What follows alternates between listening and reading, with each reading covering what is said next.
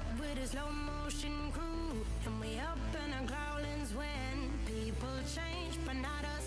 And we just chillin', kicking it, kissed by the sun. Could be soaked to the skin in the mall soon. I know she got the good vibes when seasons change, but we're the same. Even if I lost all my money, the zero runs deep, honey. And I don't need to speak a single word, 'cause you got me holding, holding. Even if my jokes sound funny, my tongue tied up on it. And I don't need to speak a single word, 'cause you got me holding, holding.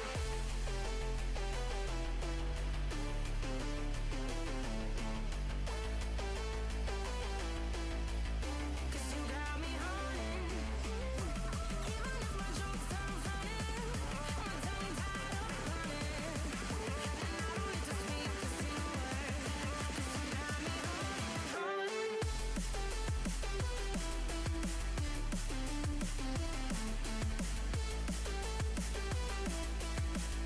Cause you got me holding.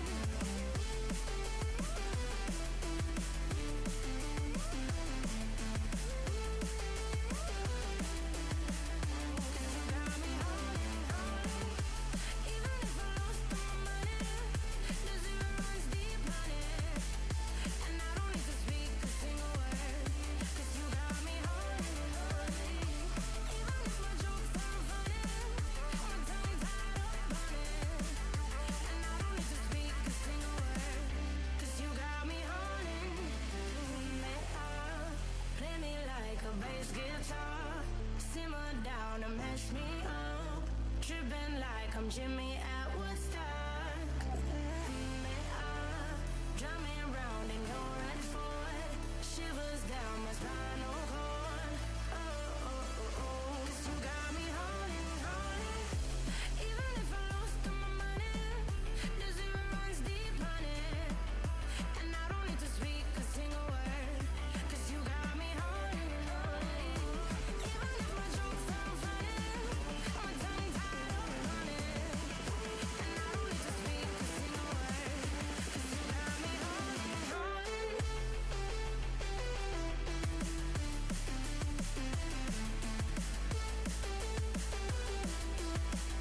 Cause you got me holding.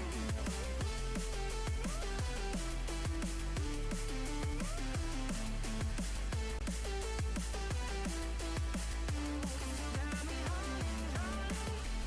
Even if I lost all my money, the zero runs deep, honey. And I don't need to speak a single word, 'cause you got me holding, holding. Even if my jokes sound funny, my tongue tied up on it. And I don't need to speak a single word, 'cause you got me holding, holding. Holding.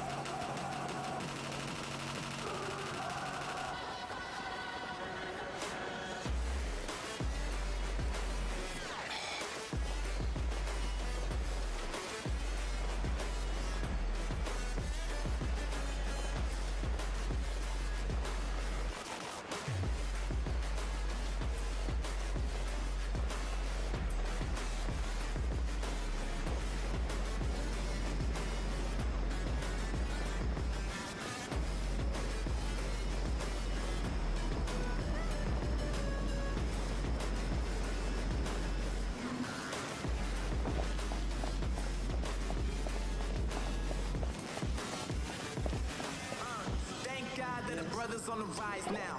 Good old caravan rebat! Now let Paimon think. What were we up to the first time we came here?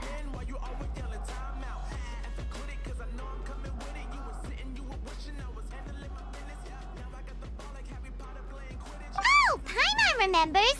Nahita's consciousness had been trapped by the doctor, but we followed the clues she left behind to help her. So much time has already passed since then, and it seems Sumeru's changing for the better now that Nahita's in charge, right? Paimon just hopes this peace will last a long time, and then Nahita won't have any more new problems to deal with.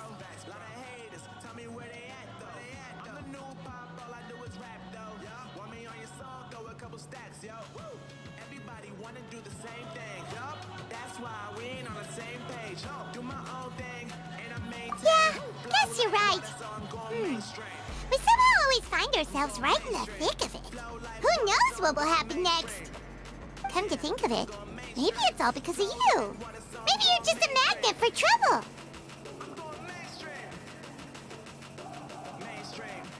Huh? Me? Before Paimon ran into you, Paimon never ran into any trouble. At most, when she was super tired, Paimon got caught in some strange whirlpool and sucked out into sea. And even then, you fished Paimon out. Anyway, for Nahita's sake, maybe we should think about heading to our next destination for now. Ah, look who it is. Running into you in a place like this? I can see you two still love wandering around. Oh, it's Dia! Since when are we just wandering around? We're usually taking care of some serious business. Even though it may have nothing to do with our journey. But never mind that. What brings you here?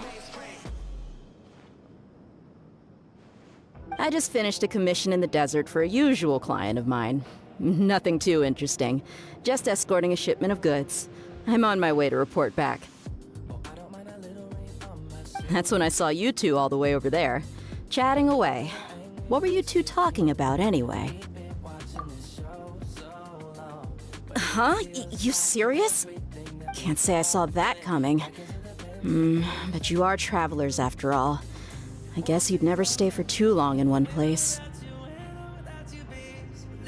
Bumping into you like this will become a rarity. I'm starting to feel sad just thinking about it. Hey, how about I gather a few mercs to escort you two? What do you say? Thanks, but no need. Oh, Paimon had no clue you'd miss us so much. But don't worry, we'll come back to see everyone when we get a chance. Sounds good. All you need to do to get to Fontaine is cross this stretch of desert and navigate some waterways. Knowing you two, I'm sure it won't be anything you can't handle. So, when are you leaving?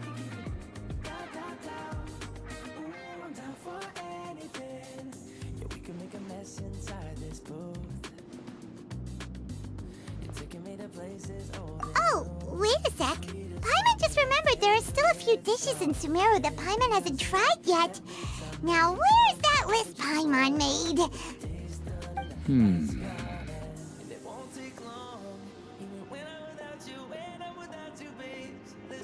I see. Guess you won't be needing a going-away party or anything. It's sad enough to see you go like this. Though, now that I think about it, Sumeru wouldn't be what it is today without you. Seems true heroes always prefer leaving quietly. By the way, should we go say bye to Nahita? Oh, good point. Then there's no need to bother her in the real world. Then, I guess this is goodbye for now, Traveler in Paimon. Whether as a client or a friend, you're always welcome to come find me. Goodbye, Dia. Bye-bye, Sumeru.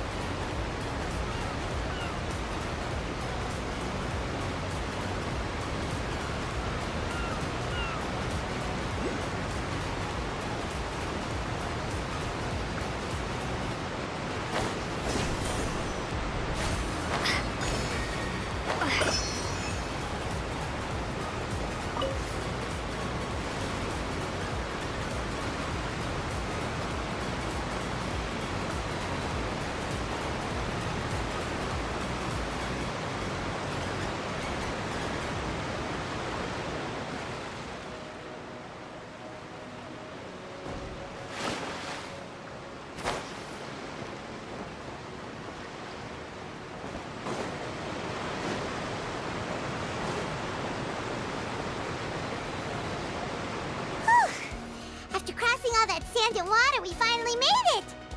Oh, this must be Fontaine's port. Wow, everything looks so advanced in Fontaine. Paimon's heard that the industry here is extremely developed, and there are all kinds of unusual machines.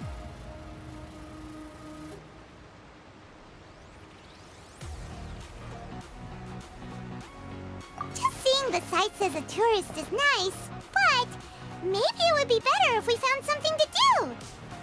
What do you think? Good idea! Nahida gave us loads of useful information. Seeking out the 7 is probably still our best source for information at this point. Yeah, the more we can learn, the better. So, what do you think the Hydro Archon's like? Will we get along?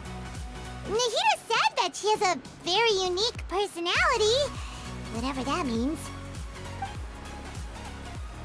To learn about a nation's god, start with the nation's people. There seems to be some locals talking over there. Let's go see if we can join the party.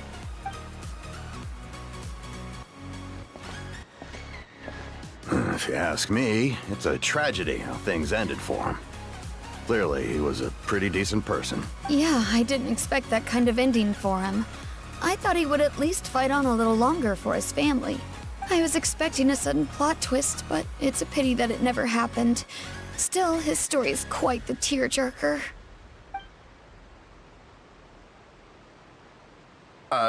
Excuse me.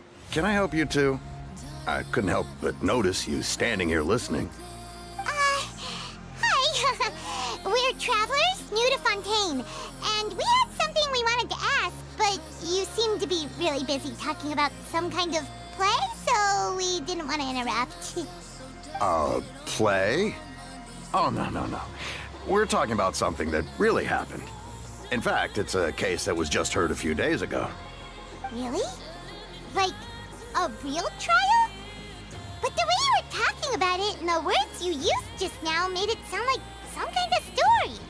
Well, good tales are often based on true stories, aren't they? And what you see in reality may also be someone deliberately putting on an act while harboring ulterior motives. Whether something is true or not simply isn't that important. The main thing is whether the story being acted out on the stage is splendid enough. Oh, but it looks like you're not from around here. You probably don't know that the Fontaine Court of Justice is called the Opera Epiclese, or more commonly known as just the Opera House. But, shouldn't court cases be treated a little more seriously than that? Not to question Fontaine's way of doing things. It's just that putting someone on trial is usually a very serious thing. No worries. Other visitors to Fontaine have wondered the same thing. You could say that we just don't want to waste the moving stories behind those cases. And as for your worries about whether the cases are treated with due reverence, we have the absolutely just and honorable Chief Justice Neuvillette, as well as the Oratrice Mécanique d'Analyse Cardinal, a machine created by the Archon. Between the machine and the Chief Justice, false charges and injustice are a thing of the past now. Oratrice? Is it some kind of machine, too? Oh, Paimon's curious. We should check it out if we get the chance. Wait, Paimon almost forgot to ask you our question. Oh, that's easy. Just go to the Opera House. Lady Farina practically lives there. You could definitely say it's her biggest passion. I think what they mean is that they wish to speak with the Archon personally. In that case, I'm afraid it's going to be a tad more difficult. You'll have to make an appointment well in advance, and it'll depend on whether or not she has any time slots available. Huh. Is the Hydro Archon super busy taking care of official stuff? Wait, didn't you say that she's always at the Opera House? No. Lady Farina seldom takes an interest with the nation's affairs. The reason it's difficult to make an appointment is simply because she's incredibly popular. That's right. After all, she is the Archon. Though she may tend to get a little dramatic from time to time, people can't get enough of her. Huh. First time Paimon's ever heard of an Archon being described that way before. Wait! Paimon you're like a big celebrity here, right? Yeah, I suppose you could say that. Perhaps you could even say our mascot. Hang on. This is still Fontaine's Archon you're talking about. Yes, you're right. I guess I should at least try to be a little more respectful in front of visitors. Otherwise, I might get arrested and find myself face to face with Monsieur Neuvillette. Come on. Sure, there's a lot of laws here, but nobody's going to be arrested for saying something disrespectful about the Hydro Archon. Alright, I think we get it. Thank you! At least we now know that we can find the Hydro Archon at the Opera House. But who knows how long making an appointment will take? Guess we could have a look around the city in the meantime. Hey! What are you looking over there for?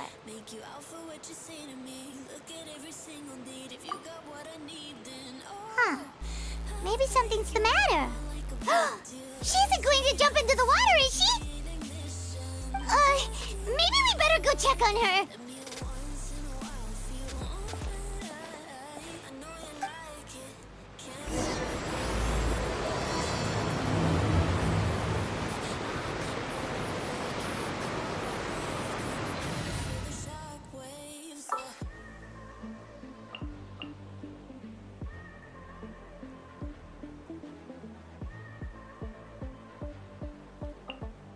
Time for afternoon tea.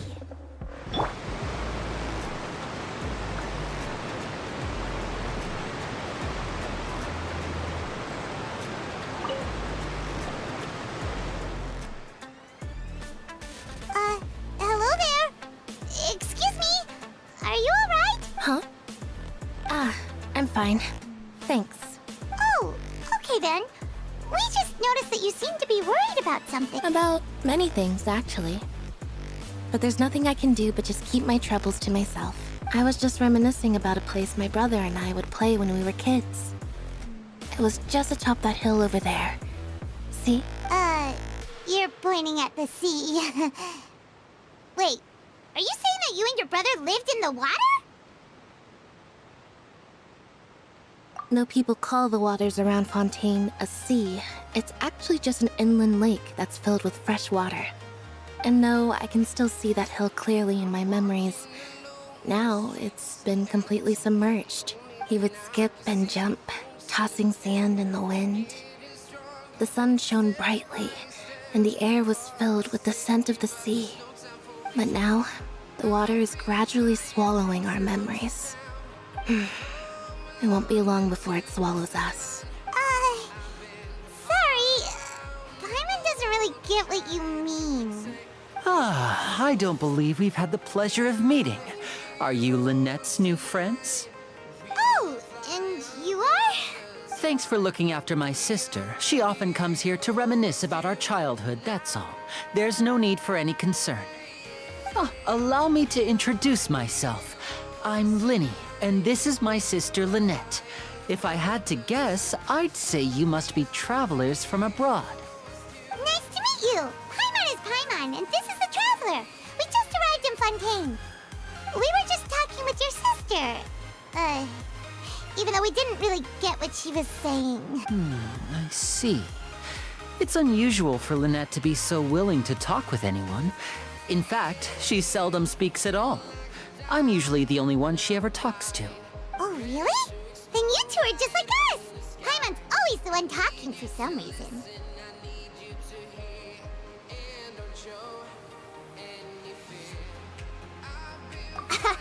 So that's how you think it is? I also think my brother can be too talkative at times. Seems you were right, Paimon.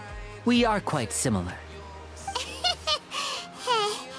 So, what did Lynette mean just now when she said that the water is engulfing your memories? And that it won't be long before it engulfs you too? Oh, that. It's from a prophecy that's been circulating in Fontaine for some time now. Well, I suppose prophecy isn't exactly the right word, because that implies a certain amount of uncertainty. There's no doubt about what's happening in Fontaine now. Where to begin? Let's put that question on hold for a moment. We still haven't formally greeted each other yet, have we? Did all the introductions earlier not count? Hello, traveler.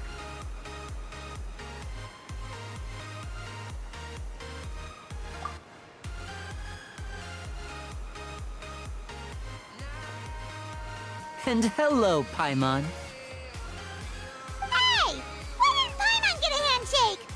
You're not poking fun at Paimon, are you? Please, don't take offense. Just consider it a sort of etiquette we have here in Fontaine when making new friends. You should remember it. It might prove useful. Oh, all right then. Well, Paimon's just happy to have a local friend now. By the way, we were just getting ready to go to the Opera House to meet the Hydro Archon. Would you be able to show us the way? So you're going to see Lady Farina? No problem at all. In fact, I was planning to go to the Opera House later myself. I'll gladly take you once I finish things here. Please, follow me.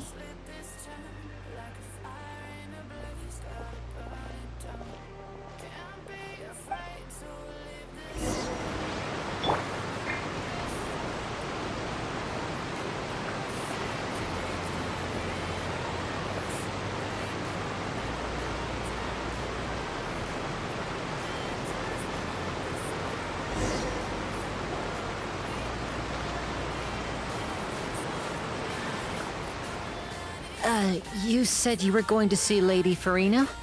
Well, it seems Lady Farina has come to see you.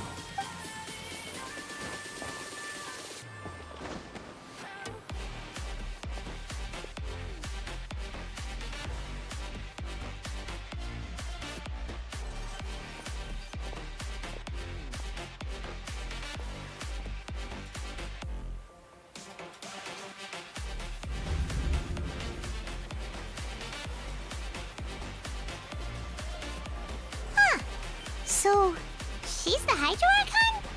But how did she know we were looking for her? My dear people, rich and poor, those with cup in hand and those with nothing at all, raise your glasses in celebration. If you don't have one, then just raise your hand in lieu.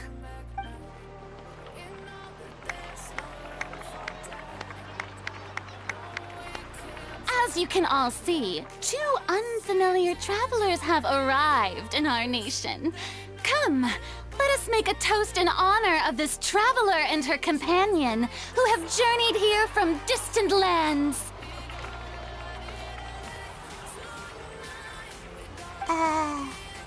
Is she talking about us?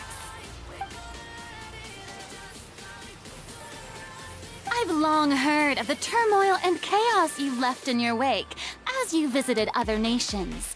But I welcome you nevertheless. No, I have come to receive you personally. Fear is for insignificant cowards. I am a god, and I will never entertain the notion of such meaningless wariness. You can be rest assured. Of course, seeking an audience with me is the most sensible thing to do. It will allow you to truly behold my power and witness my authority. Intelligent people always gather under the correct banner. I, Fosalor, hereby welcome you to the nation of Hydro and acknowledge the value and significance of your trip. Now, you may rejoice in this. Yeah, Paimon still can't believe it. Feels like we've only been here for a few minutes. But the Hydro Archon's entrance was, how should Paimon describe it? A little over the top? Miss Hydro Archon? How did you know we were coming? I see. As Outlanders, you inevitably lack even some of the most basic understanding. Don't forget that even the gods can be divided into the mediocre and the excellent. I suppose it's only natural for you to be awestruck by my abilities. You had best stop and consider. Do you really have the noble qualities and etiquette necessary to communicate with a god? all it takes is a flick of my finger for me to know everything about you. Whoa. Talk about sounding high and mighty. Oh? What's with these looks? Perhaps the welcoming ceremony still isn't enough? What else should I say then? Is she waiting for us to start talking? Wow, I didn't expect to see Lady Farina here. What a surprise! Wait, does this mean they're the legendary blonde traveler? How did I not notice before? Hey, what's all the commotion? Oh, is that Lady Farina? Of course. That's the blonde traveler. The one all those stories are about. Lady Farina came here to personally see her. Oh, I bet this is gonna be the duel of the century. Ooh, I've got to see this. I knew Lady Farina would never disappoint. Yes, but don't get too excited now. My dear believers and spectators alike tend to get quite rowdy, and despite the noise, I've come to tolerate all their ruckus. You may consider this my reward to all of you.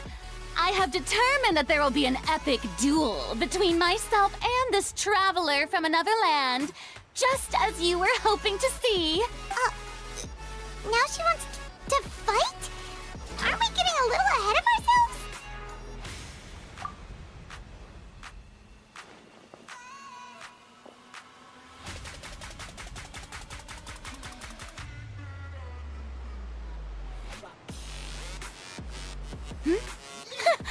Are you not afraid?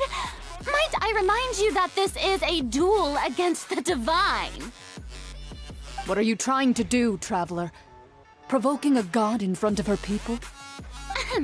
Stand down, Clorend. I admire her bravery. Few have the courage to draw their sword against a god. She is obviously a true warrior. Unfortunately, people nowadays only crave to be thrilled, and a mere duel will not slake their thirst for excitement. Huh. Yeah, she's right. Just a duel wouldn't be all that interesting. On Araneus, criminals are always requesting duels to defend their honor.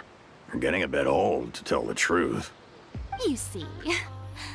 Then, as the god of justice, I shall face this traveler in another kind of duel. A duel in court! Whoa, all right! Now that'll be worth seeing! Right. This is Fontaine, after all. It's such a grand opera house, it would be a pity not to use it. Why do you care so much about the crowd's reactions? Seems you've spent a little too much time in the opera house. Besides, how exactly do you plan to have a duel in court? You mean you're going to put us on trial?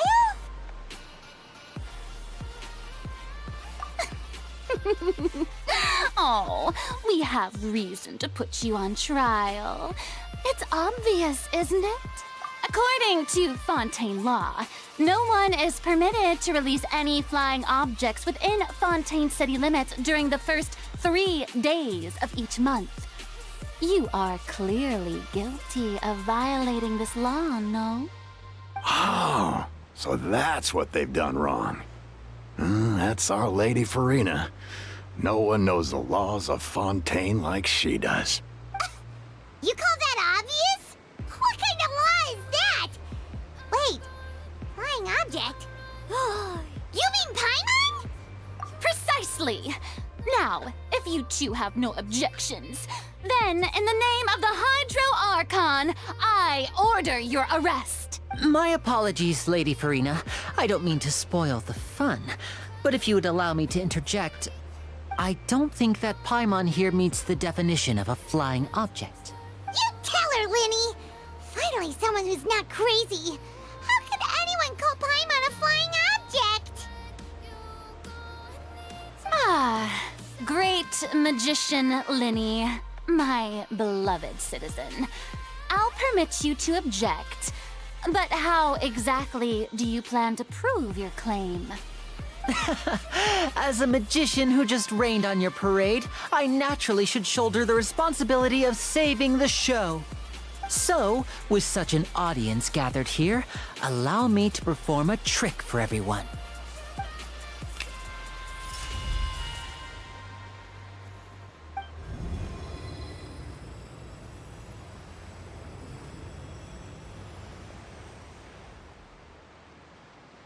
Ta-da! What's that on Paimon's back? Hey, when did you do that?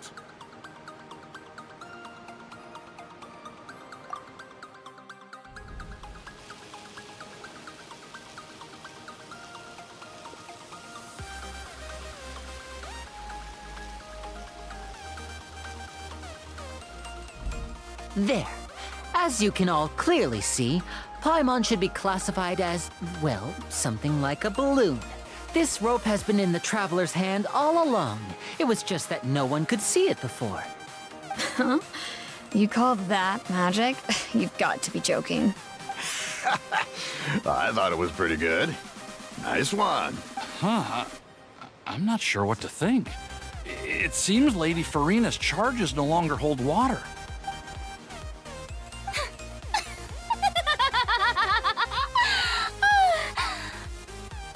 Amusing. Very amusing, Linny. Just the sort of unexpected twist that I enjoy. With you here, today's performance can finally be called complete. Performance? You see all this as a performance? In which case, consider the matter of your trial, but when there are valid grounds, I will not only judge travelers from abroad, but even the gods of other lands. I look forward to seeing your upcoming performance at the Opera House, Mr. Linny and Miss Lynette. That's enough for now. Toodaloo!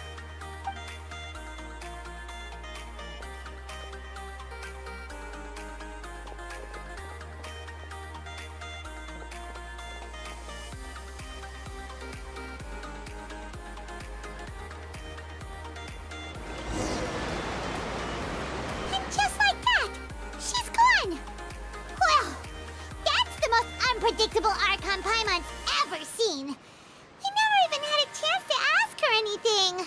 But that's a problem for future Paimon. That whole scene just now was really...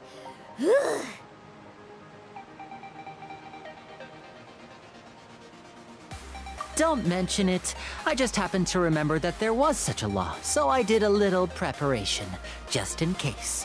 I didn't think it would actually come in handy. So, now do you see what kind of god Lady Farina is? She can be a bit confusing at times, but she is still amenable to reason. Anyway, Paimon had no idea you were a magician, Linny. It sounded like you'll be performing at the Opera House, right? I just know a few simple tricks I use to make a living. Lynette is my assistant. It will actually be my first time performing on the most prestigious stage in Fontaine, the Opera House. But isn't the Opera House where criminal trials are held in Fontaine? When there are no public trials being held, the Opera House hosts a variety of other performances. To the people of Fontaine, the line between a trial and a performance can be a little blurred.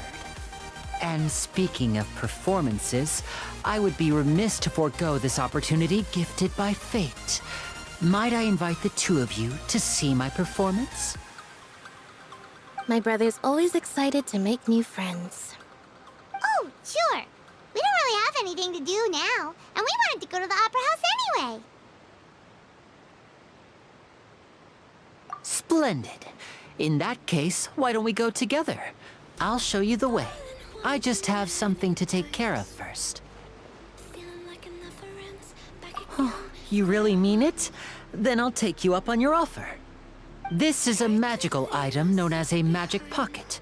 Perhaps you can help me distribute them to the people here. Huh? What are they going to use it for? About that... You asked me before about the prophecy, right? Let me start by telling you a little more about what it entails. I'm not sure exactly when it began, but a prophecy has been circulating around Fontaine. It says that every person in Fontaine is born with sin. No matter how the Nation of Justice holds trial after trial, this sin cannot be absolved. Until one day, the water levels in Fontaine will rise, and the sinful people will slowly be drowned. In the end, the people will all be dissolved into the waters, and only the Hydro Archon will remain, weeping on her throne. Only then will the sins of the people of Fontaine be washed away. That sounds pretty gloomy. Why are people in Fontaine born with sin? What is that supposed to mean? There are lots of guesses. Some say that the ancestors of Fontaine stole the power of the seas and stirred its wrath. Others say that the people of Fontaine never heeded the first Hydro Archon's warnings and offended Celestia. But here in Fontaine, evidence is what matters. There hasn't been concrete evidence for any of these claims, so they can only be regarded as conjecture. If even the people in Fontaine don't know what sin they committed, wouldn't it be better just to ignore the prophecy completely? Why bother feeling guilty all the time? That's exactly what the people did at first. But in the last few years, the water levels in Fontaine have actually started rising. Many places have already been completely submerged, and now lie beneath the sea. Many people carry on with their lives as before and shrug it off as a natural phenomenon. But my family and I think that the people of Fontaine shouldn't ignore the possibility, which would end up sentencing them to death. We hope that at least the people who reside near the waterfront can move away before it's too late. So, we've started distributing magic pockets to them. As a magical item, these magic pockets have astonishing capacity.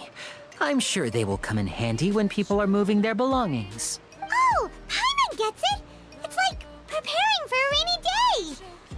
But this is more than a bit of rain. Perhaps only absolute power could ever contend with such a catastrophe. But who knows? We're just tiny specks in the grand scheme of things. Now, if you'd like to help, then please give these magic pockets to anyone nearby. Be sure to convince them to take it, regardless of what they say.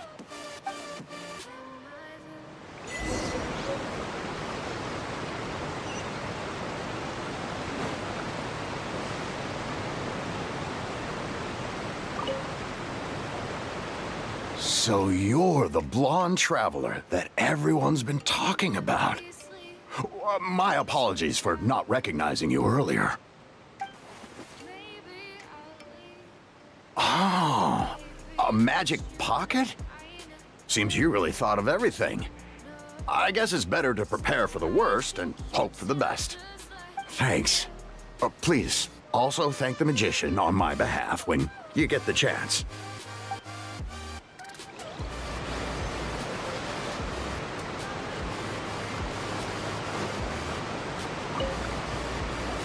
What's this?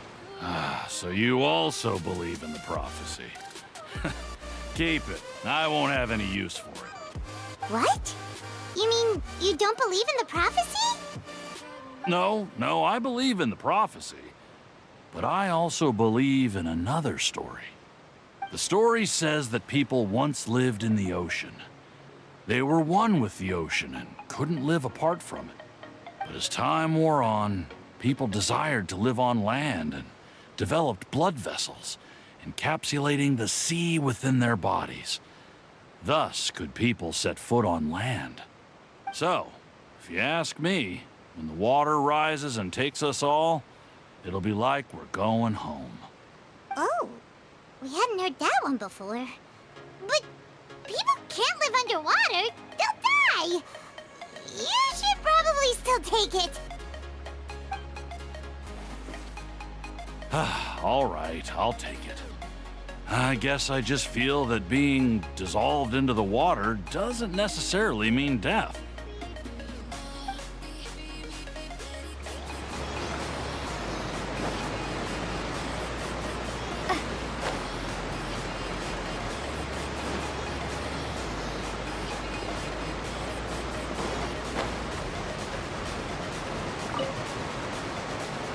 Huh?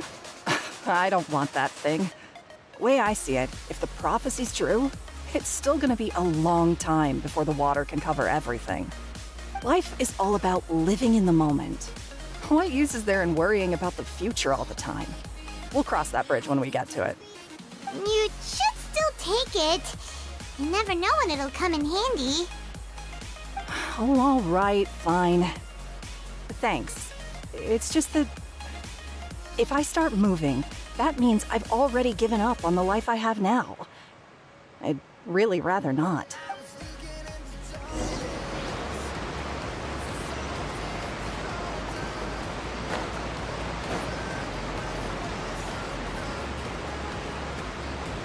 Oh?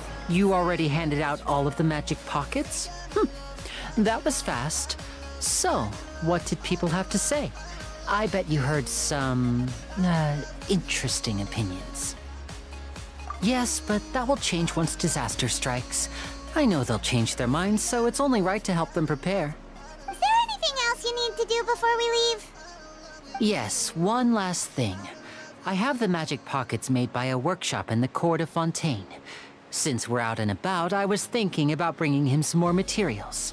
So, you want to collect materials? Just tell us what the materials look like and we'll help. Many hands make light work. Oh, that would be much appreciated. We'll need some Romaritime flowers.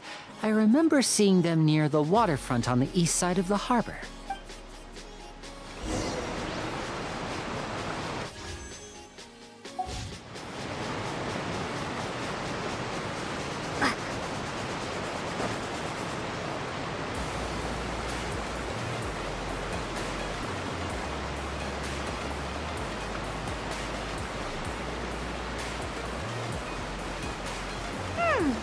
It seems we have to use Hydro to collect Romaritime flowers.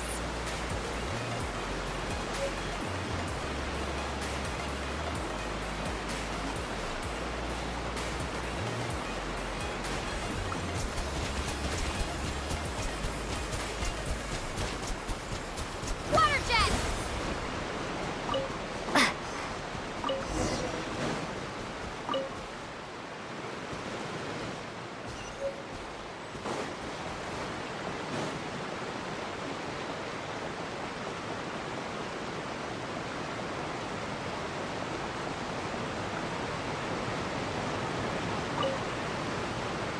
You made quick work of that. I can tell you're an experienced traveler.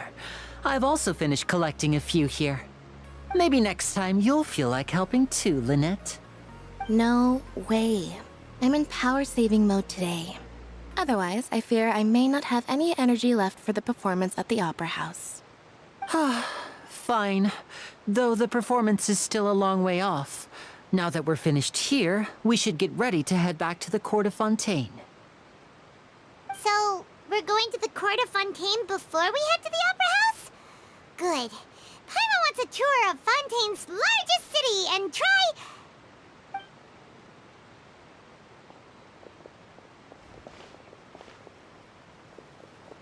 Wait, shh.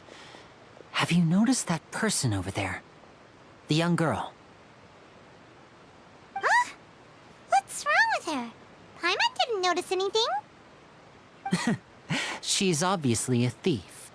Magicians and thieves practice similar methods. We divert attention, and a distracted audience is one that won't discover what you're really doing.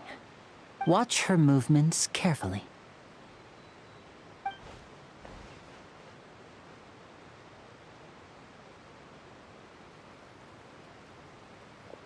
Oh, he's right! Shh, keep your voice down. We need to think of a way to catch her, but it seems she's very alert. Perhaps we should split up. You two can ride the lift over there and wait up top. I bet that'll be her escape route if she tries to run. All right, let's go.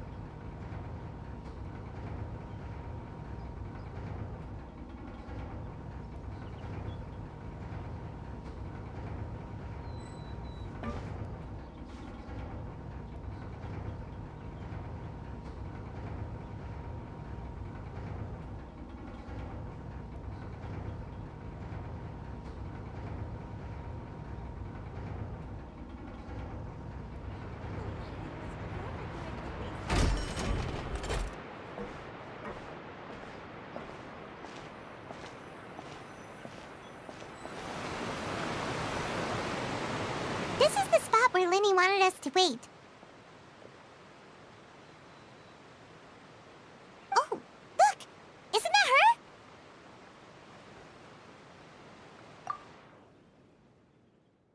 Oh no! Did she notice us? What should we do? Should we chase her?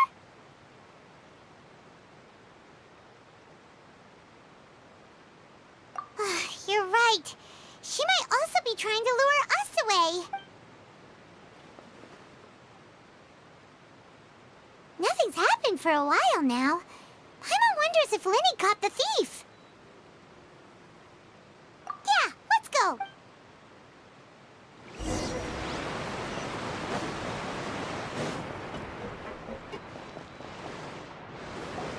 Are you sure that's all she took?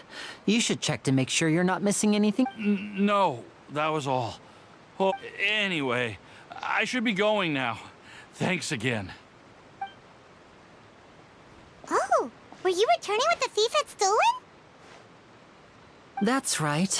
Pity I wasn't able to catch her. She distracted me by dropping the thing she stole on the ground. By the time I looked back, she was already gone. I saw the general direction she went, but Linny twisted his ankle, and I needed to make sure he was okay. Oh, did you get hurt, Linny? I'll be all right. It's just a twisted ankle, that's all. In fact, it's feeling better already. If you want to play at being a hero, at least try not to get hurt doing it. Imagine what would happen if you managed to derail our performance as a result. You're right, you're right. Sorry, Lynette. I have to admit that the thief was even more skilled than I had anticipated. But at least we were able to get the stolen items back, so it wasn't a complete failure. What a slippery little thief.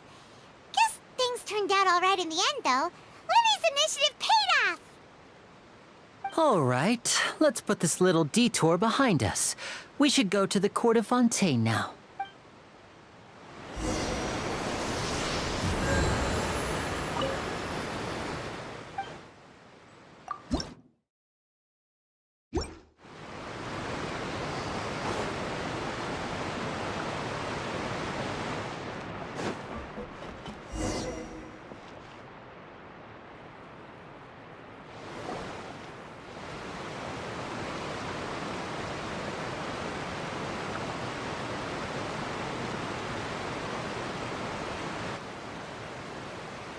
So, we ride this thing to go into the city? What an ingenious way to get around. People in Fontaine really know how to use water. This is an aquabus. It allows people to travel between several key locations around Fontaine. It's pretty convenient, but the ride can become a little dull after a while. The scenery is always the same. That's why it's better to travel with friends. So you mean it's still boring even when I'm riding with you? No, that's not what I meant. It's just that, well, you don't really talk that much. Besides, it doesn't really feel like a real trip when it's just the two of us. It's the same as being at home. Whatever. Guess that's what it's like to be an older brother. It's about time for us to leave. Let's get on board.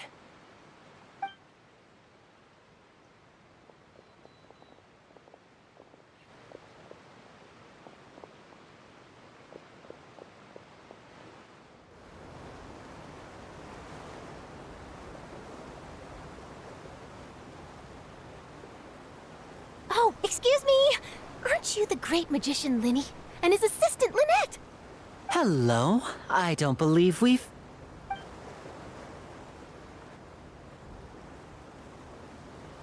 I'm Charlotte, a reporter for the Steambird. Nice to meet you. From the Steambird, huh? We've often relied on your paper to promote our performances. It's an honor to meet you. Wait, could that be the legendary traveler who's been making headline after headline in their journey across Tibet? Amazing! You recognize everybody almost immediately! I wouldn't be much of a reporter if I didn't know who's who, would I? Wow, today must be my day! Who knew I would end up on the same boat as so many VIPs? Could my vision finally be showing me some favor? So, Charlotte, What do you usually report on? Well, when there isn't any breaking news, I mainly cover the trials at the Opera House.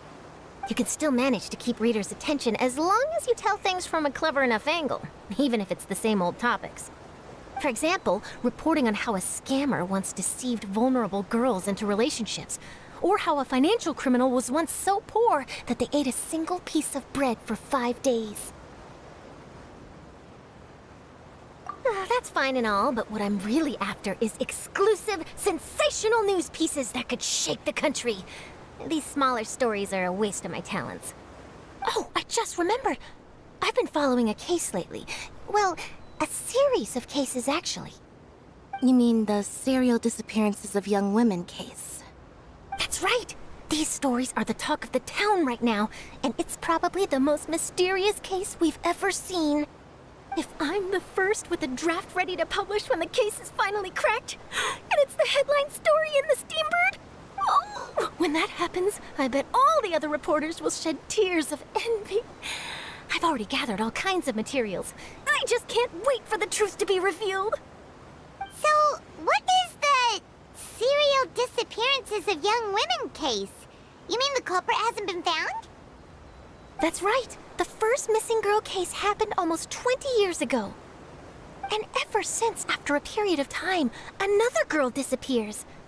What the cases have in common is that the girls are all of a similar age, and that they've all vanished without a trace. But the scariest part is that to this day, none of the girls have ever been found. Many suspects have been arrested over the years in connection with this case, but shortly after each arrest, another disappearance would always happen.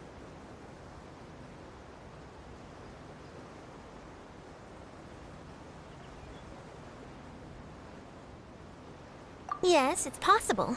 But either way, I believe that every case has some precise truth behind it, waiting to be exposed. Yes, I agree. And at the very least, the family of those missing girls deserves some sort of explanation. I just imagined for a second what I would do if Lynette were to suddenly disappear. I'd pay any price to get her back, and then find a way to track down the culprit. Please don't imagine that, Lenny.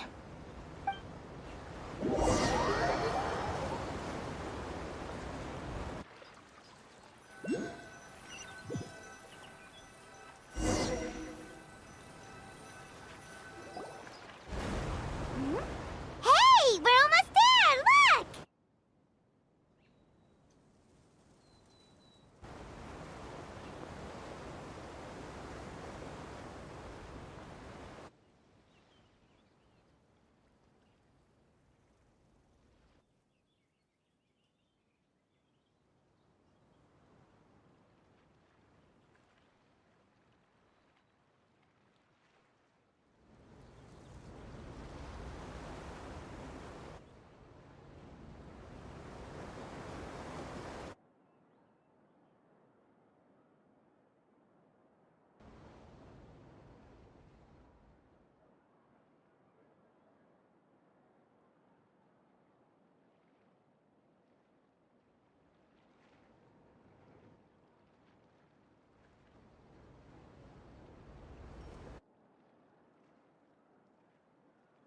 Well, I really enjoyed chatting with you. Life should be full of pleasant little surprises like this. Yeah, us as well. The ride went by too quickly. Oh, I have an interview to get to. I should get going before I'm late. Okay, Paimon hopes we can chat again soon, Charlotte. See ya! Bye now. Oh, be sure to stop by and see me at the Steambird when you have time. What a tough job. Always running around and interviewing everyone. Well, where should we go now? If you don't mind, how about we stop by my home first? Besides, I still have all the materials we collected. Sure, we wouldn't mind at all. This city is so huge, Paimon wouldn't know where to start anyway.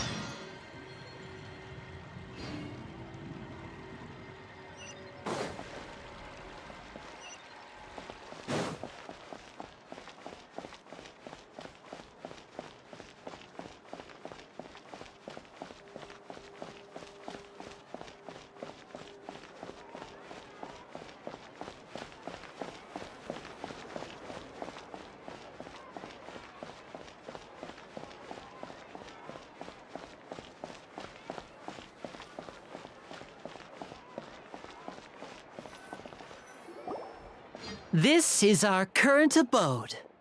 Ah, Fremine, you're home. Where did everyone else go? I have some new friends that I would like to introduce.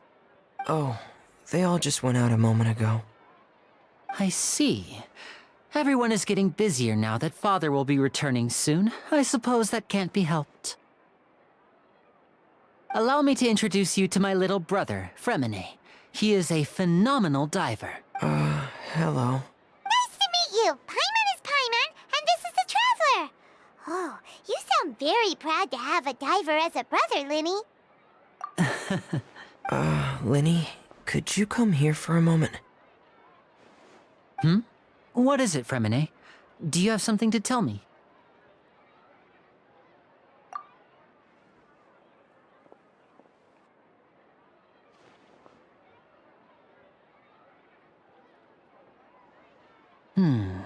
Okay, I see. Is everything all right? Oh, it's nothing. We were just discussing... Oh, before I forget, the Traveler and I collected more materials to make magic pockets. Were you able to get any, Fremine? Yes, I went diving and gathered lots of materials. I was about to give them to you. That's our Fremine, always quick with the underwater work. All right, I'll take these to the workshop.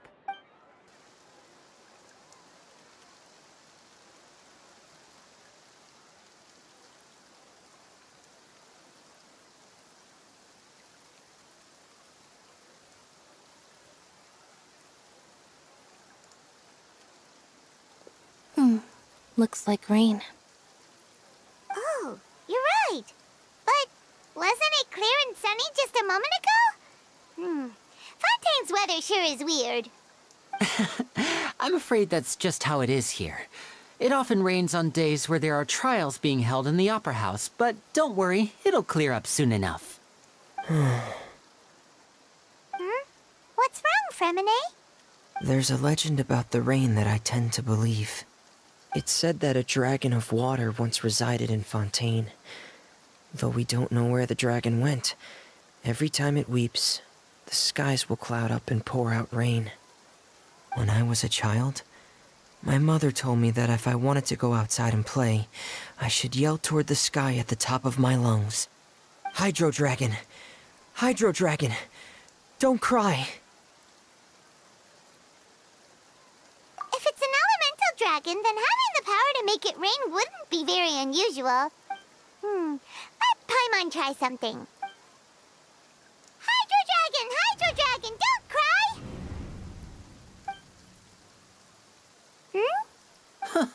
Doesn't seem to be of any use. It is just a legend after all. You know, you might be a more popular magician if you understood the concept of romanticism. Or could at least play along. Sorry. It might be because we've never met the Hydro Dragon. Perhaps it can't be comforted by the words of strangers.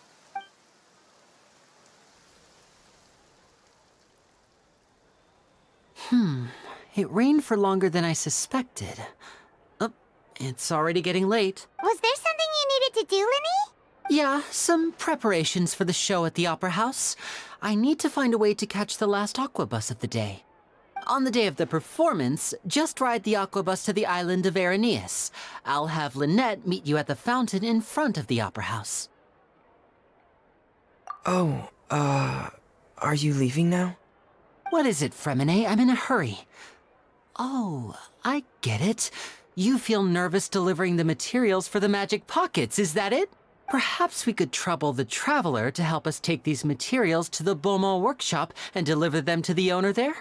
I'm afraid that Fremine can be quite introverted, and the boss there tends to be pretty talkative. Fremine has always been a little afraid of her. No trouble at all. Don't worry, we're on the case. Sorry for the inconvenience. I'm quite useless when it comes to such tasks. I'll think of a way to make it up to you. Oh, no need. This will be a walk in the park for us.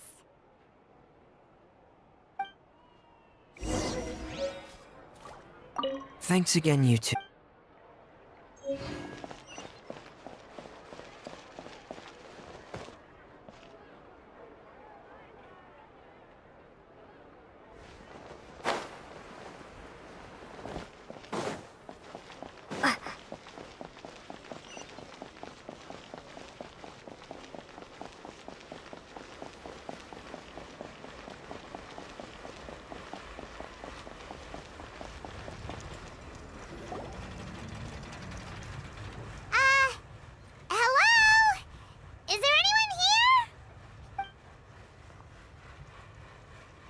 Oh, hello there.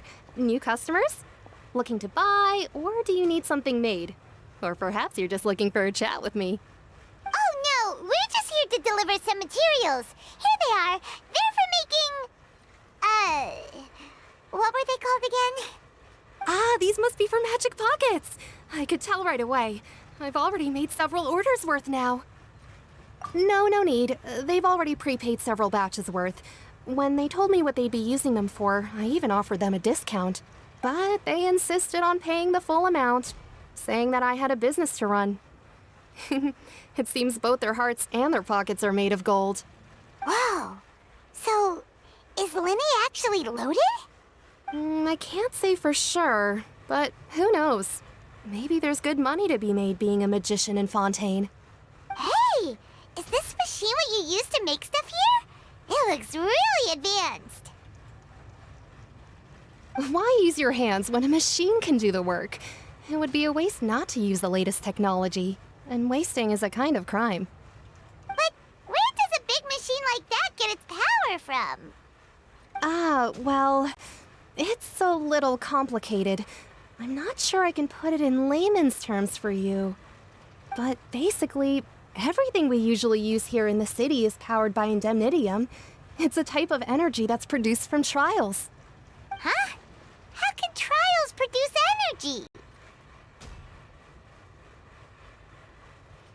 Well, I'm not completely sure of all the details myself, but basically, when a trial is in session, the oratrice mécanique d'analyse cardinale harvests people's belief in justice and converts it into energy to be used all around Fontaine. So that's what its other function is? Paimon heard that the oratrice was created by the Archon to make judgments. But Paimon still doesn't get it. How could something unreliable like people's beliefs be turned into a stable power source for these machines? Oh, yeah! So that means the Hydro Archon relies on the machine to take the energy created by belief and turn it into power for all of Fontaine, right? Even though I've never heard anyone really put it that way before, it sounds like it makes sense. Besides indemnitium, we have another type of energy called pneumosia. It isn't produced by the power of the Archon, but it is unstable by nature. Even now, it still cannot be widely used by civilians. I thought I'd find you hard at work, but here you are chatting the day away. Since you're already talking, I'm sure you wouldn't mind a few words with me. You again? Didn't I already promise you that I'd have the more I owe to Confrérie of Cabriere by next month? Why are you hounding me now? Yeah, but how do we know that you won't go running off by the end of this month? I want 50% today. Wait, no, 70%. Huh? You... Seems business isn't so great for the workshop. We've already finished our job and delivered the materials. Maybe now's a good time to leave?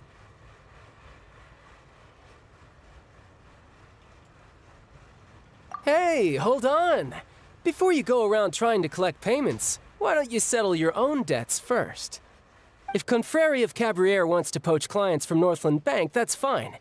But I'm afraid you still owe the bank a hefty sum of mora. So why don't we work things out between us first, before you get back to your little conversation here? You're from Northland Bank. But we said we'll pay everything we owe next month. Why are you hounding me now? Traveler, Paimon! I didn't think I'd run into you here in Fontaine. What are the chances? We're surprised to see you too! What are you doing here in Fontaine? You didn't want to stay in Snezhnaya? Long story short, I've already been in Fontaine for some time now, and honestly, things have been pretty boring. But it seems that fate brought our paths together today.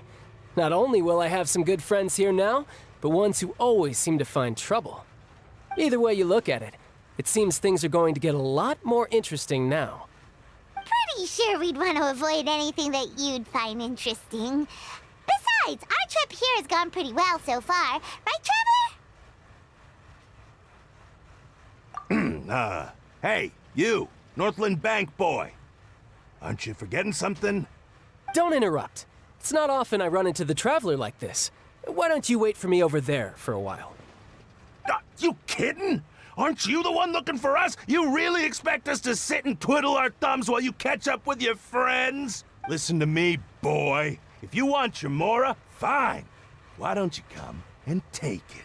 Hey, I just said not to interrupt. Oh, by the way, Traveler, the last time I took Tonya and Tusser ice fishing, Tusser said, Hey! That's way over the line! All right, boys, let's see who has to pay up now! Can you at least let me finish one sentence? Fine. Though the bank told me not to get rough with our clients, you're the ones who started it. This is an act of self-defense. You two will have to be my witnesses, okay? I'm sure this won't take long.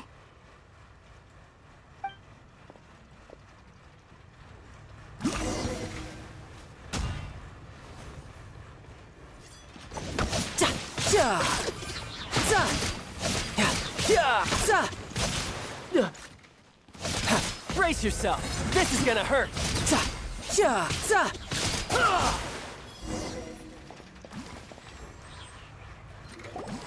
Oh, what's your deal, Brad? How are you so strong if you're just a staffer from Snezhnaya's Northland Bank?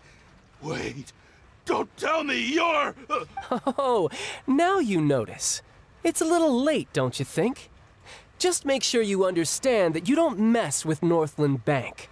Got it?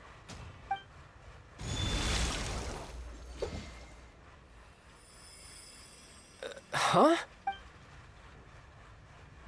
Now's my chance!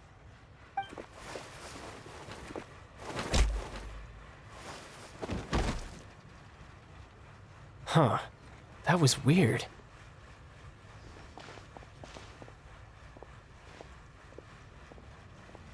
I'm not sure.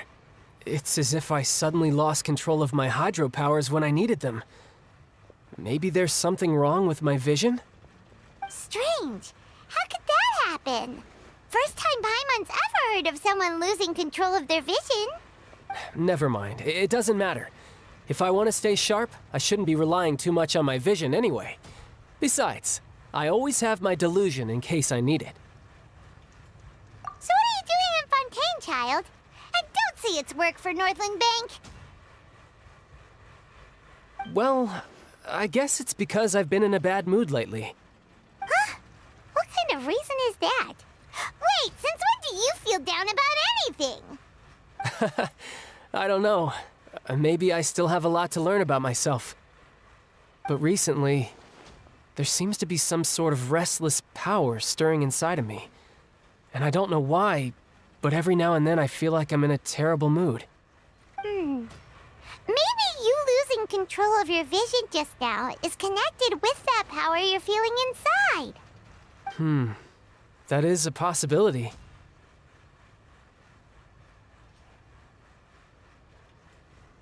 I can't remember if I ever mentioned it before, but when I was 14, I fell into some unknown abyss. It was during that time I learned nearly all of my abilities. The one who took me under her wing and taught me was named Skirk. She was always quiet and very mysterious. Nobody knew where she came from or what she had been through, and she was always very strict when teaching me combat techniques. One time, I asked her why she was willing to take me on as an apprentice. From what I could make of her answer, it was because I had awakened it, and traces of it remained on me. She said that all my combat training would be useful in the future. But what is it? What did you awaken? She never explained that, but my guess is that it's related to a dream I saw when I had just fallen into that abyss. In my dream, I was in the deepest depths of the sea, and the boundless seabed was all around me. But in front of me appeared a whale that was so massive, I felt like I couldn't breathe. A whale? Oh, that sounds familiar! When we fought against you before, you summoned a huge whale that seemed to leap at us. Is that the one? That's just an abstract form of a whale that I create using my elemental powers. It takes that shape because the scene I dreamt of the whale has always been stuck in my mind. I'll never forget it. So you used the whale as inspiration for one of your moves? Huh. seems a little twisted to Paimon. So why don't you just go ask your master? Maybe she knows the answer. You make it sound so easy. Ever since the incident I experienced there, I've never stopped searching for Master Skirk and that unknown abyss. But it's been years now, and I've still found nothing. There isn't even a trace of the place where I remember falling into the abyss. Oh, it sounds like some kind of ghost story. Yeah, I'm out of leads at this point, but there's nothing more I can do. It seems that strange encounters in this world tend to be elusive like that. Oh, seems the time really flies when I'm talking with you. I just remembered I have somewhere else I need to be, so I should get going. What? More work for the Northland Bank? No, it's more of a personal appointment. Lately, I've been sparring with some of Fontaine's official champion duelists whenever I'm feeling bored. Official champion duelists? You mean it's their job to duel? Yep. In Fontaine, before a criminal goes to court, they're given one chance to defend their honor by requesting a duel with an official champion duelist. The champion duelists are all-powerful fighters selected from among the nation's best. And the duel itself is a no-holds-barred fight with no specified stopping point. So engaging in such a duel is regarded as a symbol of defending your honor. If a criminal manages to win the duel, they'll be acquitted. But if they lose, they'll have no choice but to stand trial. And the worst-case scenario is that you're simply killed in the duel. Though it's rumored that Fontaine has a death penalty, from what I can tell, no one has ever been officially sentenced to death. So really, the only people who opt to duel are those who have suffered a grave injustice in being accused, or those who greatly value their honor. Otherwise, why gamble with your life? So, do many people actually get out of their trials by winning the duel? Apparently, it's exceedingly rare for anyone to actually win. Fontaine probably enacted this system as a way to show that the nation respects the honor of its citizens. Besides, none of the champion duelists are to be trifled with, which is exactly why I was itching to face them as soon as I got to Fontaine. Apparently, the one I'm meeting today, Clorinde, is the strongest of the champion duelists. I had been asking her for some time before she finally agreed to face me today. Well, that's child for ya. Paimon feels like we heard that name somewhere before. Clorinde. Oh, before I forget, I want you to have this. Huh? Your vision? You're seriously just giving it away? I'm just worried that it could become uncontrollable again. I'd be pretty upset if it got in the way of my duel, so I think I'll be better off without it for now. Besides, I just need you to hold on to it for a short while. I'll come retrieve it when I have some time later. Paimon knows what you're up to. You just want an excuse to come talk to us again, don't you? Whatever gave you that idea? I'll be in touch later. That sneaky guy.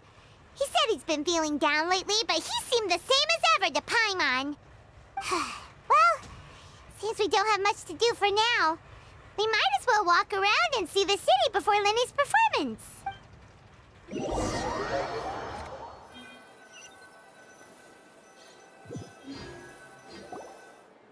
Wow! Who could have seen that coming?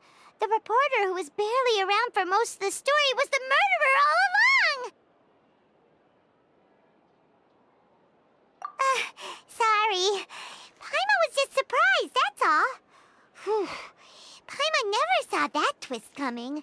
The murder mystery novels here are amazing. The whodunits here in Fontaine are a lot different than the light novels you see from Yai Publishing House. Both have their merits, but Paimon thinks this style of novels are more, well, novel. It's so exciting to reach the moment when the mystery is uncovered, especially in the one Paimon was just reading. You should buy a copy and read it too. Oh, sorry about that.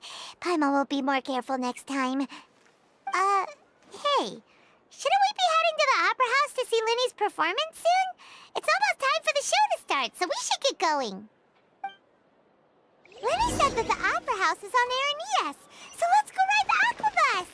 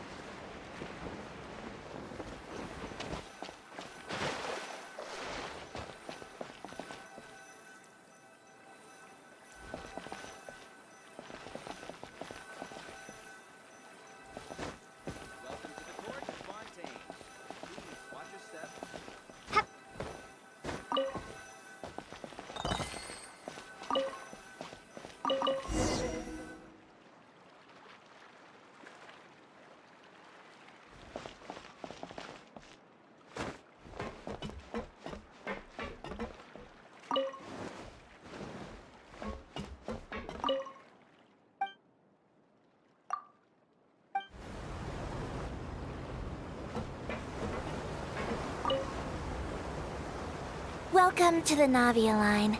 I am Elfan. The boat will be departing imminently. Please do not stick your head, hands, or other body parts outside the boat. The Aquabus operator is not responsible for any accidents or injuries resulting from doing so. Also, please remember to buy the Steambird, though I don't read it myself. The destination of the current tour is Erinias. Points of interest worth visiting include the Fountain of Lucine and the Opera Epiclese. If you look to the left in the direction we are currently traveling, you will see the famous Fontaine Research Institute up in the sky. An experiment gone wrong turned new sightseeing opportunity.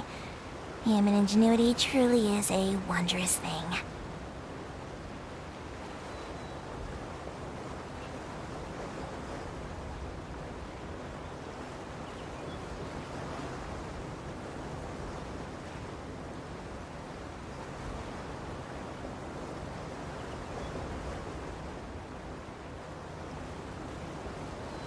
We are now approaching our final destination. Please be sure to bring all your personal belongings with you as you disembark. Even though I will take any forgotten items to the Lost and Found, the paperwork is rather annoying, as Melusine hands are not suitable for grasping pens. Please be careful when disembarking. It has been my honor to be your tour guide this trip. Thank you.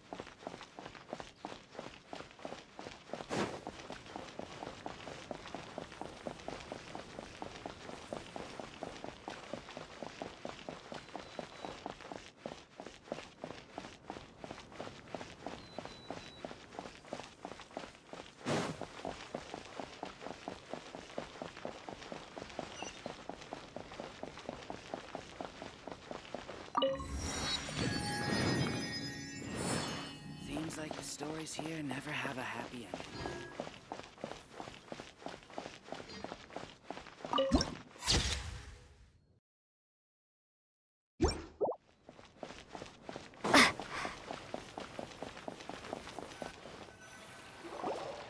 Whoa!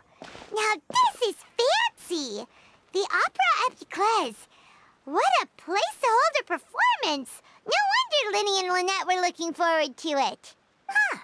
Looks like there's a lot of people standing around the fountain up ahead. Oh, Archon, please bless us with a bright and healthy child. We pray. I don't know why you always feel the need to ask so much. I'll be happy as long as our child is healthy and lives a peaceful life. I guess if they're our kid, then there's no doubt they'll turn out smart. Maybe this is one of the customs in Fontaine.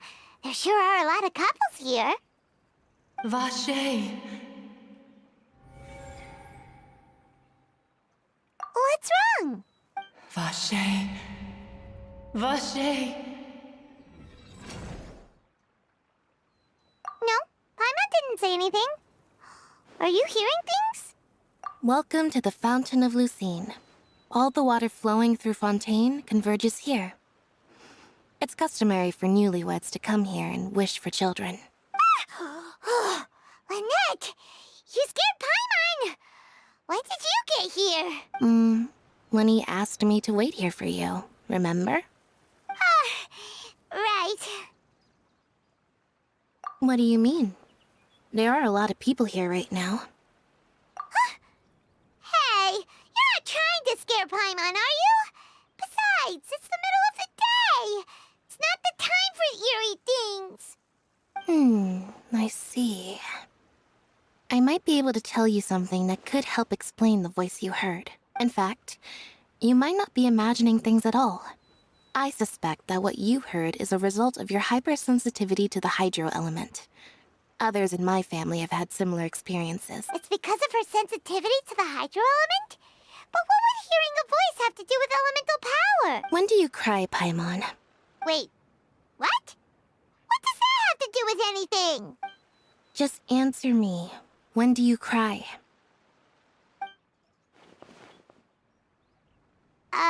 When Paimon's really sad?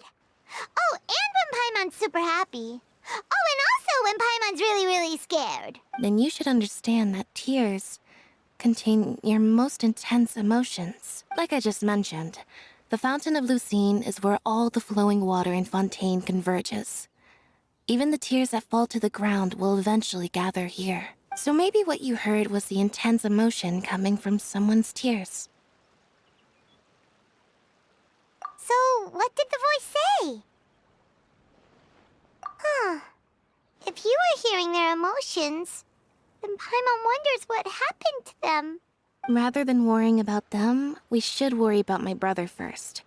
Don't let that calm look of his fool you. He tends to get pretty nervous just before a performance. So chatting with Lenny might help him relax a little before he goes on stage. Oh, right. That makes sense. Let's go in and see Linny.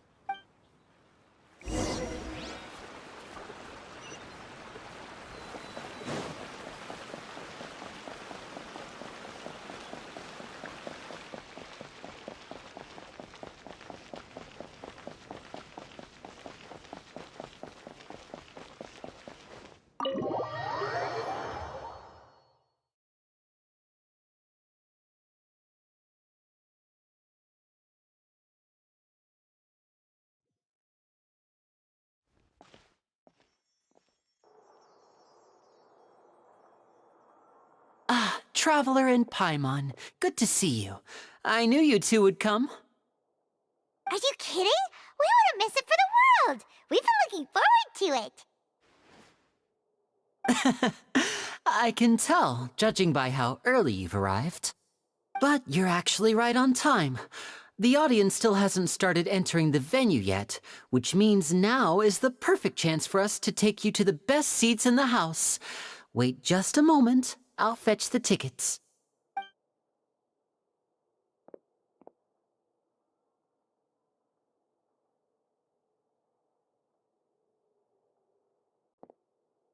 The Opera House has assigned seating, so you always have to make reservations.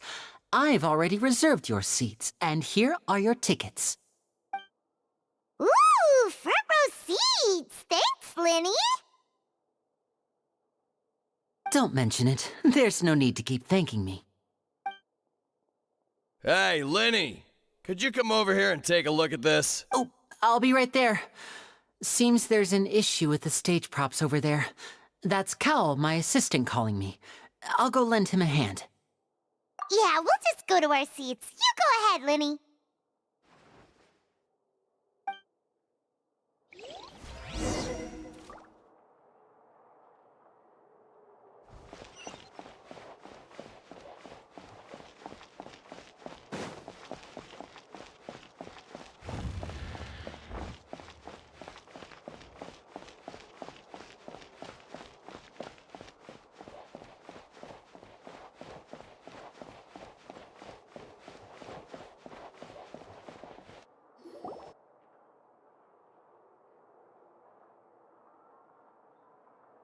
Oh, these should be our seats. Come on, let's sit down.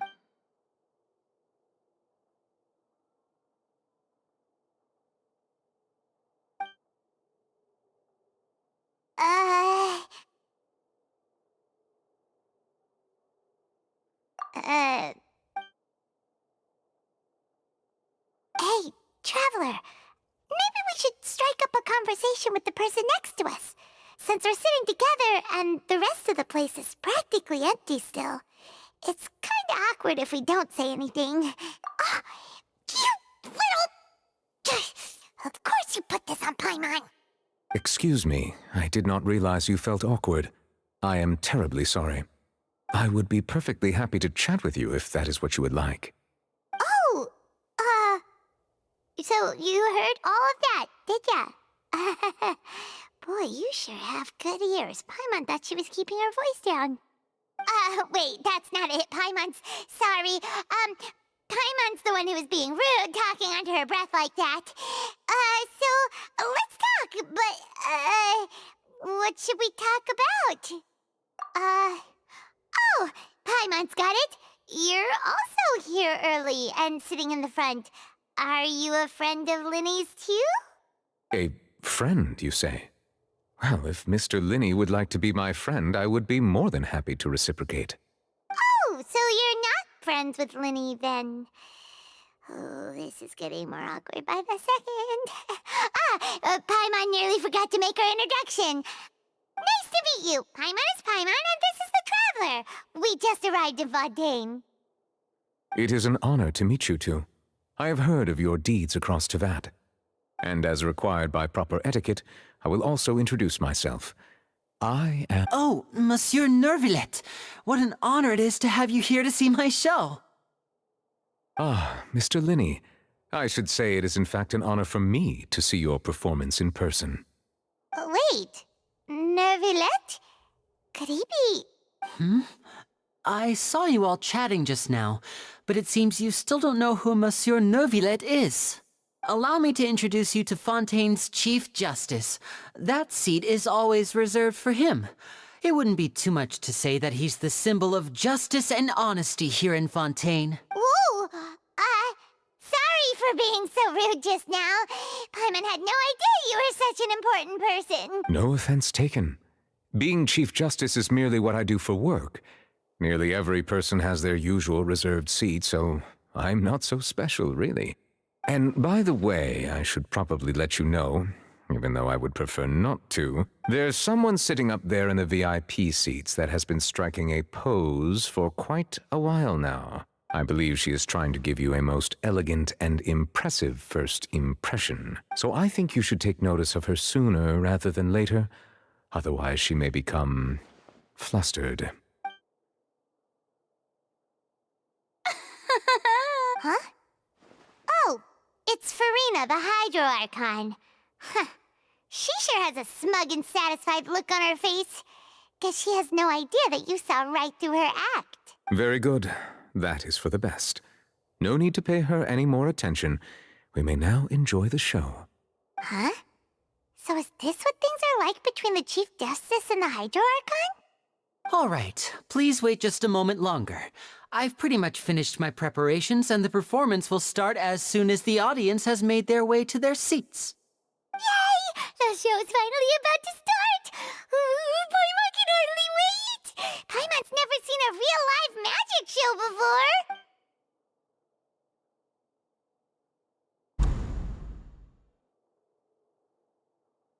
Oh! They're dimming the lights! The show must be starting! Sorry. Paimon will try to stay quiet. Welcome, one and all, to the Opera Epiclese. I am the star of today's show, Linny. And over here is my sister, Lynette, who will be working as my wonderful assistant. Please, let's give her a warm welcome. Hello, everyone. I know she may seem to be a little sleepy right now, but that's just a sign that she's nervous. Whatever. Now, some of you may be thinking, two vision holders who can freely manipulate elemental powers performing magic is not true magic at all. So, I would like to take a moment to assure you that elemental powers will have nothing to do with what you will witness on the stage.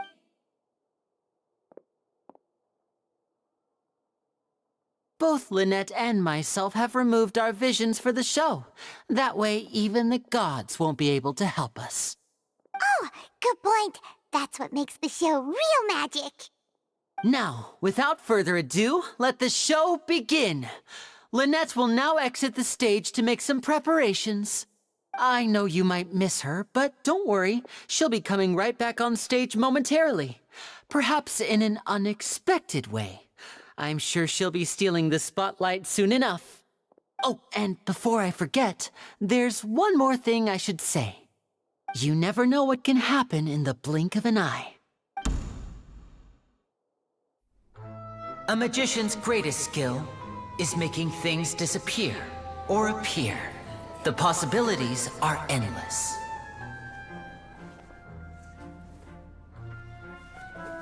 Huh?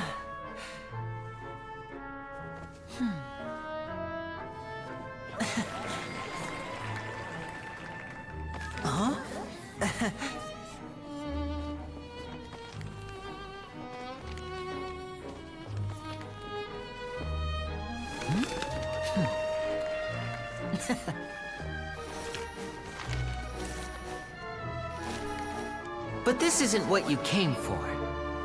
These little tricks, you've seen them all before. So it's time for something truly extraordinary, don't you think? This one's a little tricky.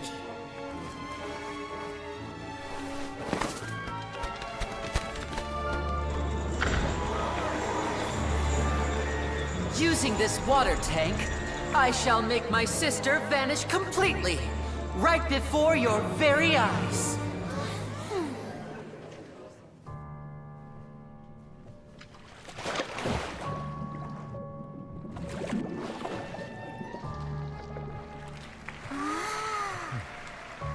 It's actually quite simple.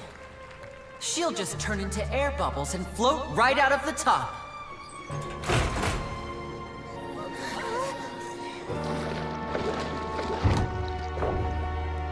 Oh no! I told them to check all the props carefully. With the lid on, even air can't escape. An amateur magician would be getting very nervous right around now. Luckily, it's me on stage, so let me show you what a true virtuoso can do.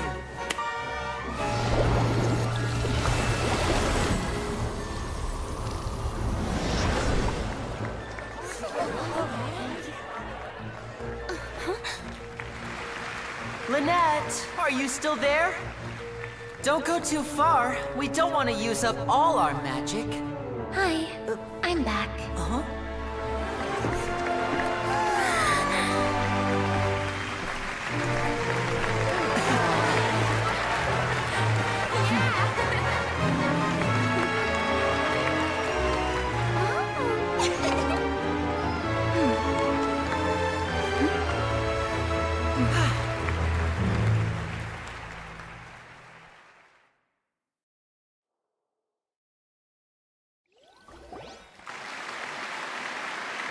Whoa! What in the world just happened? How did he do that? Carmen didn't see him do anything. Wasn't Lynette inside the water tank? How did she disappear and then reappear out of nowhere? If we could see easily through his tricks, then that would mean that his skills are still lacking. To appreciate magic, you should focus on the show happening on stage, rather than getting caught up in trying to see that which has been intentionally hidden. Guess you're right. Paimon couldn't believe her eyes when Lynette reappeared. Amazing! Thank you everyone. I'm glad you enjoyed that performance. But our magical journey has only just begun. I've prepared even more astonishing surprises for everyone here. The magic of transformation and disappearance can go far beyond what you've just seen. I'm sure many of you are thinking that escaping the water tank was impressive enough, but Lynette is still my assistant after all. In which case, I have ample time to make all necessary preparations. So, for my next trick, I will require the participation of one lucky audience member. Please, if my assistants could bring out the magical boxes now, there are 2 boxes and only 2 boxes. One is here, and one is there in the aisle among the audience. I'm sure many of our clever audience members have already guessed our next magic trick. A swap! Our lucky audience member and I will each enter a magic box. After 1 minute, we will each emerge from the opposite box. Now please, everyone pay very close attention to the box you see here. Don't give me any chance to make a move. Wow! How's he gonna do this? Hey, do you think this is all magic tricks, or does Lenny have actual superpowers? The lucky audience member will be generated by this random number selector. It selects numbers entirely at random. Even I don't know who will be chosen to participate. Now then, let's begin. Let me see. Oh, row 7, seat 3. Congratulations! You now have the chance to experience magic firsthand for an entire minute. Please, come forward. My assistant will take you beside the magic box. I'm sorry, it might be a little cramped inside, but no need to feel nervous. We've carefully arranged everything for you to be as comfortable as possible. You don't need to do anything, but no matter what strange things may happen, don't come out of the box. If the magic is interrupted, who knows where you might end up? You might even find yourself in the Fortress of Meropide. Oh, okay. All right. Before I enter the magic box, there is one more thing I need to ask the audience to do. Could you all give me a countdown? Like this. 60, 59, 58. Just keep counting down. You can go a little faster or slower if you like. I won't be able to see anything in the pitch-black box, so I'll be relying on your voices to know when time is up. Oh, and no tricks now. If you quickly count from 60 in just 30 seconds, then I'll be in a tough spot. Ooh! Paimon kinda wants to count faster after hearing him say that! No, that won't do. I can see it in your eyes. You still can't be trusted. Let's practice together. Come on, repeat after me. 60, 59, 58. 60, 59, 58! That's right, perfect. Keep it going. All right, I'll see you all on the other side once you've finished counting. 54, 53, 52? Why aren't you counting, Nervalet? I am counting in my head. I think things are exciting enough in here as it is. Merely a consequence of my identity and personality. Do not worry about me. Just enjoy the show. Oh, all right. You look so serious that Paimon thought you might be feeling uncomfortable or something. 40, 39, 38! Mr. Lenny, are you all right in there? Is everything ready? Yes, I'm fine. I'm just double-checking the direction of the magic. It would be a disaster if we get sent to the wrong places. For example, midair right above the audience. Even though he's saying that, Lenny doesn't seem nervous at all.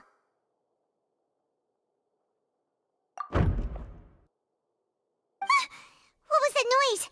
Did you hear it too? Not sure. Anyway, it doesn't seem like anyone's worried about it. 25, 24, 23! What's wrong, Mr. Lenny? I can still hear you moving in there. I seem to have accidentally knocked over a decoration. I'm trying to fix it, but it's pitch black in here. I can't tell left from right. Never mind the decorations. There's no time for that. The show is what's important. No, that's unacceptable. I want my show to be perfect. Don't worry, we still have 20 seconds. Hear them counting? 19, 18, 17! It seems things aren't quite going as planned. I apologize, everyone. It feels like you're all starting to count faster, but that's all right. I know it can be tiring to do such a long countdown. 10 seconds and change is still plenty of time. 10! Almost there now. Whew. Swapping two people is harder work than you might think. Even a master magician like me can't guarantee I'll get it right the first time. Hey, wait! Is this the back one? I can't tell. They both look the same inside. Huh? Nope, that's not it. I'll try again. 7! Hey, slow down! Honestly! 5! Whoops! That doesn't count!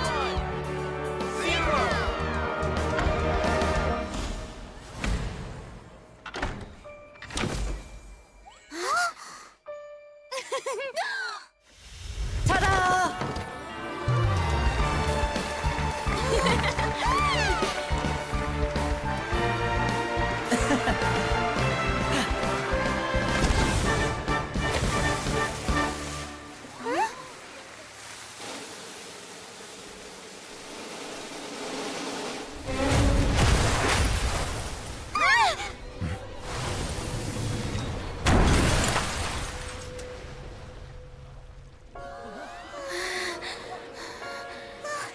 What happened?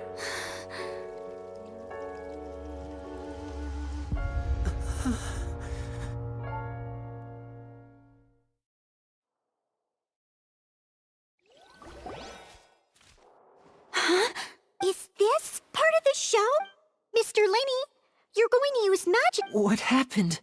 Oh no. Maybe this isn't part of the show. The girl was still in that box. This performance is over. Medical staff with me. Guards secure. Yes, that's right. If this was just an accident. No need to be alarmed, you two. We'll get to the bottom.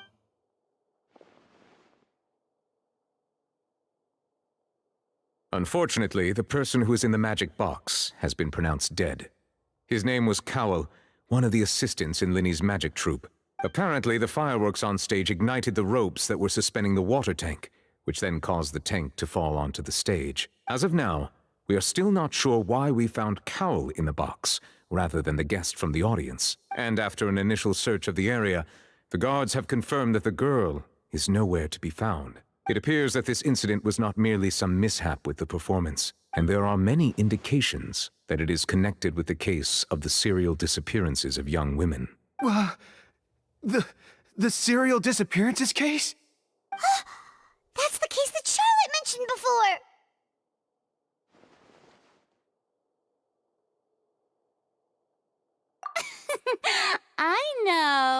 I know the truth. I can see through the whole thing. Really, using such a shallow and obvious mystery as his finale.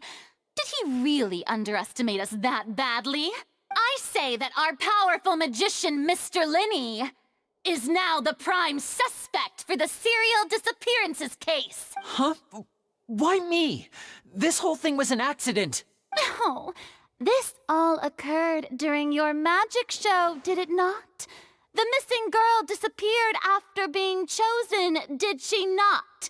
The deceased is one of your assistants, is he not? Now that I think about it, that whole speech about magicians making things disappear was nothing more than a provocation, a bald-faced challenge. That can't be right. How could Lenny do this? He was in the box on the stage the entire time. We could even hear his voice. Besides, before the show, he told us that he would like to catch the criminal behind the disappearances. He couldn't possibly mean catching himself. Save discussion for a later time, please. Lady Farina, may I assume that your comments just now constitute an accusation against Mr. Lenny and his associates, and that you are pressing charges? I just think that I think it might be a little early to talk about formally pressing charges. But what Lady Farina said just now makes perfect sense. Looks like she's gonna personally deliver justice.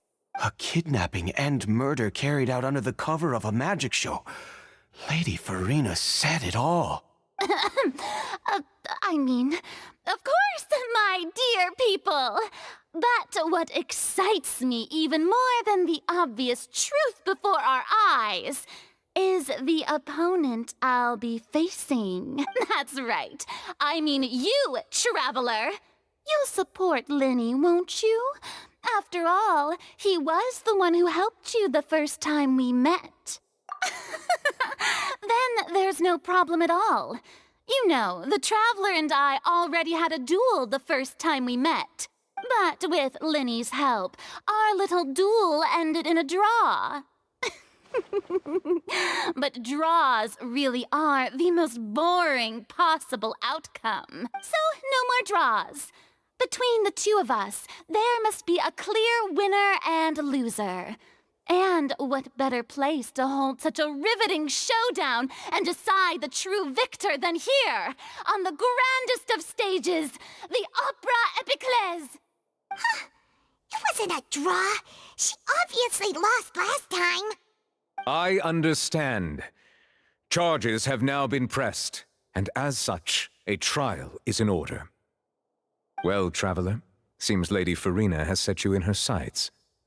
But putting her dramatic rhetoric aside for a moment, I would like to ask you, are you willing to act as Mr. Linney's attorney and defend him in this case? Very well. The trial will be held a day from now in the Opera House. Both sides may investigate the scene to build their cases and search for the truth. Linney and his troupe are all potential suspects and shall remain within the Opera House. The audience may begin to leave in an orderly fashion once they have been cleared by the guards. A day isn't that long. Let's see what kind of case this big-shot outlander can build in such a short amount of time. Linny!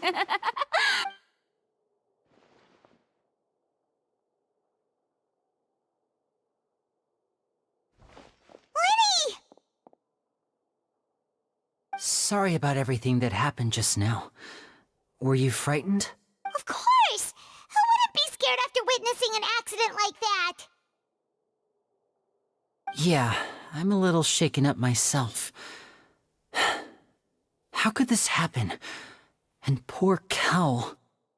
I know you already claimed that you would defend me, but now it's just us talking.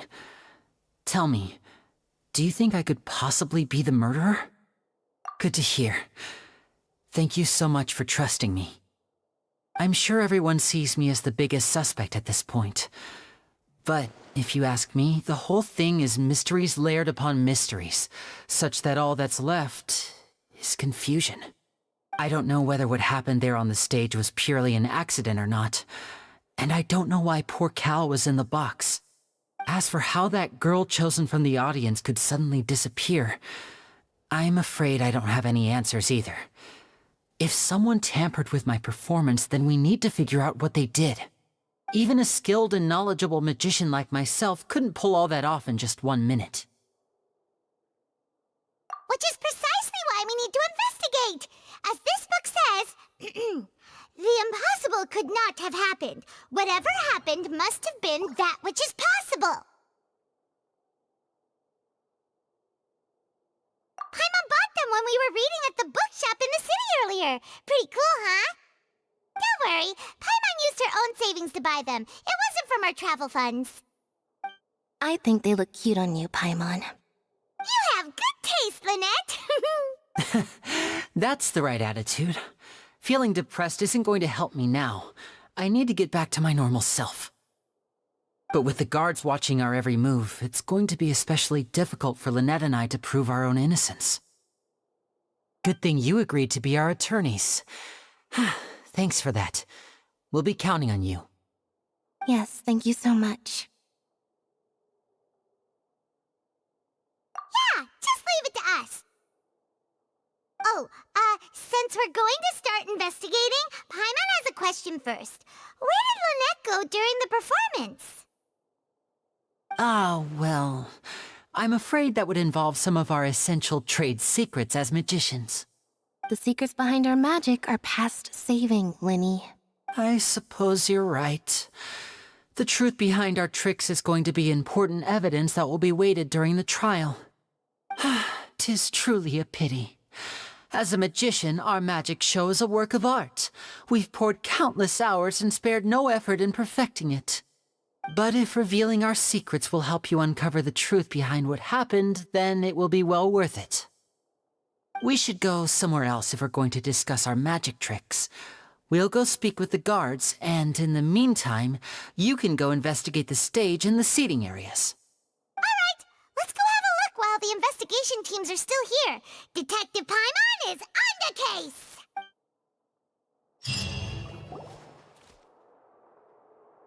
Hello, officer. How's the investigation going? Ah, I see. You must be the traveler that Lady Farina mentioned. Listen, I'll be perfectly honest with you. I'd avoid getting mixed up in this whirlpool of a mess if I were you. Huh? What? Come with me and you'll see. The deceased is one of Linny's assistants, named Cowell. Even though he hadn't joined the troupe long, he was hardworking and everyone generally liked him. The assistants are usually in charge of setting up and inspecting the props, as well as assisting with the show and keeping the crowd engaged. As you probably saw when you were in the audience, the water tank suddenly fell and smashed the box with Cowell inside it.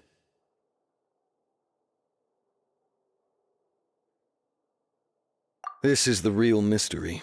We've already searched the scene and were unable to find any traces of the girl. However, if you look carefully, the box was positioned directly under the water tank.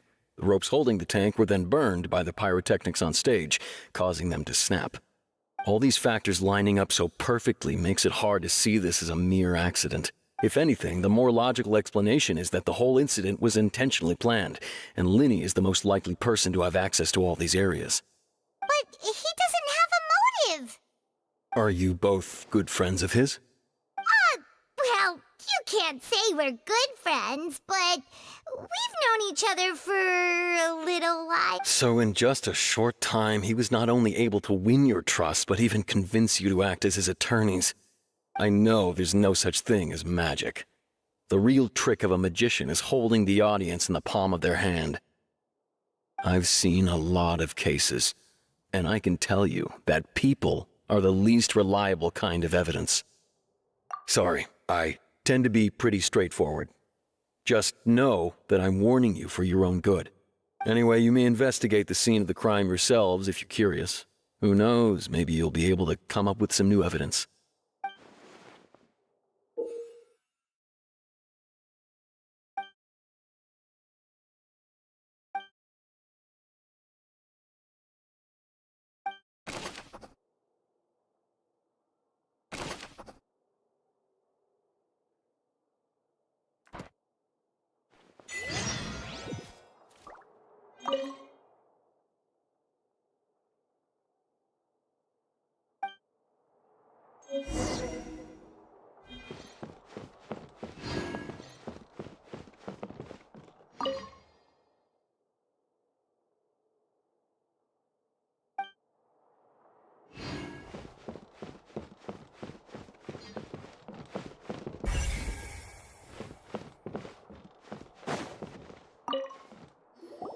So this is the rope that broke and caused the water tank to fall. The rope looks pretty durable. How can it be burned through so quickly by fireworks? Why are you suddenly so serious, Traveler?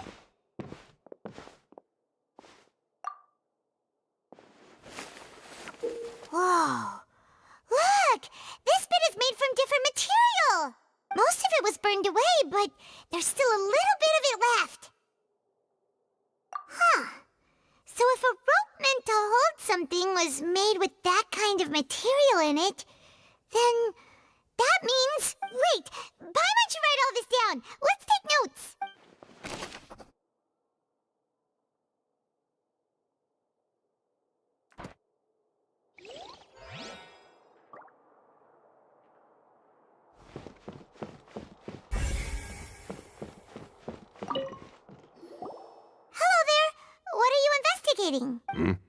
Oh, this location has also been cordoned off because the Magic Troupe members are currently considered prime suspects. The investigation team is still collecting evidence. The seats were all booked in advance, so we were able to deduce the missing woman's identity by checking the guest list. Sure, it's not like this is confidential information. We will publish it later anyway when we petition the public to help us find the missing person. Her name is Halsey. She's a painter from Fontaine who's made a bit of a name for herself. Apparently, she wasn't a regular at the Opera House, but she'd been feeling some pressure with her work lately, which made her decide to come see the magic show. The Magic Troupe members all claim not to know her, and we have looked into her social connections. It seems that she has no personal grievances or conflicts of interest with the suspects. Simply put, she wasn't related to the Magic Troupe at all, which matches the features of the previous serial disappearances. Were the victims of previous cases also chosen at random? That's how it seems to us, in any case. Apart from the fact that they were all young women of around the same age range, there really weren't any other connections between them. Okay then. No need to be so formal. If you do happen to see the missing girl, please be sure to contact us. It is of utmost importance that we get to the bottom of these disappearances.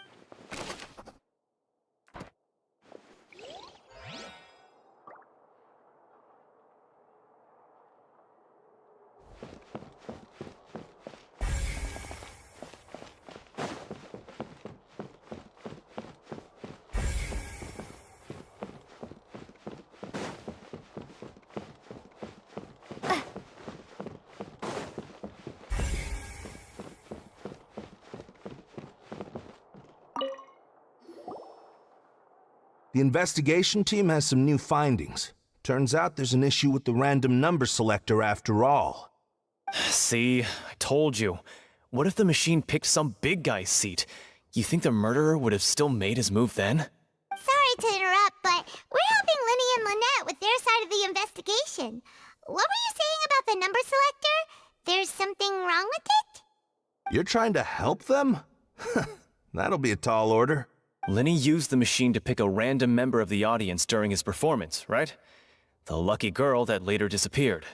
Well, we thought there might be a serious problem with the machine, so we had it taken away for further inspection. It turns out that the seat number it picked wasn't random at all. The machine picks that same number every time. I'm sure you already know that you have to make a reservation in advance to get a seat, regardless of whether it's a trial or some performance. In other words, Linny knew who would be sitting where from the very beginning. That much checks out. Linny reserved our seats for us, too. Bet you see why I was saying it'd be tough to make a case for Linny. Even though it's bad for Linny's case, Paimon had better write it down.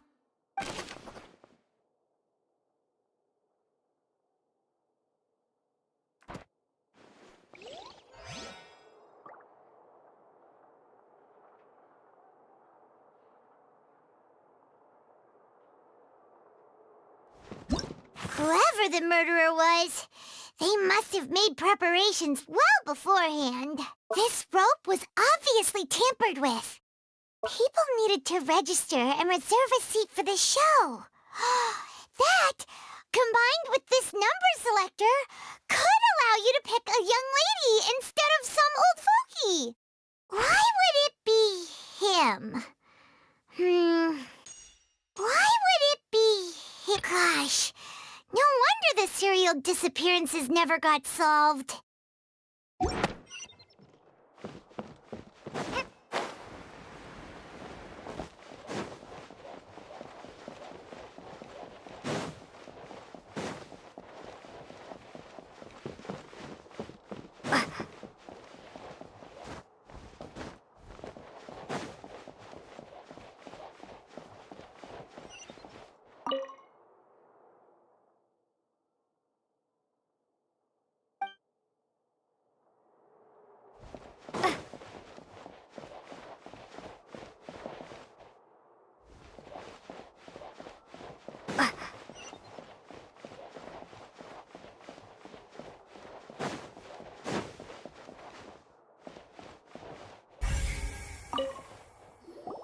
I see that you're investigating the area.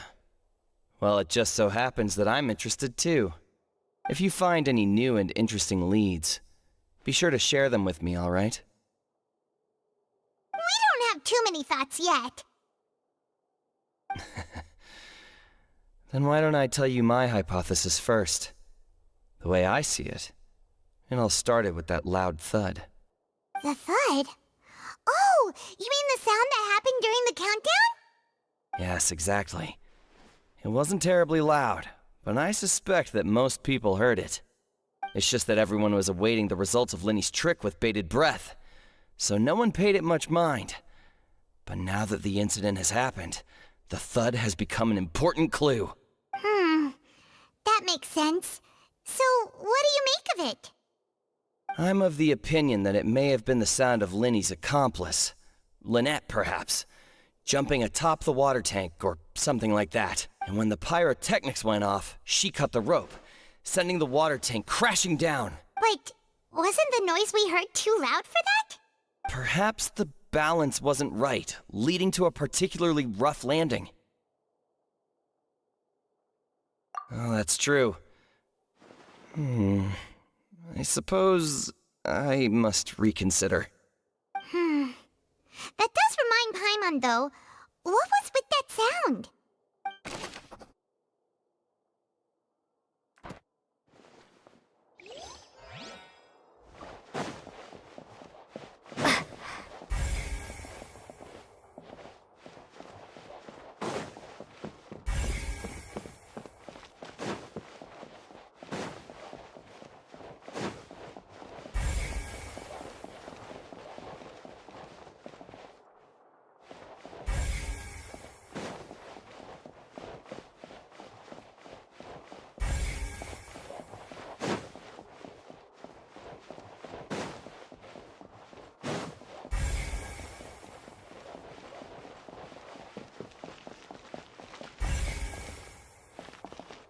Lenny's still talking to the guards.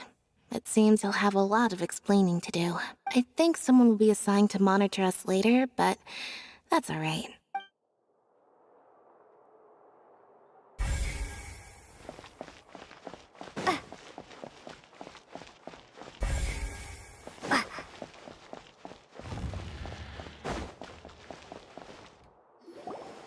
Hey, you! Yes, both of you! Over here! I've been keeping an eye on you for a while now. Huh? You mean us? That's right. If I'm not mistaken, you're also among those who wish to cut down the thorns and pursue the truth. No? And by the looks of it, you're not from Fontaine. Well, you're right on the more about that one, but who are you? Have you never heard of the Spina di Rosula? From mediating disputes and providing protection to solving conundrums, you name it, Spina di Rosula does it. And I, Navia, have the honor of being its renowned president. Though those who play by our rules call me boss. I'm Silver, her attendant. Pleased to meet you. And I'm Melus. Demoiselle's various daily needs and affairs are under my purview. Huh? Boss? Demoiselle? What gives with the names? Well, I am the second generation president. Malus and the others are still used to my previous title. My apologies, Demoiselle. Should you prefer, boss, I will endeavor to use that instead. No need. You don't have to call me boss. Just Navia is fine. Okay, if you say so. Not that we're members of Spina di Rosula anyway. All merely trifling details. Never mind. Now, back to the situation at hand. That's right. I've always kept an eye on the serial disappearance cases. My interest stems from a matter back from my father's time. Judging from the look of things, I find Linny an unlikely mastermind. Really? We think so too! That's why we're looking for clues now. But how did you come to that conclusion? Intuition, naturally. My unparalleled intuition. Farina sure was quick to point the finger at Linny without any decisive evidence whatsoever, wasn't she? But that's not uncommon for her. If you remember, the justice had to interrupt her and ask if she was pressing charges just to keep her from getting carried away. Anyway, a trial begins the moment someone levels charges. And, of course, there was no way Farina was going to back down in that situation. Sounds more like you just don't trust the Hydro Archon. Well, what's your opinion? I must admit that she can be interesting at times, but liking her doesn't mean that I'll blindly agree with her. All right, I've answered your question. Now, it's time you answer mine. Wait a minute, did that answer count? Well, I say it does. But don't worry, you won't hear any pointless questions from me. In your opinion, do you think it's right to treat a trial like it's an opera? Well, And why would that be?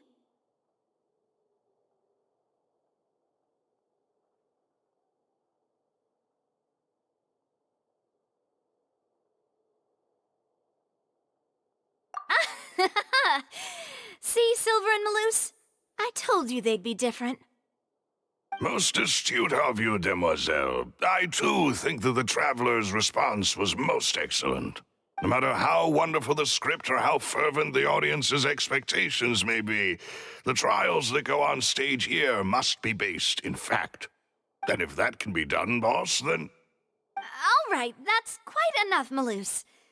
Anyway, I like your answer. You passed with flying colors. Now, I need to make some preparations, following which our joint investigation shall commence. You two shall be my assistants. Wait! Since when did we become assistants? Hmm? Oh, well, I can be the assistant, sure. Or your companion, if you like. I'm really not that fussy. That's more like it. Far be it from me to brag, but I believe that Demoiselle's intuition will be instrumental in uncovering the truth. You wish to save a friend from false accusations, and we wish to unravel the disappearances. In this sense, our goals are aligned. You have a point. You're quite the talker, aren't you, mister? And what about you over there? What do you think? You seem like you've got something on your mind. I have nothing to add. Oh, alrighty then. We'll be making some preparations first. Just be sure to let us know if they start revealing Lenny's tricks. Thanks!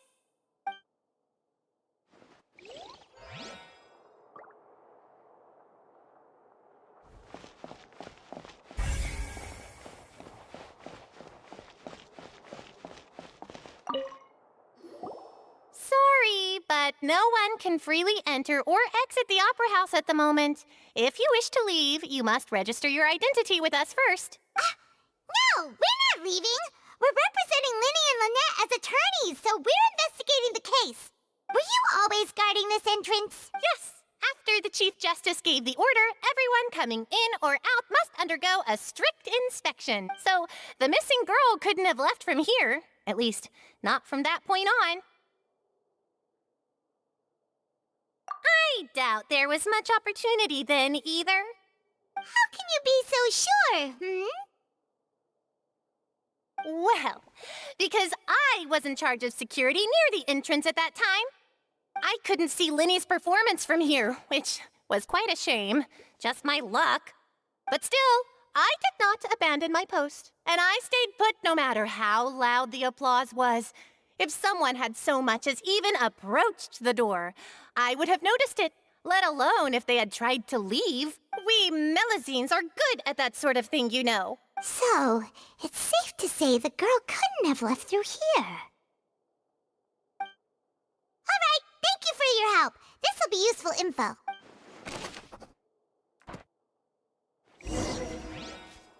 We've checked everything of note here at the performance venue. Paimon wonders how Linny's discussion with the guards is going. Let's go see, shall we? Understood. Then I will be going with you. Just so you're aware, I will be monitoring your actions and making notes as necessary. Very good. Thanks for being so agreeable. I'd pull a rose out of my hat as a gift for you if I could. You may spare the pleasantries. I'm just doing my job. You've arrived. Who's this? Me? I'm Spina di Rosula's guardian angel. If you've got a problem, I've got the firepower. Sorry, I got a little carried away there. Call me Navia. I'm a partner of theirs, and will be helping investigate this whole situation. And these are my companions. Would you mind if they join as well? Fine by me. Oh, new helpers? I would be most grateful. Well, let's just say we're tagging along. It's not every day you get to see the secrets behind magic performed on such a large scale. I appreciate your kind interest. Come with me. We'll be heading below stage.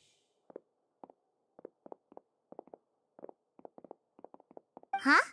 Below stage? Yes, a world of secrets is hidden beneath this magic box, prepared specifically for this switcheroo trick. But before I reveal everything, you should have a look first. Notice anything strange here?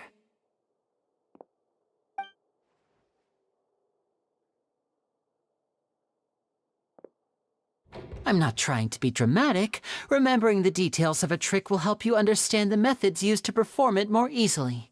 Huh. Weren't there balloons and other decorations here? Where did all that go? Ah, good eye. That said, you're still far from discovering the answer. The back?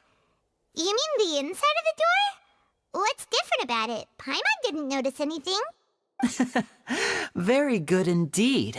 I thought you might not be able to catch that, given that you were sitting in the first row. The back of this door was patterned. Those patterns are now gone, replaced by a smooth wooden board.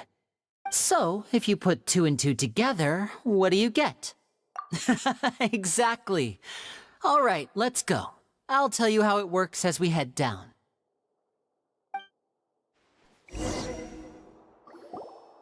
Oh, so there was a passageway under the magic box! I knew you'd figure out most of it as soon as you saw this place. The 2 magic boxes are positioned right above the 2 entrances of the tunnel. See this flatbed trolley? The box with the lucky audience member in it would be shuttled over to the other side using the trolley. This trolley can raise and lower and even rotate, ensuring that the box will face in the right direction. I see. So that's the purpose of the box inside another box. Precisely. The inner box would descend after the audience member was put inside and be moved along the trolley, all while the outer box would remain on stage as if nothing had ever changed. So that's how you did it! Once the box was lowered, the trolley would store some energy through this device here, with which it would complete the rest of the steps. The audience member would only be able to feel some slight movements in the dark, and by the time she walked out, she would already be back on stage. Right! You were talking that whole time, and you even came out for a moment near the end! Ah, yes. A phonograph operated by Lynette was used to achieve that effect. My assistant and I had already scripted our conversation beforehand. When the countdown began, I had already gone to the opposite box via a tunnel using that ladder. And what about Lynette? Where was she? I was in the mezzanine space in the back of the box. Oh, interesting! That's how we were able to coordinate Linny's lines with the assistant. And, by the way, I was the one who walked out of the box at the end. I mean, we are twins. All it takes is a change of clothes and no one can tell who's who. And that's my favorite part of this trick. Only Lynette and I can perform it. So that's how it all worked! Wow, every detail you revealed was more amazing than the last! Lynette would briefly walk out of the box and then go back in, jumping into the tunnel and escaping before the box on the trolley could finish ascending. And then I walk out of the other box in the audience area, and the trick would be complete. The operative word here being would. But as you saw, Cal was in the box, not our audience member. She, on the other hand, mysteriously vanished. We really don't know how that happened. If not for that interlude, this would have been an astonishing trick. I probably never would have figured out how you pulled it off. And yet, to think that someone was able to use this magic trick to commit a crime. Could we have a look around? I think we can come up with some more leads. This is the scene of the crime, so Linny and Lynette are not permitted to stay here. I'll escort them back up. Yes, of course. No need to be so strict now.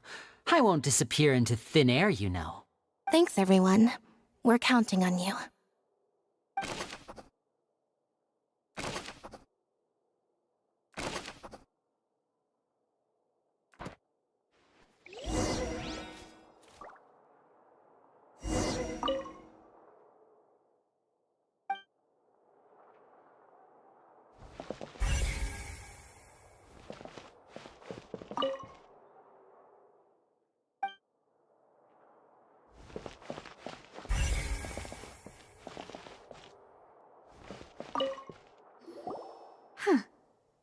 this? Looks like a hook tied to the end of a rope. Huh? There's all kinds of odds and ends here. Perhaps it was a prop for a different trick. But why would it have been left here? Whatever it is, let's make a note of it first.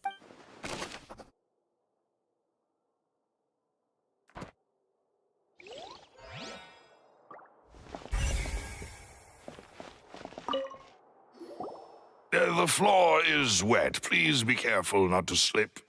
Speaking of which, why would there be water here? Oh, Paimon knows! It's one of those tricks where you pour water into a jug and then flip the jug over only for the water to disappear? And here's a broken vase. Huh.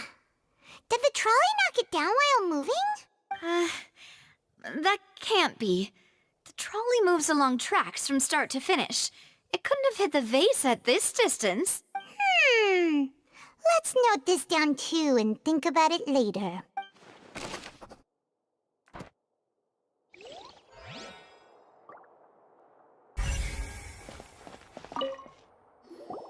Oh, these are the clothes that the lady chosen from the audience was wearing, right?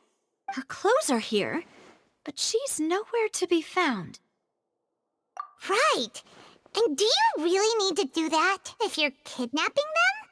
Ugh, this is so confusing. Paimon doesn't want to be a detective anymore.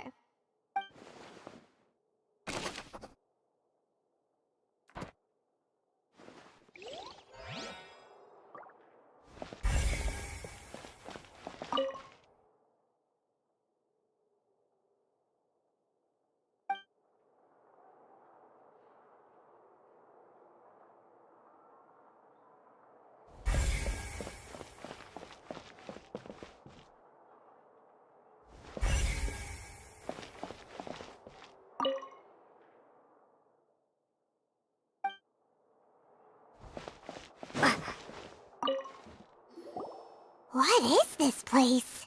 It seems someone could fit through here. Huh. Could this have been the suspect's escape route?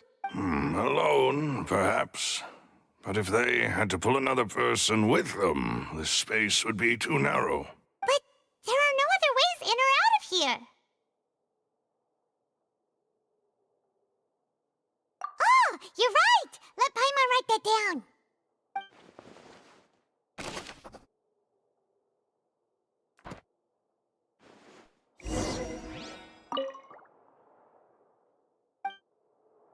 Seems we're just about done investigating down here. Yes, let's head back up.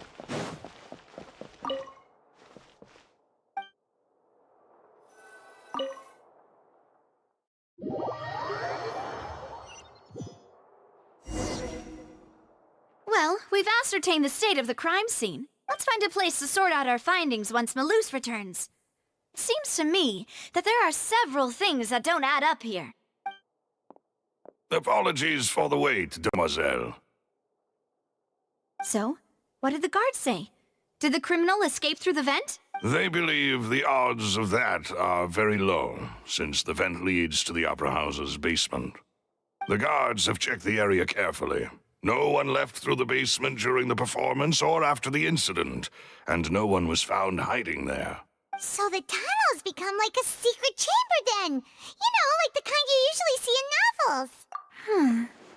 The plot thickens. Halsey's disappearance and Cowell's death are both quite inexplicable. No wonder Farina was so confident in her accusation. All the current evidence points toward Linny and Lynette. In other words, the charges are very likely to be upheld unless we make some considerable progress. Charges and then trial. So if the charges are upheld, they'll announce a sentence? That's right. This is how a trial goes in the Opera House. During the proceedings, the Chief Justice and the Oratrice will hear statements from both sides. That's right. This is how indemnitium is produced. The statements from both sides, the defenses from attorneys, witness testimonies, and even the audience's emotions will all be projected on the Oratrice. To put it simply, it's as if the Oratrice has its own will, and is a judge in its own right. This also precludes any kind of favoritism on the part of the Chief Justice. Not that this has ever happened anyway. Once both sides have finished speaking, the Chief Justice will make his final decision. This, too, will be used by the Oratrice as a reference. Then, finally, the Oratrice will be consulted by officials. The result it returns is the will of justice itself. Huh? So that machine is the one that actually decides? Paimon thought Novelet called the shots. In practice, there is very little difference. Both have always come to the same judgment, which is why people have great faith in the Chief Justice. Ah, yes, the guards also asked me to convey that none of us will be allowed to leave this place before the trial. Huh? Why? Because we've chosen to act as the twins' proxies. That makes us persons related to the case. They're concerned that we might be colluding with outside parties, or that we might find outside help to disrupt the case. And even if that were not so, it could prove problematic if we happen to spread key information about the case ahead of time. I'm ready to break out at any time. Whoa! There's no need for that! Paimon thinks they have a point. That said, are they providing food? Of course. I just hope you don't mind the lack of options. I'm afraid that catering to all tastes is not in the cards, nor is any guarantee of balanced nutrition. In that case, let's just sort out our findings together here. Pity. I was hoping to take you to try some of Fontaine's famous desserts, too. I mean, what better way to properly think through our findings than over some tea and sweets? Huh. Breaking out suddenly doesn't seem like such a bad idea after all. Just kidding!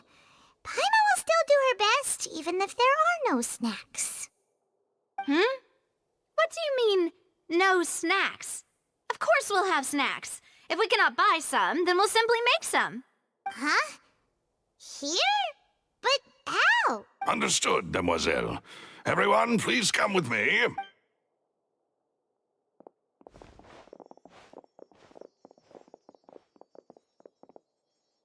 Wait, you're carrying a portable stove with you?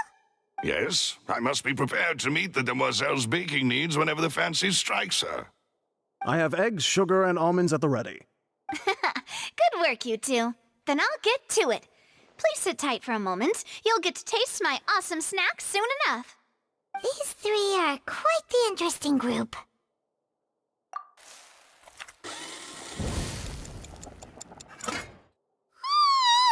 And Paimon thought it smelled good while it was still in the oven! Oh, it's even better now. Paimon can't stop drooling. From the way you had these two guys carrying all that stuff around, Paimon thought you'd have them do more during the baking process. But you ended up doing the entire thing by yourself! Beating the egg whites, grinding almonds, everything! I was applauding. And I was giving encouraging smiles. Paimon was just thinking, aren't you worried about getting your fancy dress dirty beating egg whites and baking like this? Well, I don't think it's carved in stone anywhere that fancy ladies can only read books, sip tea, ride horses, and play the piano. I just really enjoy making snacks. Don't underestimate beating egg whites, by the way. It's a real arm workout. You also need to beat them to just the right consistency, or your macarons will crack. Anyway, give these a try, fresh out of the oven. There's 3 for each of us. Only 3? Well, eating too many sweet treats might send all that sugar to your head. You wouldn't be able to think clearly about the case on a sugar rush, would you? Tea is ready to be served as well. This is Demoiselle's favorite, strong black tea with a floral fragrance that clears the mind and lifts the spirit. No need for concern. I'm merely doing as I should.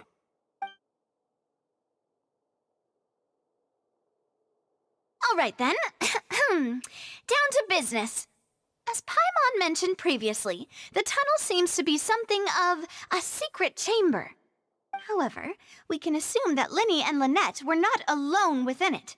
Some criminal also occupied its sealed confines.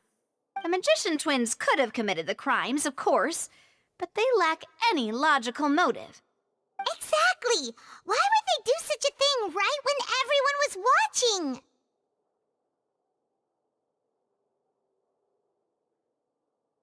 The flower vase and the thud we heard during the performance could indicate some altercation between Halsey and the criminal in the tunnel, resulting in the shattering of the vase, the discarding of her clothes, and her abduction. Perhaps the criminal thought that since she was chosen from the crowd, she would be too easy to identify if she was still wearing the same clothes. Paimon thinks that makes sense, but the real trouble is... True. None of the clues we found thus far support the existence of this third person. But the only people left to consider are both technically victims, whether it's the missing girl, Halsey, or poor Cowl. Huh. Could Halsey have secretly made modifications to the magic props in order to murder Cowl before making her escape? That's right. And even if she had tampered with the setup, she would need to understand the entire trick to pull it off. Nor does she have any motive. The guard said that she has never had any dealings with the Magic Troop's members. Were we not thorough enough in our search? From the sound of things, this is turning into an impossible case. Your macarons are amazing, though, Navia. They smell great! They're nice and crisp and super sweet! They are my specialty, after all. And I see you've already had 5 of them. What? 5? Oh, that can't be right. Paimon only counted 3. Please don't worry about it. At my age, a few less sweets might actually be a good thing. No. Being greedy is one thing, but Paimon knows how to count. Besides, Paimon knows that if she ate too many, then others wouldn't have enough. Wait, even you don't believe Paimon? How could you? If Paimon ate those 2 extra macarons, then may they turn into stone in her stomach!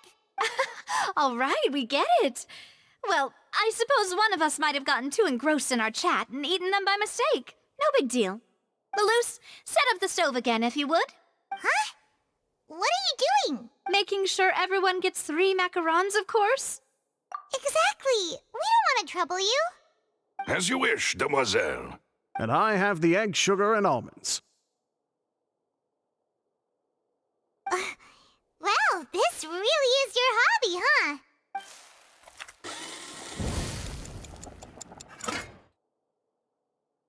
Well, that's it for snack time. I'm going to have another look around the area. I don't know what we're looking for yet, but we've still got some time.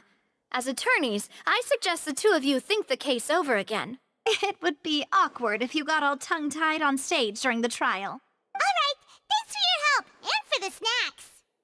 It was nothing. A small task for the Spina di Rosula. Silver, Maloose, it's time to go. I'll be back if I find anything new.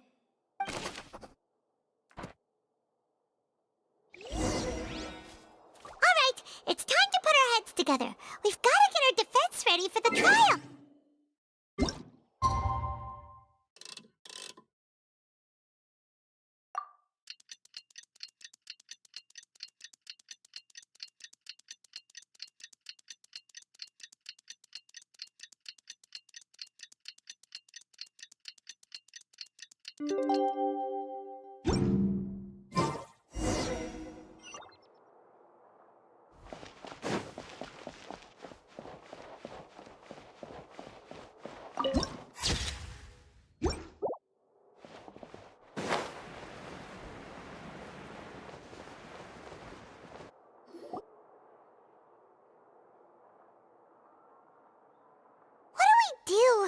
The whole situation is so confusing. Good plan. Impossible things don't just happen. We'll get to the truth one way or another. Just relax. Even if everyone else suspects Lenny and Lynette, at least we will be supporting them from the stands. Besides, I doubt Farina understands any more about what happened than we do. Thanks, Navia. Well, we'll be going then. Best of luck to you.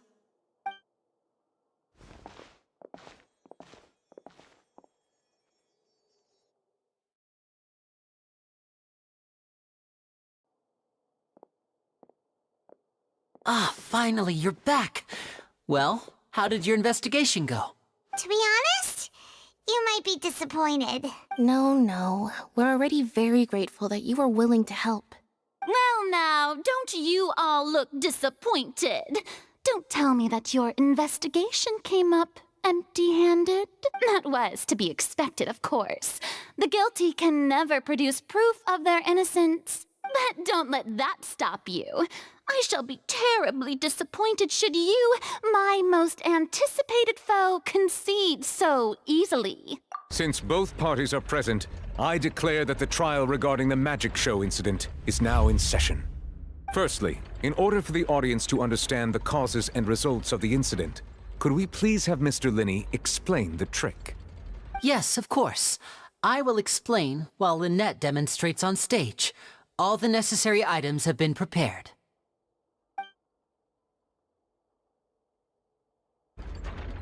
Thank you, Mr. Linney. In that case, I take your statement to be that you ran to and remained hidden within the magic box in the audience stands once the trick began, and thus could not have committed the crime. Is this correct? Yes, that's correct, Your Honor. In that case, I call upon the prosecution. Lady Farina, do you wish to refute his statement in any way? Why, of course I do. Allow me to take the first shot and break this case wide open. Mr. Linney is clearly lying. There is no way you could have been in the box the whole time if you were to abduct Halsey and murder Cowell. In fact, I'd say you were hardly in that tunnel at all. That is simply your hypothesis based on the presumption that I'm guilty. Oh, is that so? And if I may ask, what did you hear while you were inside your box? The roaring countdown of the crowd, of course. That's how I kept track of the time and built anticipation for the finale. And you didn't hear anything else at all? Nothing that might leave an impression of any kind? No, nothing. I see. But when the count reached 30 seconds or so, there was a thud. One so loud that I believe practically everyone heard it. Huh? Hey, hang on. Something's not right here. Yeah, I'm sure he could have heard a noise that loud from inside the box. I was right by the box, and I definitely heard the thud. Look at those scales. Could those mean... Well then, ladies and gentlemen, allow me to use the words of the magician himself. You never know what can happen in the blink of an eye. Indeed, it seems his alibi can also collapse in the blink of an eye. Of course, I have armed myself to do far more than smash your alibi. Confidence cannot go unfounded, and my foundations are rock solid. Tell me, aren't you and Lynette actually from the House of the Hearth? The House of the Hearth? No wonder they did something like this. So the serial disappearances were the Fatui's doing. Now it all makes sense. I've got a feeling that what happened on stage probably wasn't just an accident. That's irrelevant. Our identities have nothing to do with what happened. Indeed. Then perhaps you could tell us everything that happened during that 1 minute. Your first priority is to prove yourself innocent, after all. I'm sure there is little that needs to be kept secret now. Unless your script already has holes in it. The Outlander is speechless. My, oh my, don't they look flabbergasted? Now comes the infighting and discord, I suppose. Good thing I made all those preparations. Seems the all-nighter I pulled last night is really paying off. Hey, Linny! Why didn't you tell us this before? Order! Order! Mr. Linney, allow me to re-establish the facts. Lady Farina has raised 2 points. First, when the thud was heard in the Opera House, you were neither in the box nor the tunnel. Second, you and Ms. Lynette are both members of the House of the Hearth. Are these claims true?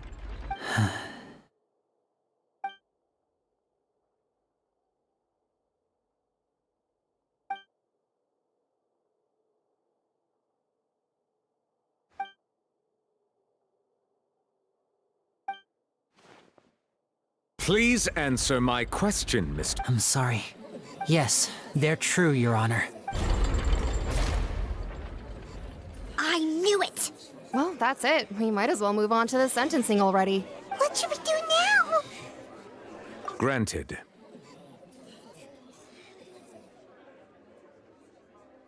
In that case, what is your request? Is that really necessary? They're already as good as guilty. The defendant deceived their own attorneys. What is there left to discuss? Order! Order, I say! Your request is reasonable, and we shall adjourn. This trial will reconvene in 1 hour. So you would stick to Mr. Linney's defense even after knowing what you do now? You certainly have more professionalism than I thought. In that case, my dear audience, let's allow the joy of victory to steep for a little while longer.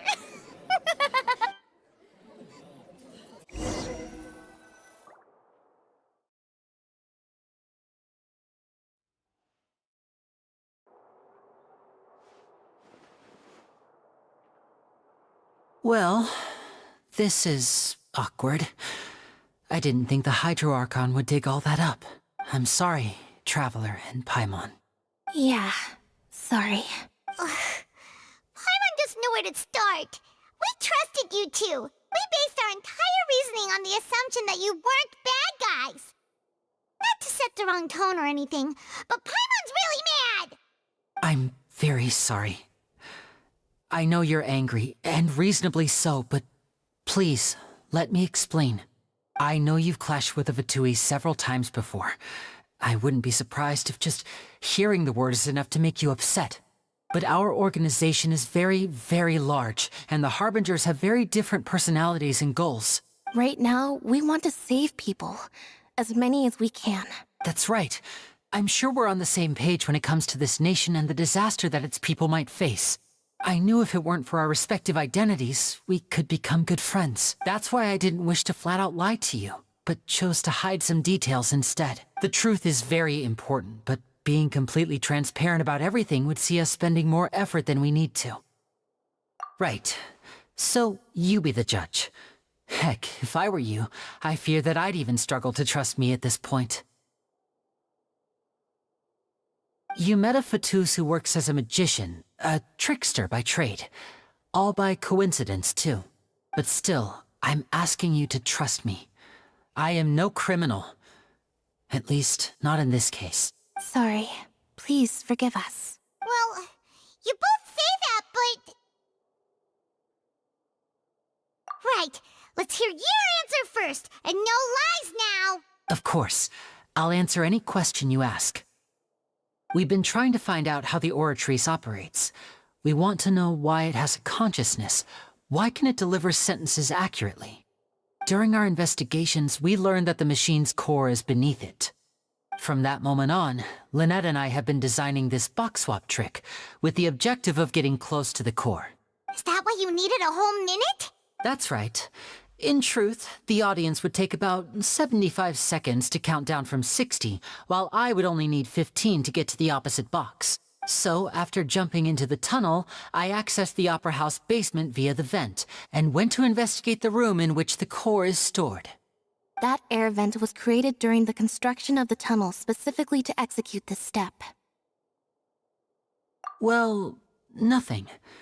As soon as I reached that room and was about to investigate, I heard someone's voice. Which should have been impossible, of course. I was quite certain that I was the only one in the room. That voice seemed to recognize me and tried to speak to me. I chose to err on the side of caution and retreated the way I came. On the way back, I saw the broken vase and the clothes on the ground, but the countdown was almost finished, so there wasn't time to give it any thought. After that, the homicide occurred just as you saw. Well, that explains why you didn't hear the thud. Because of that prophecy I told you about, of course. We must know all we can about this nation's secrets in order to deal with that prophesized crisis. That's the only way we can save everyone. So, there you have it. The whole truth. I swear, I didn't hide anything from you this time. It was never my wish to proceed under this cloud of mistrust either. But like I said earlier, you can be the judge. If you want to leave because you don't trust the Fatui, there's nothing I can do to stop you. Well, Traveler, you decide. Paimon will follow your lead however you choose.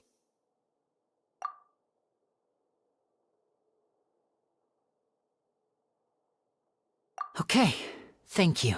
Thanks for giving us a chance. The current problem is that the scales are tipped pretty badly against you two. If we want to refute the Hydro Archon's accusations, we're gonna need a seriously watertight... Huh? Oh, Paimon thinks she gets what you mean.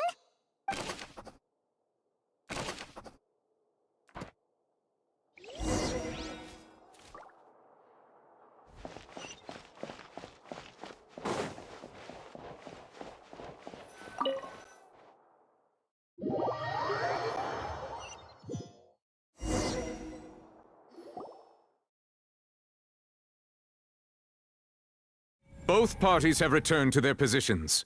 Let us continue the trial. When last we left off, Mr. Linney acknowledged the new evidence presented by Lady Farina as fact. Therefore, Lady Farina may continue stating her reconstruction of the events. Ugh, that took long enough. Now then, if everyone would lend me their attention at this stage, let's revisit that scene from Linney's perspective.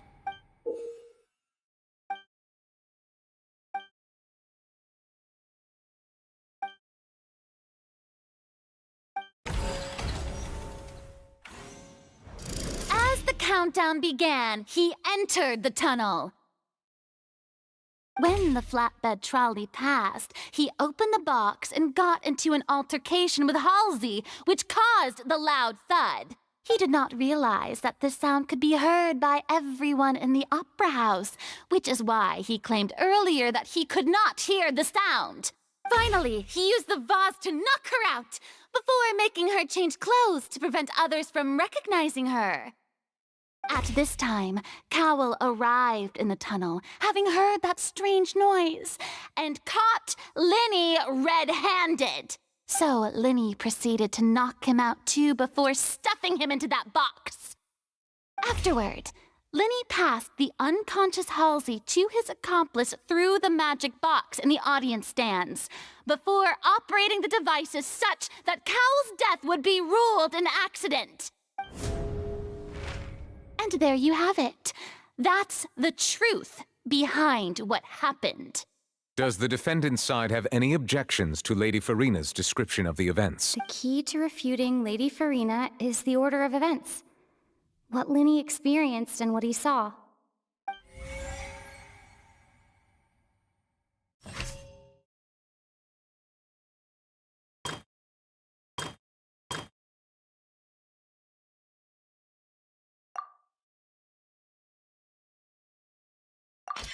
According to Linney, he left via the vent after entering the tunnel.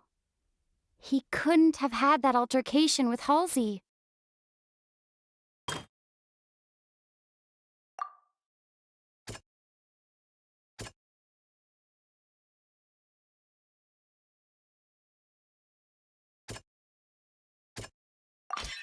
Linney went to the room that contains the Oratrice's core. This is the actual truth.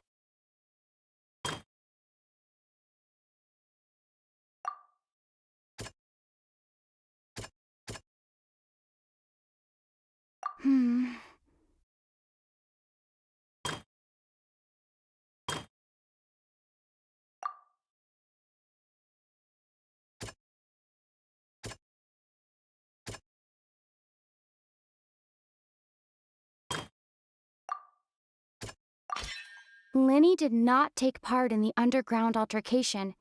He only witnessed traces of the aftermath. Attention! Aced it! When the countdown started, Linney did indeed go into the tunnel.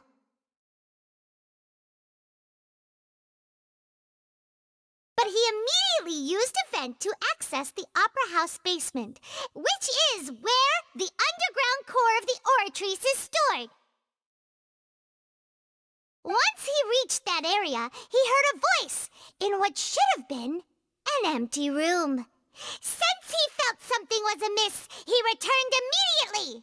The crime scene had already developed by the time he reached the tunnel again, and in order to complete the magic trick, he did not remain there for any length of time. Finally, he reached the surface, and that was when the accident happened from his point of view. Therefore, he's innocent!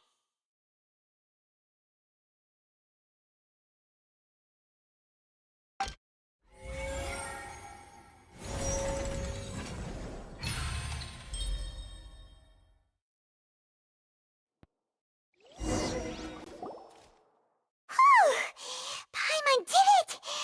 Paimon actually managed to say all that! In other words, you believe that he knew nothing of the incident? That's right! My reasoning?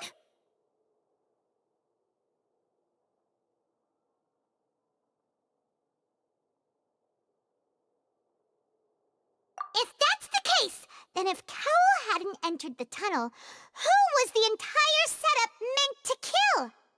Assuming that what you say is true, Linny only needed to kidnap the young girl to cause a new disappearance case.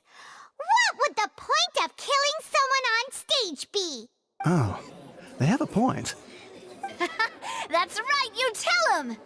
And that's why they're partners of mine. They've managed to turn things around. Oh, well, your denial is very strident, I'll give you that. But what proof do you have to back your claims? Of course I do. If he had been in the magic box the whole time, how could he have not heard that sound? Why do you ask? You're saying that he wasn't?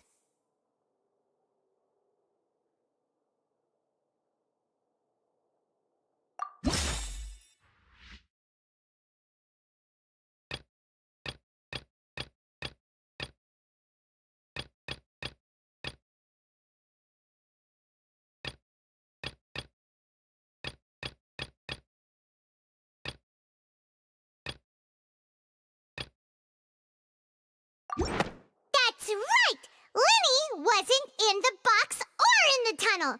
That's why he didn't hear anything strange during the performance.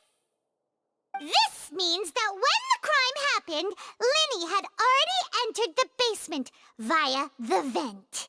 The same clue you used to disprove his alibi has now become the best proof! How do you like that? Well played. To think you'd use such logic.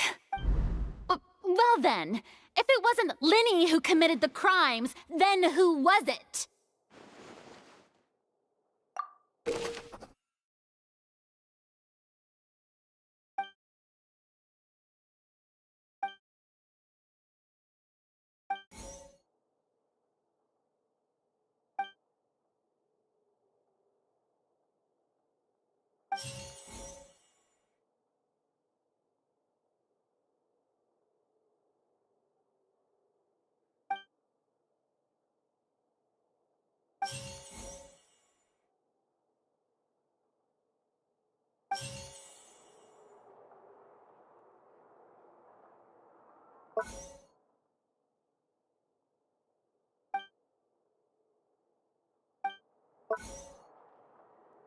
The deceased's name is Cowell, Linny's assistant.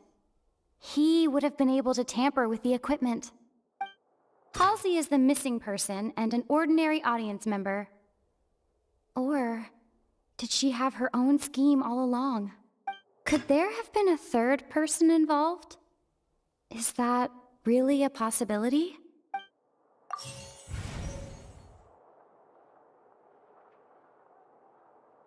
The deceased's name is Cowell, Linny's assistant.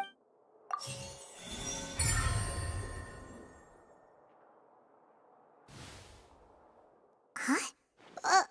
That can't be right. Are you serious?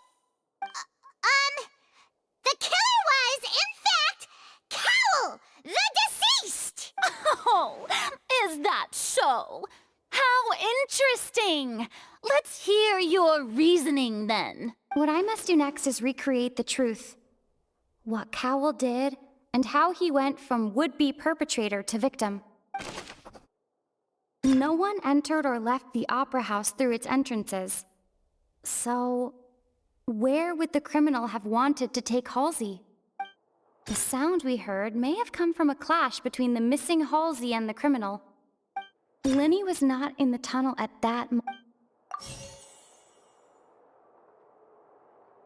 The sound we heard may have come from a clash between the missing Halsey and... Lenny was not in the tunnel at that moment, which gave our criminal ample time.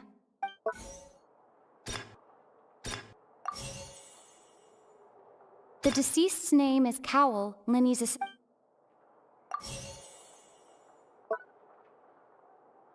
No one entered or left the opera house through its entrances.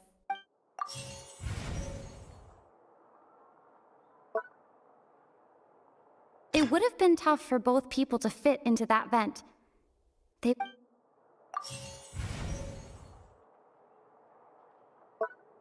Halsey's clothing was in the...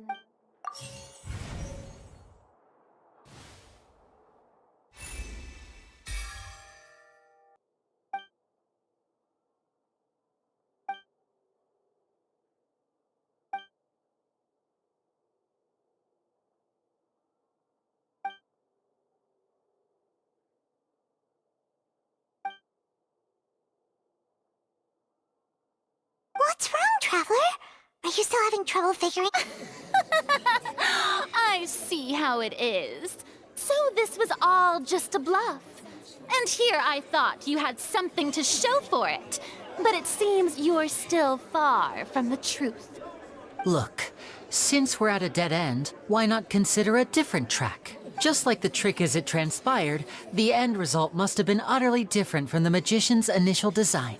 If only we knew how Halsey disappeared. Well, that would be nice, but the tunnel only has 3 exits. And it's not like this is a magic trick where you can just make a real live person disappear. You know, like you did from that water tank, Lynette.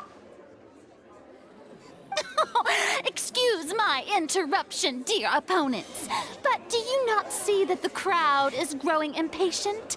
There is no greater sin in this opera house than an awkward delay.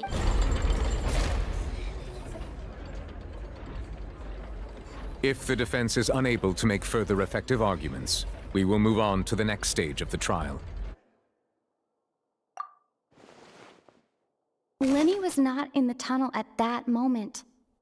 The sound we heard may have come from a clash between the missing Halsey and the criminal. The deceased's name is Cowell, Lenny's assistant. He would have been able to tamper with the equipment. The vase was not broken by chance. It was used to cover important evidence. The water.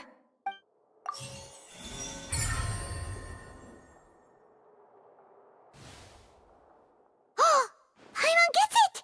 It all comes together if Halsey disappeared instead of being kidnapped. Lynette escaped from the water tank, vanishing gradually and leaving only clothes behind. If there's a similar method where a person could be transformed into water... Just a moment, please. I do hope you know how preposterous you sound at the moment. How could a person ever be transformed into water? This is reality we're talking about here, not some magic trick. Must we really? I should think that of anyone. Your friend Linny already knows this truth very well. Magic tricks are ultimately just illusions and misdirection. But Halsey's disappearance is very real. We're talking about 2 completely different things. Even so, I trust the Traveler's judgment.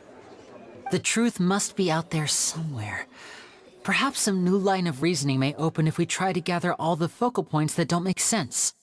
Since Cal was the deceased, we haven't placed much attention on him. But given that we aren't making much progress with the case, it wouldn't hurt to have a look at his belongings, would it? People really do come up with all sorts of harebrained schemes when at the end of their rope. The way I see it, your suggestion that we broaden the scope of our investigation is nothing but a tactic for stalling the trial. Nevertheless, I believe that this is a reasonable request on the part of an attorney. Since the trial does indeed appear to be at an impasse, I believe that additional guards, please step into the lounge and examine the personal effects of the deceased, Cowell. We are still examining the items, but we have already made critical progress that we feel must be shared with everyone post-haste. We discovered several test tubes of fluid within Cowell's baggage, each labeled separately. The notebook in his backpack claims that these fluids are water from the primordial sea. The primordial sea?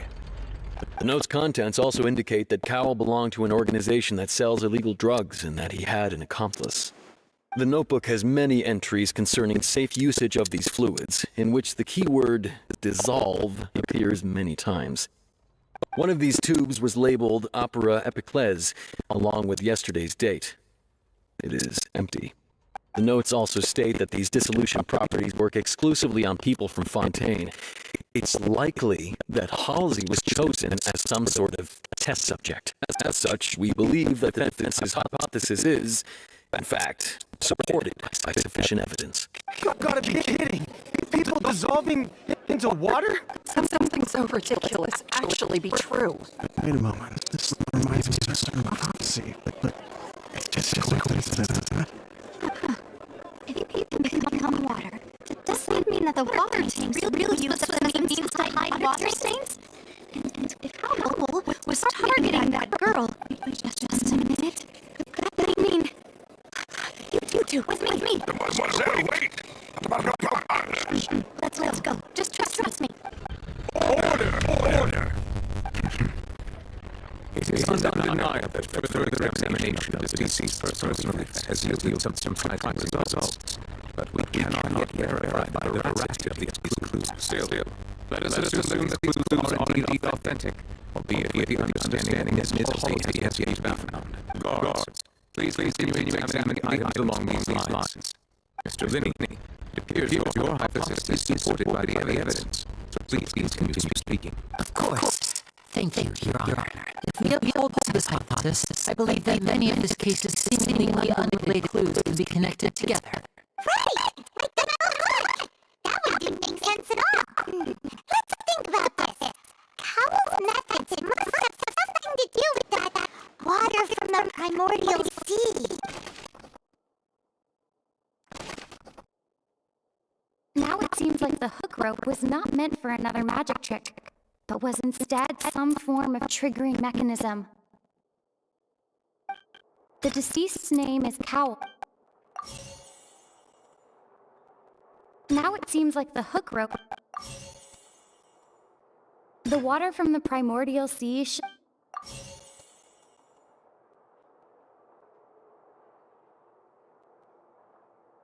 Lynette was in the magic... I remember there was some... Lynette was in the magic box on stage the entire time. I remember there was something else within the inner layer of that box.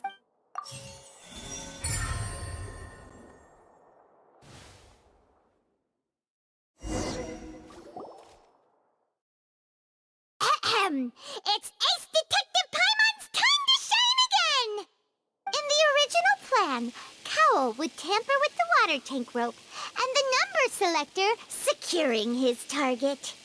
When the magic box containing Halsey was lowered, the metal hook would retract gradually and pierce the balloon at the top of the box. When the balloon attached to the box popped, the water from the primordial seed inside it would pour down and dissolve Halsey. Afterward, Cowell would enter the tunnel and break the flower vase to conceal the water inside the tunnel, with the remaining evidence being covered up by the water tank on stage. But he encountered something unexpected in the tunnel, and wound up being fatally hit by the same water tank he meant to use to cover his tracks. Huh. That does make sense. That actually links together a lot of the more confusing pieces of evidence. Oh dear, what do I do? Even I think they sound convincing now. Have I falsely accused an innocent person? What a humiliation. Now, it seems like the only point of contention remaining is the exact circumstances that led to Cal's death. His notes mentioned he had an accomplice who could be related to the situation. On that note, the guards have just contacted me indicating that they uncovered new evidence. I shall now invite him on stage to share it with us. Thank you, Your Honor. We were just inspecting the luggage of the other people involved in this case. And we found an identical sample of the water from the primordial sea among Linny's personal effects. What? That can't be. Oh, I see.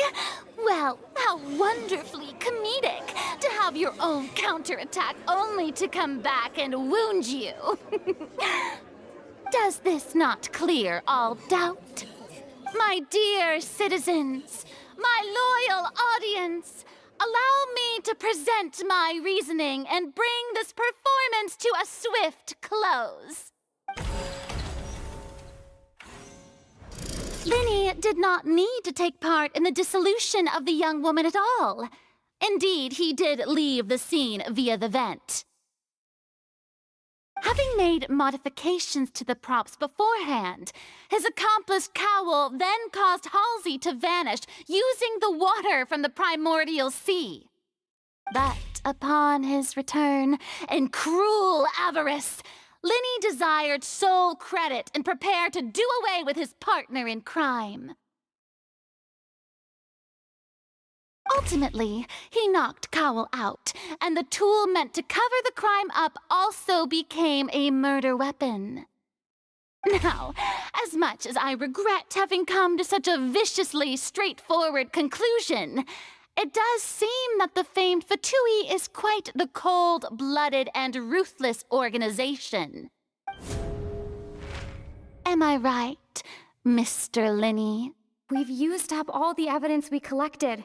There's no way for us to make a rebuttal here. Is this the end of the road? Oh no! Seems using the water as new evidence was too good a move. Oh, why did this have to happen now? I think we've all seen enough now, and we have ample witnesses to my flawless reasoning. I believe this is indeed the finale.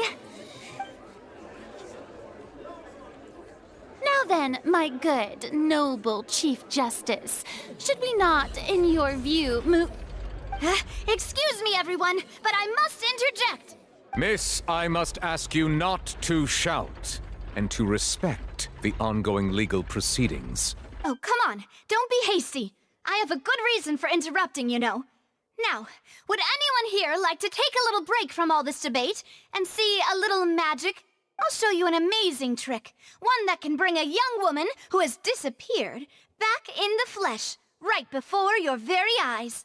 Please, do the honors, Mr. Linny, if you would be so kind. What in the world is she saying? No offense, miss, but miracles like that are beyond my scope as a magician. Come on now, don't be silly. Magic is all about misdirection, isn't it?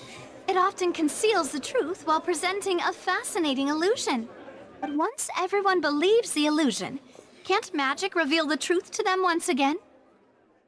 And wouldn't such a trick be the most marvelous finale to today's performance? Come on, Linny and Lynette, give it another go. Don't worry, Spina di Rosula has made the necessary arrangements on your behalf. But as the magic makers and stars of the show, I think I should leave the final performance to you. I understand.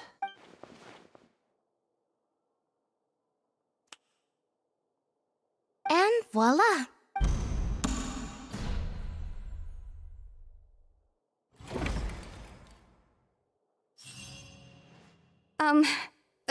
Sorry for the interruption. Wait, isn't that Halsey? So the whole thing about people dissolving wasn't true after all? To be clear, I'm only here because this person told me that if I testified, the merit of doing so would lessen my sentence. I was hiding outside this room listening to the proceedings because I was afraid that I would be the one put on trial. I was just feeling happy that no one had noticed me. And then before I knew it, she caught me. That'll teach you to underestimate us three. Where should I begin? I'm sorry. I'm the one who killed Cowl. What? Why? Firstly, my name isn't Halsey. It's Lillian, and I'm originally from Mondstadt. I heard that Linny's show was gonna be a real thriller, but I missed the chance to buy a ticket, so I stole one. That's how I make a living. I steal stuff here and there. And I'd never been caught before. But I was noticed at the harbor a few days ago, and I barely got away. Lenny was the one who caught me in the act. Hey, no wonder you look familiar. So you were the thief. Liddy even mentioned that you were pretty skilled. Well, and I thought that would have been the end of it, but then the number selector chose me. He even mentioned the Fortress of Meripede. That's a prison, isn't it? So you can imagine how shocked I was. I thought he was onto me for sure. So I played along with the show while looking for an opening to flee. But then I got water poured on me for no reason, and then someone jumped into the tunnel to nab me. I wasn't going to take that lying down, so I knocked him out and stuffed him into the box. There was nowhere to run from there, though, so I had to change my clothes and hide in a box containing performance costumes. I slipped out after the first guard arrived at the scene and continued hiding inside the opera house. Can a person even hide in there? But I swear I didn't know that the water tank would fall down. Really, I swear it. Had I known that, I wouldn't have put him in the magic box. I may be a thief, but I'm no killer. Well, that makes everything pretty clear now, doesn't it? This time, we need to tell the entire story from Lillian's perspective.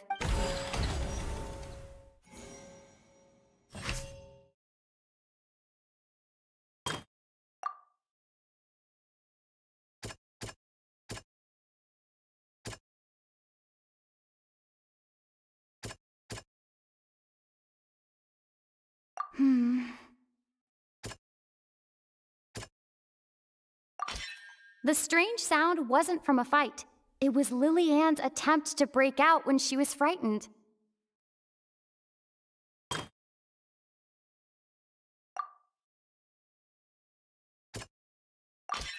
The flower vase was not broken to cover anything up, but was smashed during the struggle between Lillian and Cowl.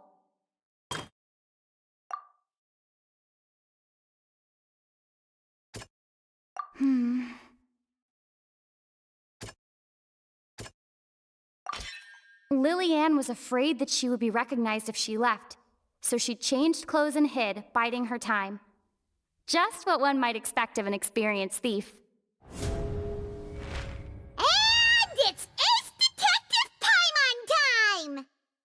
Having been selected out of the blue, Lillian panicked.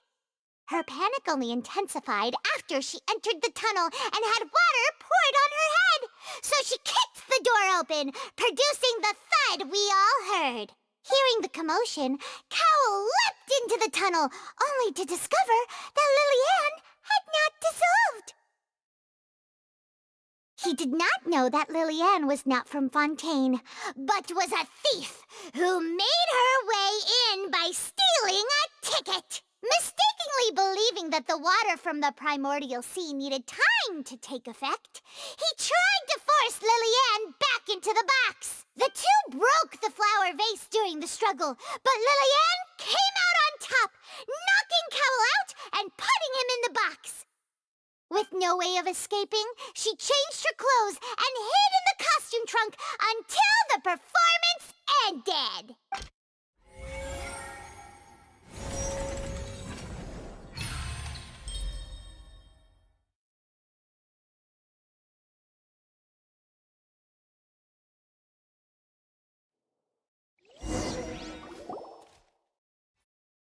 She knew that she would have to go through guard inspection if she tried to leave afterward. So, she has been trapped in the opera house these last 2 days. had already become desperately hungry by the time we were chatting over macarons.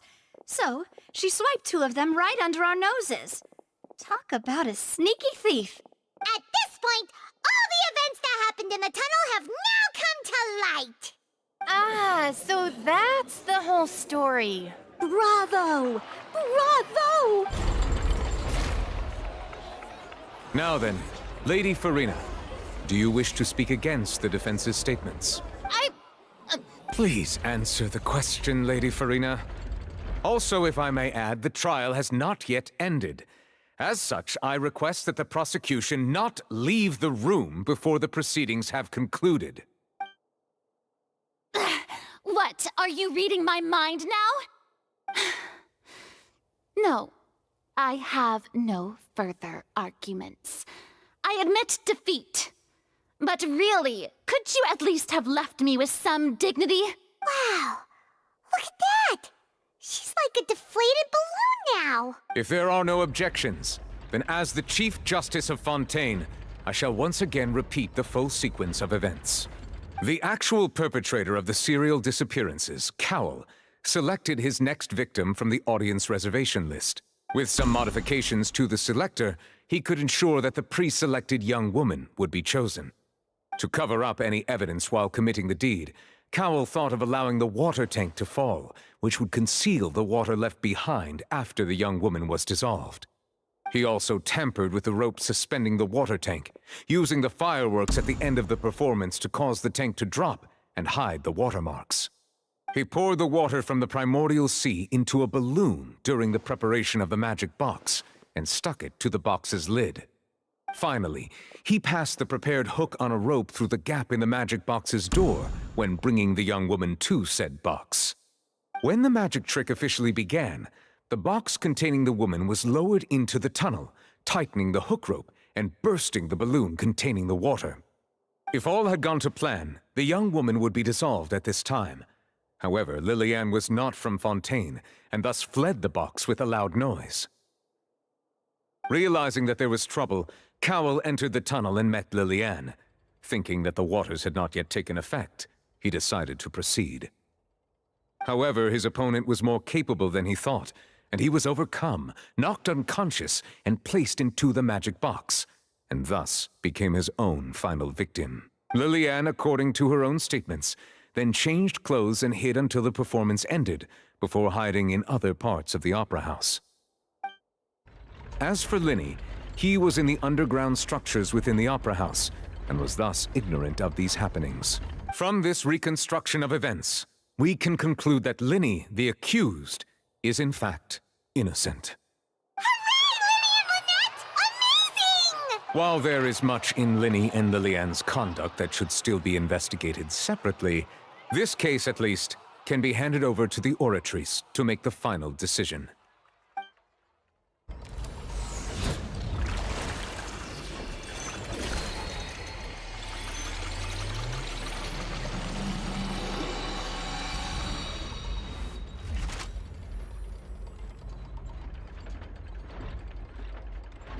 As such, Linny and Lynette are officially declared not guilty. Great work, partners. Thank you all. Thank you so much. Next, I think we deserve an explanation, Guard Vaughn. How did you find the water from the primordial sea in Linny's baggage? Right! Your discovery caused me to make a serious mistake, you know. Or was that not a discovery, but false evidence that you dared to bring before this court? I suspect that the accomplice mentioned in Cowell's notes was not Linny, but you, yes? I'm sure you know what you must do to lessen your sentence. Speak quickly! Unless you want to earn yourself a one-way ticket to Coupon Town. I was just following orders. We were supposed to place blame for the serial disappearances onto Linny, and thus cause suspicion to fall on the Fatui. The higher-ups said this was the best opportunity to do so. And now that your plan has fallen through, and the secrets of the water have been revealed, you have become a liability to said higher-ups, yeah? Therefore, you would be wise to tell everything you know, and seek the protection of the guards. Yes, I'll tell you everything I know. Our boss discovered that the water can cause people to dissolve. It can also be made into a potion, which when extremely diluted, can cause people to experience unforgettable exhilaration. We've been in this business for a while now, and have made decent mora off it. The disappearances were also the boss's idea. I mean, this is the boss we're talking about. The...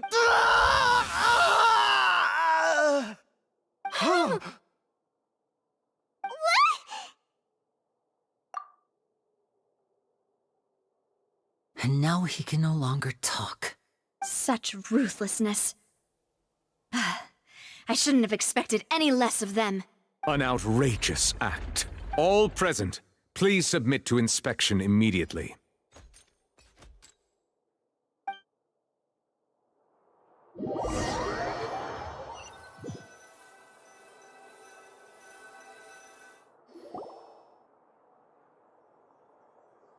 So, we're just going back now? That's true, but... Traveler, Paimon! Please wait.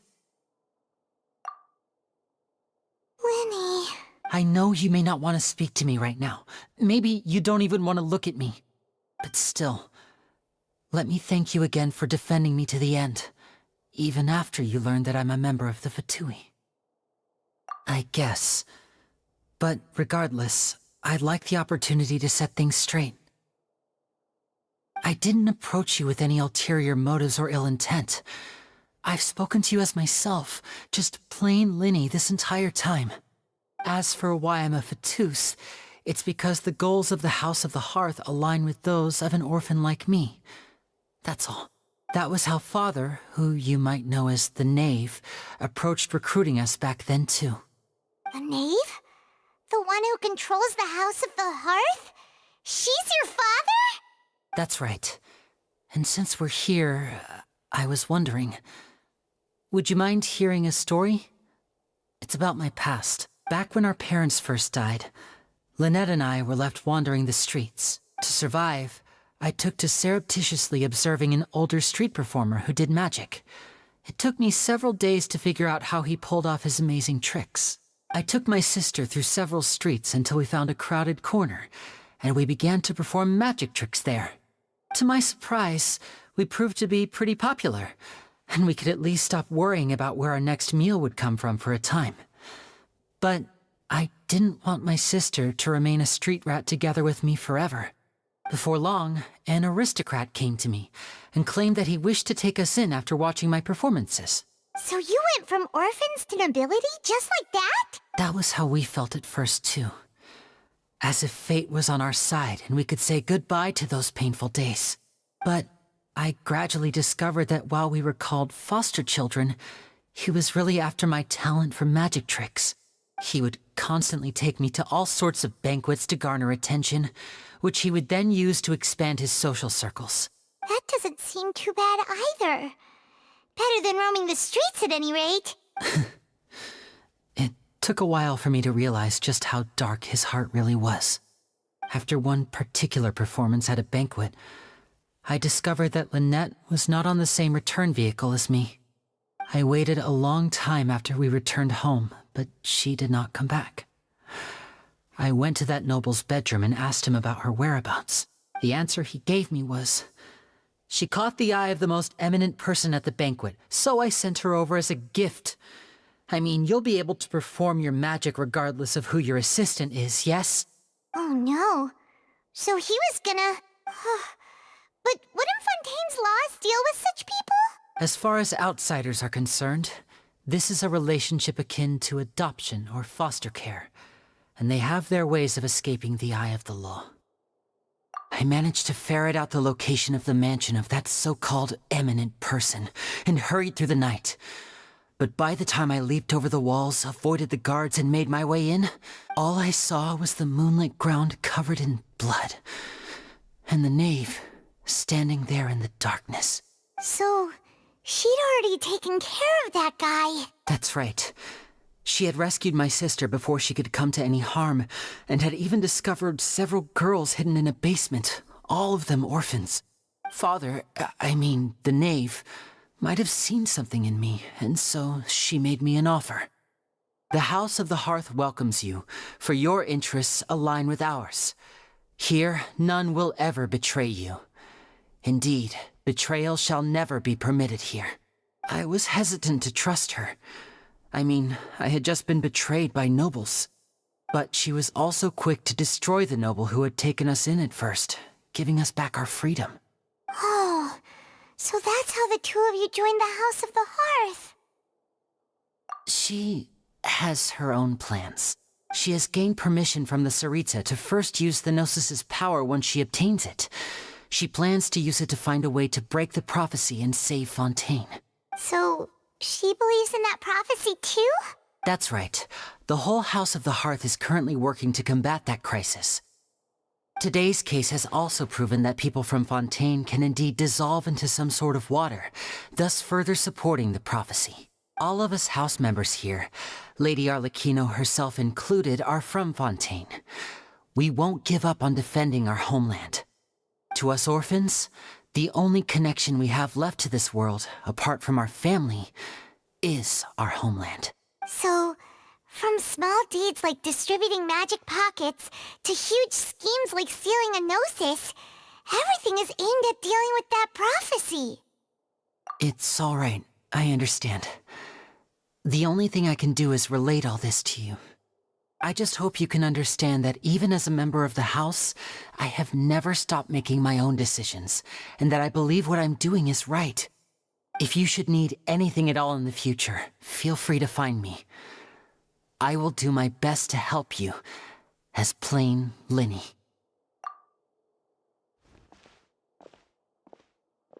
Bye, Linny!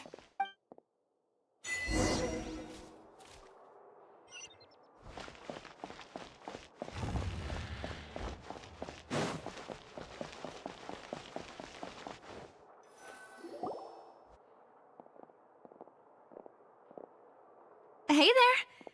What was with the disappearing act you pulled right as the trial ended? Were you looking for us, Navi? Well, this whole thing isn't exactly over, is it? I do feel that we're getting closer to solving the serial disappearances case, though. Don't you think so, too? Huh? What's wrong, my dear partner?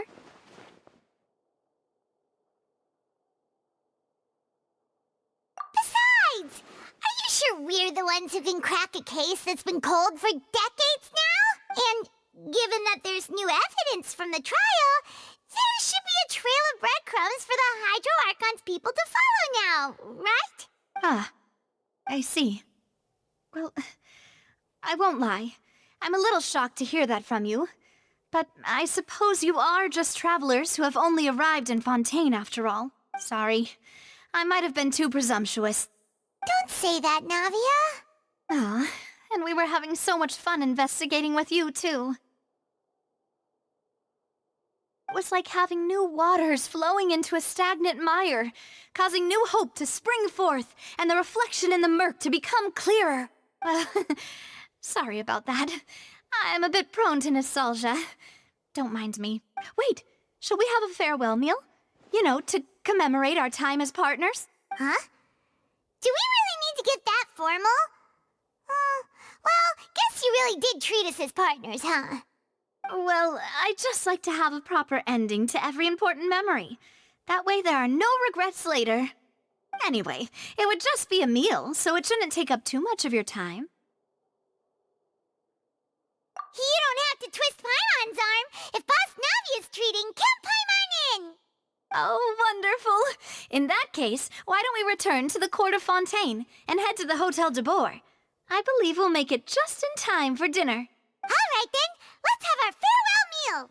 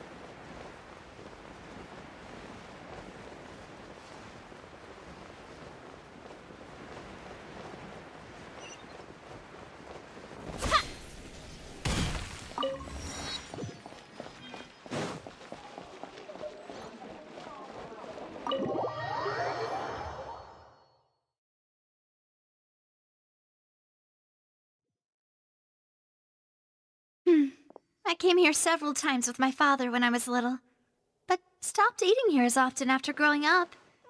I hope the food here will be to your taste. Oh, don't worry. We haven't eaten at a hotel like this in a while. Paimon's getting excited already. In that case, I'll go order for us first. Please wait here a moment.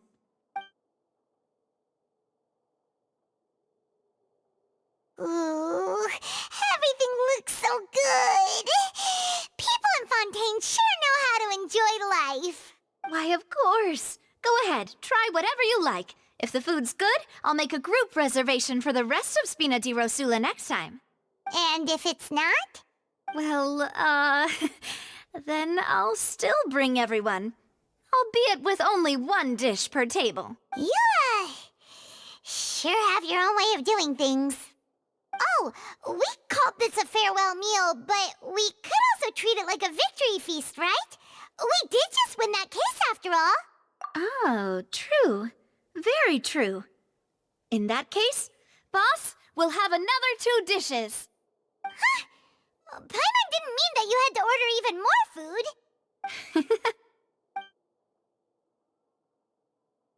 Speaking of cases, do you think that the mastermind behind the serial disappearances will get caught soon now that this has all happened? Well, we've certainly taken a big step forward, but I feel that's about it. We know that there's an organization that means to dissolve these young women, but we still don't know what they are really after. If it hadn't happened right in front of us, Paimon wouldn't have ever believed that a person could be dissolved like that. Right? Yet it was because this was such a preposterous notion that the investigation could never really move forward before. Ugh. If only that guy could have finished speaking! We were so close to hearing who was behind it. In such investigations, even the smallest step can seem like a yawning chasm if the trail of clues is cut off. To be honest, I don't have high hopes for any follow-up that the authorities might conduct. It's not that I don't have faith in their ability, it's just that a different perspective is required in some matters. It's easy to guard against and deceive a single narrow perspective. A shift in thinking is required at such times in order to produce a breakthrough, which is exactly why the Spina di Rosula exists. Those highfalutin folk are not all-knowing. That's why we exist, to seep into the cracks where filth falls through, where their watch fails them. That's the kind of problems we solve. Seems Paimon thought things were simpler than they actually are. It's all right. Well, this was supposed to be a farewell meal, so I doubt you have further interest in this business, right?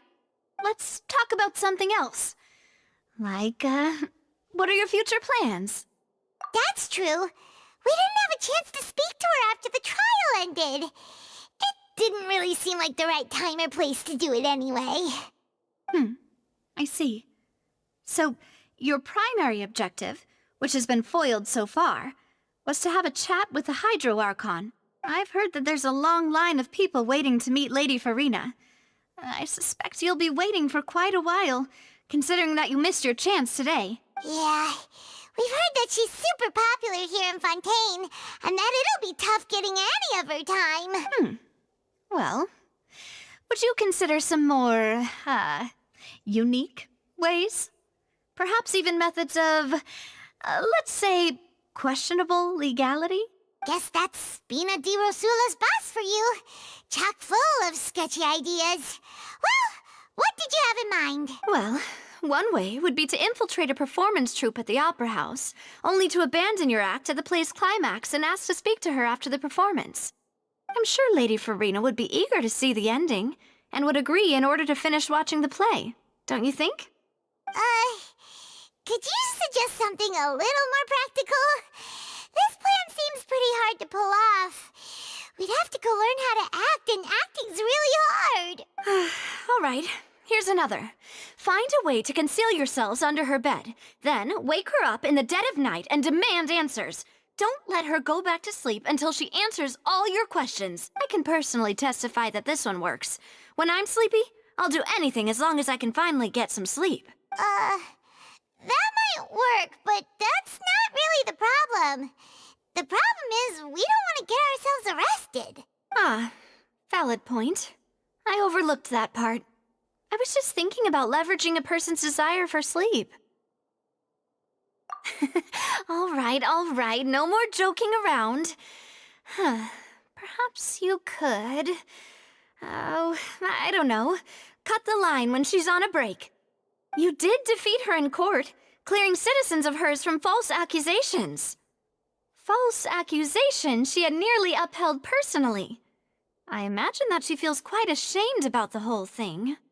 You mean that if we catch her while she's on a break, she might be too embarrassed to refuse?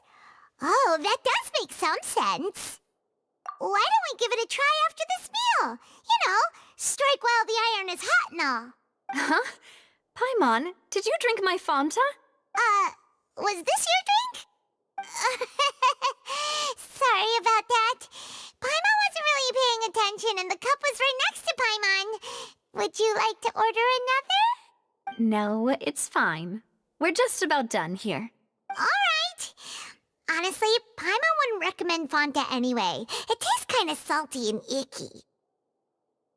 Is that so? Huh. Well, in that case, we'll have to blacklist the Fanta here then. If we're all finished eating, then I'll go pay. Yeah, we're stuffed. Thanks for the treat, Navia.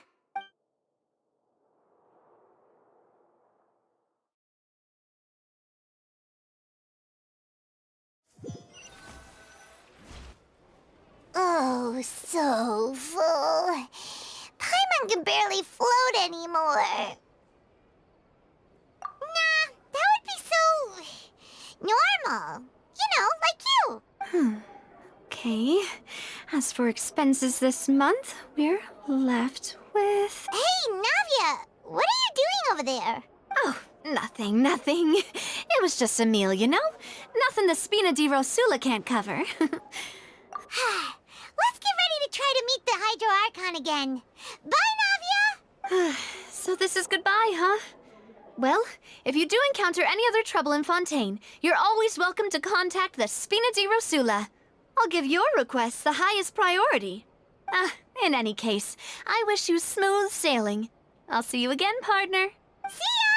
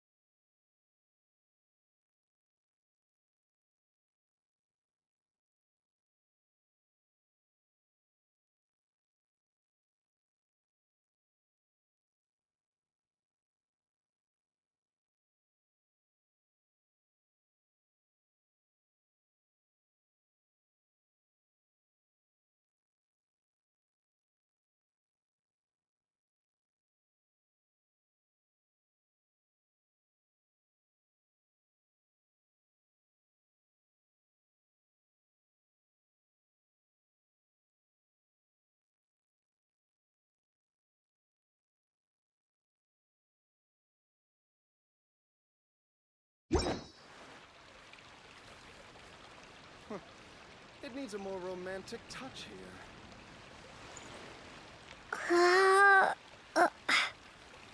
I think the hyper-emotional element you're adding is just, gratuitous.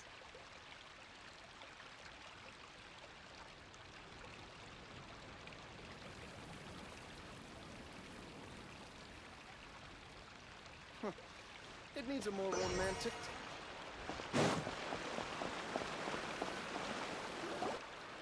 There aren't many people around anymore.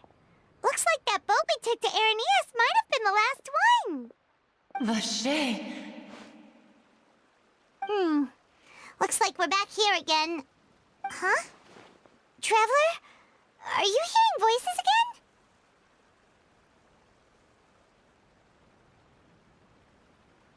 Ugh. That's kinda spooky. Are you sure we don't want to come back in the morning? Vache? Vache! Hey, why are you still walking towards it? There might be something nasty in the water. Huh? Hang on. Paimon can kinda hear a voice. It's calling for Vache, right? Hey, traveler? Stop walking! Come on, wake up!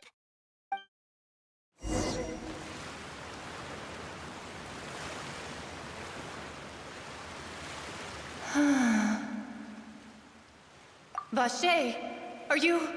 my dear Vache? No, wait. You seem to be someone else. Do you know I'm... Wait. Who am I? I'm very sorry. I fear I do not know. My memories feel like they have been washed away like a flood. So many fragments dissolved amidst the tide, never to be recovered. How much have I lost? How many things that I once held dear while on land have I since forgotten? Yes, that is what I was once. But now, I am but the consciousness of one who has lost their form. I do not know how I came to be like this either. I only vaguely remember being covered in light blue water, and then all grew dim. I also remember going to many places. I loved adventure, loved exploring places of peril. No matter where I went, Vache would go with me. I knew how dearly he loved me, and I also loved him equally as much.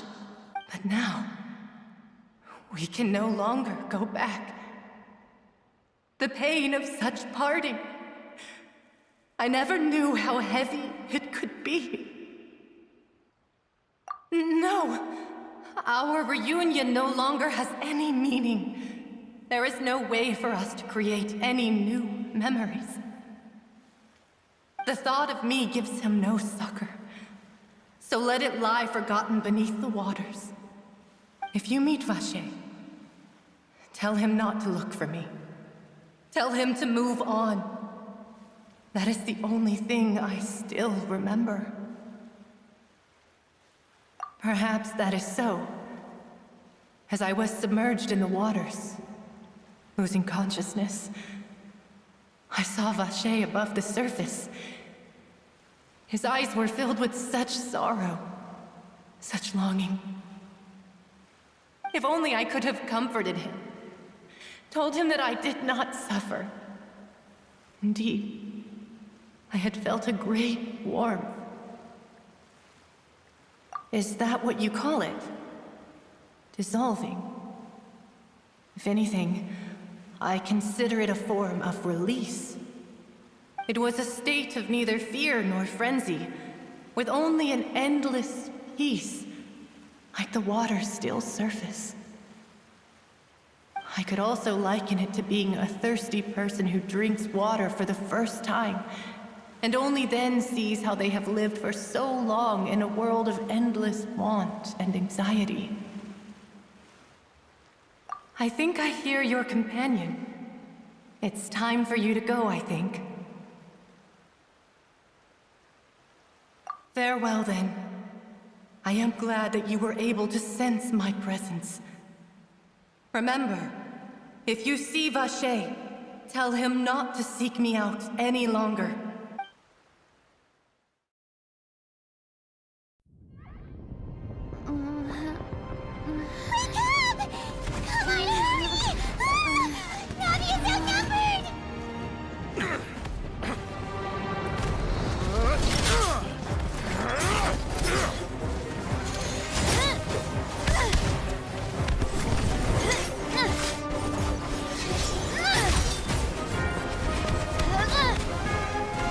Demoiselle, look out!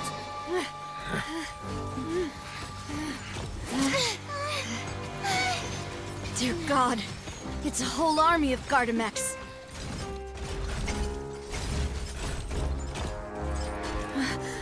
Chlorand?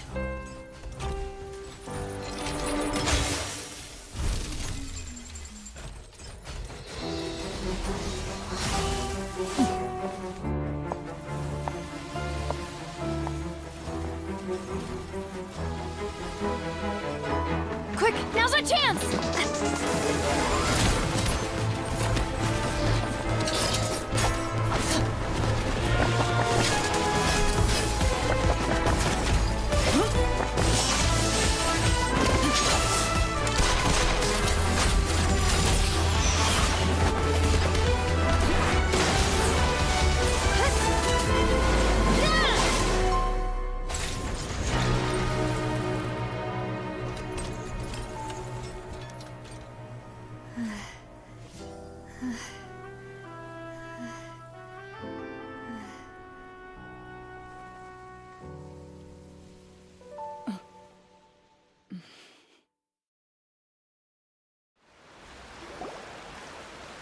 I should thank you for lending us your sword there, Chlorand. But before I do so, could you explain how you managed to show up here? I followed you. It seemed to me that danger has followed you more closely as of late. I believe that following someone without their knowledge is actually called stalking, is it not? Mr. Callus's last wish was for me to ensure your safety, and I will not betray his trust. He would do the same, were he alive today.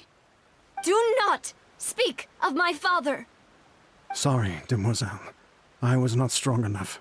Thank you for your aid, Miss Chlorand, but do keep an eye out for your manner of speech. I believe we all wish to avoid unnecessary emotional harm. Sorry, I did not consider your feelings. Whatever. What else do you know? How did you come to the conclusion that I'd be in grave danger? I doubt I know much more than you. But I believe that the mastermind behind the serial disappearances is very powerful. Your performance tonight will almost certainly attract their attention. I'm sure they've known about me. To be honest, I'm shocked it's taken them this long to act against me. And what about these Gardamex? I thought only those associated with the Maison Gardiennage could control them. None of these mecha have serial numbers. I was sure to check a moment ago. They are not the ones used by the authorities to enforce the law. I can only conclude that some powerful or wealthy party must have obtained them via illegal means, deploying them as a private force of sorts. What? Your point being that they're out of Spina di Rosula's league, then? Yes. Be careful, and do not act rashly. I will continue investigating no matter what. We will bring the truth to light. That's my father's true last wish. Regardless, thank you for your help today, Chlorand.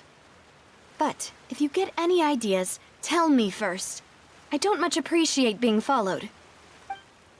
I do not think that they'll strike again anytime soon. So I shall stop following you. Good day, all.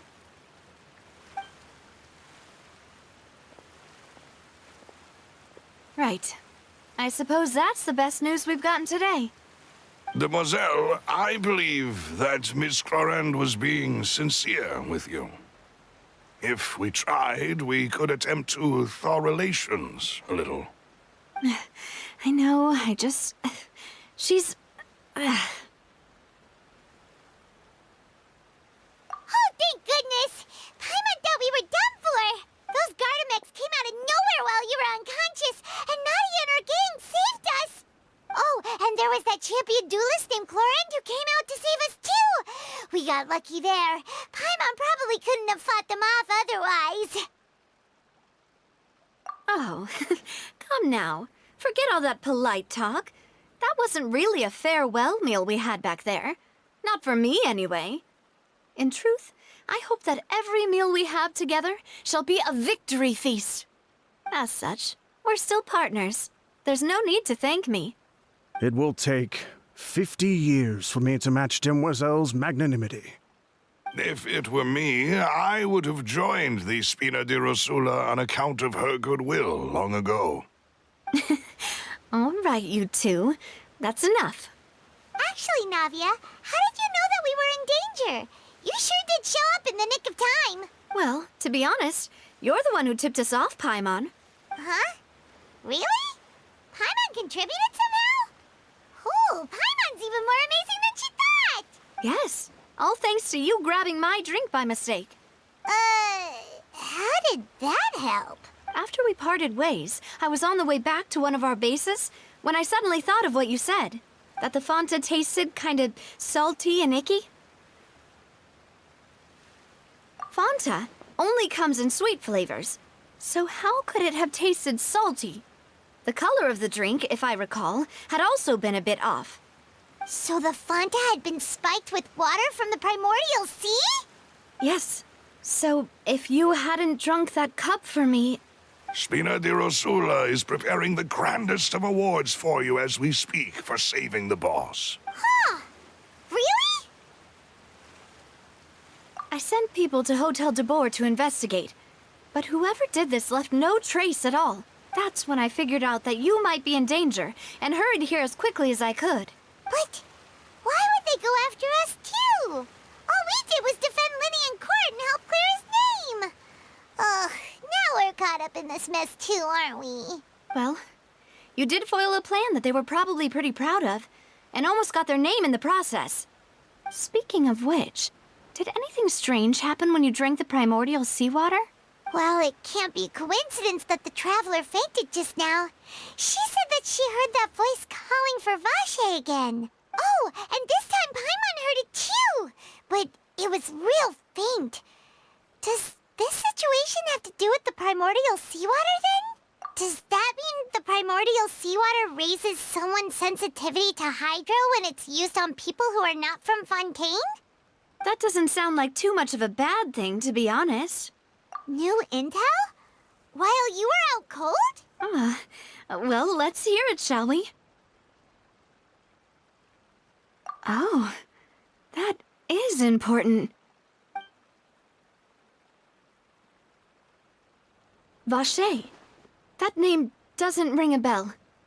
I suppose he hasn't stepped forward as a witness in court lately. Since he saw that young woman dissolve, he was at least at the crime scene. But he never gave testimony or any information regarding people dissolving in the primordial seawater. Yes, thank you. This is very important information indeed. We will continue to investigate.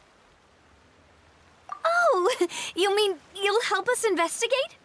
Well, you did say that our farewell meal didn't really count. That means we're still partners, right? And besides, we're in this now whether we like it or not.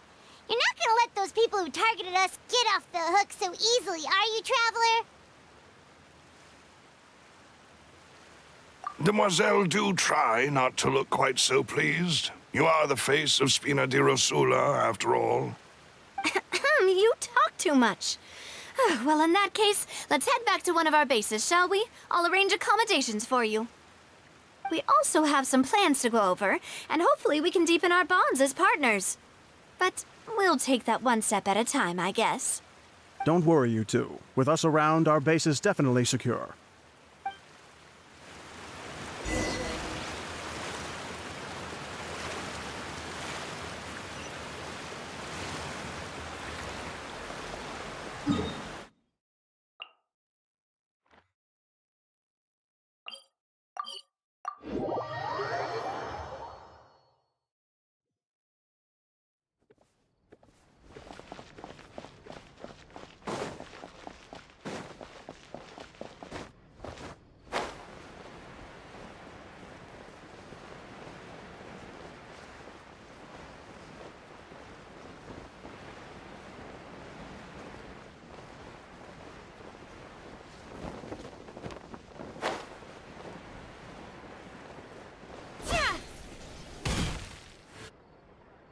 It's right up ahead. But let's make sure we weren't followed first. I've been keeping watch, Demoiselle. I haven't spotted anyone suspicious thus far. Huh. Very good. But let's not let our guard down for now. I shall find rooms for our respected guests. Thank you, Malus. Now, let's continue, traveler.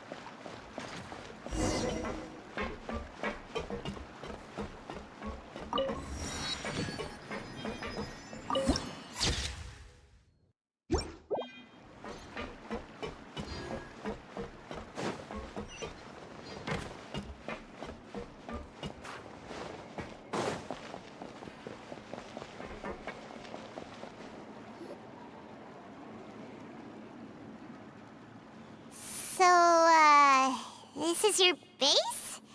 It's not quite what Paimon imagined. Your accommodations have been arranged. Under the present circumstances, I can confidently say it's the best we have. Well, our funds have been a little tight lately. After all, we don't allow illegal or unethical profiteering. In fact, our funds often come from citizenry who support us. Seems like it's tough times for everyone. But if you have the support of the... To be honest, our financial situation was a lot better back when my father was in charge a few years ago. I'm afraid I'm not quite his equal. Your father... He was the previous boss of Spina di Rosula, right? How did he... Demoiselle, if you'll allow me to explain. No. I'll explain it myself. I suppose I couldn't run from this topic forever. And as partners, this is something I hope they can understand. My father's name is Callus. Yes, the same one they call Callus the Unfaithful in the streets. 3 years ago, he was accused of murdering his own friend. But he chose a duel to defend his honor instead of standing trial. He died in the duelist's ring. Oh no. But I do not believe my father was a murderer. I'm sure he was set up. At the time, I believed that if he only stood trial and was duly investigated, something amiss would crop up and prove his innocence. But strangely, he not only requested the duel himself, but rumor has it that even after being seriously injured, to the point where he could be deemed as having lost the duel, he refused to surrender, determined to die in the arena. 3 years later, I still don't understand why he did that. How could he protect his honor if he's dead? If anything, he gave up his chance to defend himself.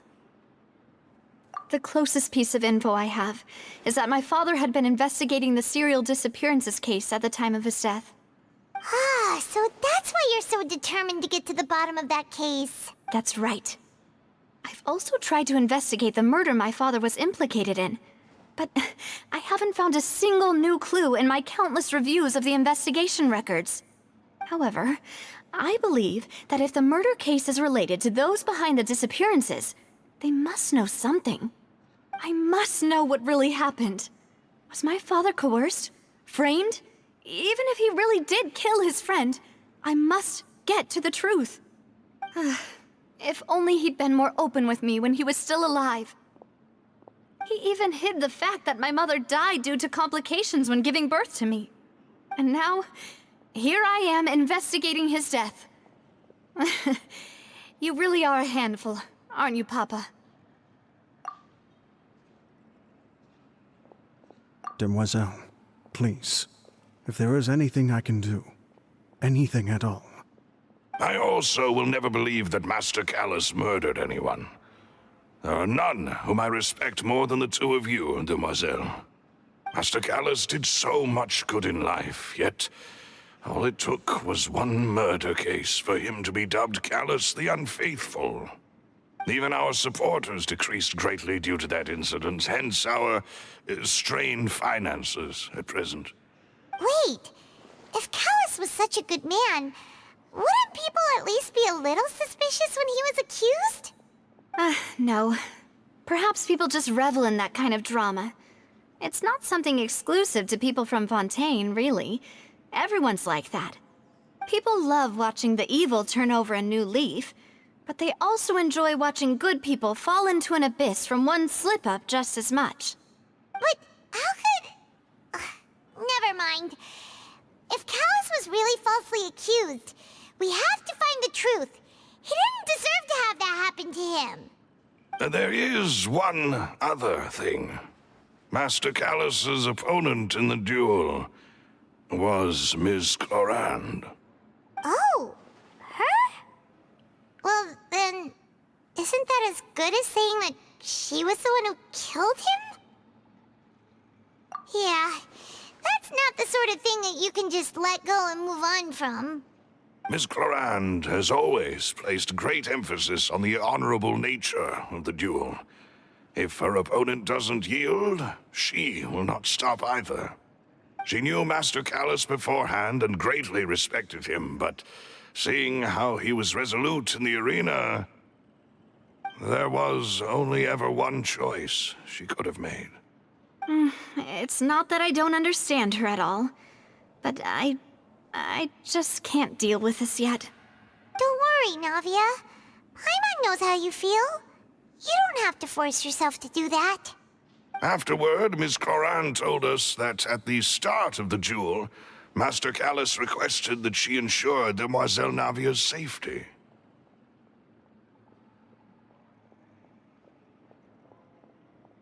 Yes, that is our understanding as well. Oh, Papa. What madness drove you to ask the person who killed you to take care of me? All right, anyway, that's the information I wanted to share with you.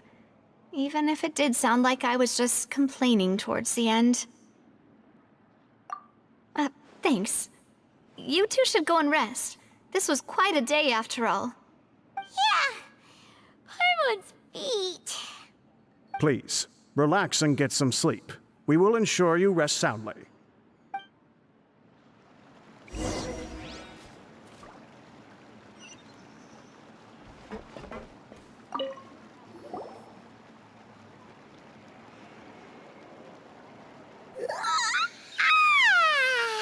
Paimon slept so well.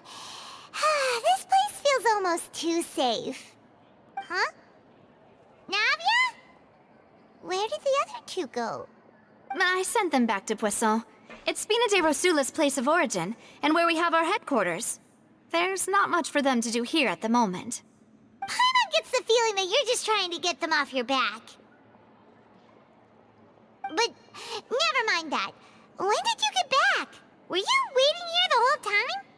No, I just returned after going out for a while. I did some investigating yesterday regarding the name Vache. Wait, so you didn't sleep at all? How could I after having such critical new evidence appear? Guess Paimon wasn't speaking for everyone just now, huh? Unfortunately, this name seems to have been wiped from existence. It doesn't seem to have a match anywhere. I suspect that those behind this have already taken steps to hinder an investigation from this angle. But that does prove that this Vache person is a key witness in the incident. Does that mean we're too late, though? No. There is one ray of hope. One place in Fontaine that they would find almost impossible to threaten, no matter how much they wanted to. And that is the archives kept by Chief Justice Neuvillette. A place where detailed files on all the cases in recent years are kept. If the Oceanette you met is one of the young women who went missing recently, we should be able to find some related information there. So Nervalette maintains an archive of case files? Whew. Guess that's the hard-working Chief Justice for you. In that case, let's go talk to him, shall we? Aren't you coming along, Navia? Did you get tired? No, it's nothing. Let's go see the Honorable Chief Justice.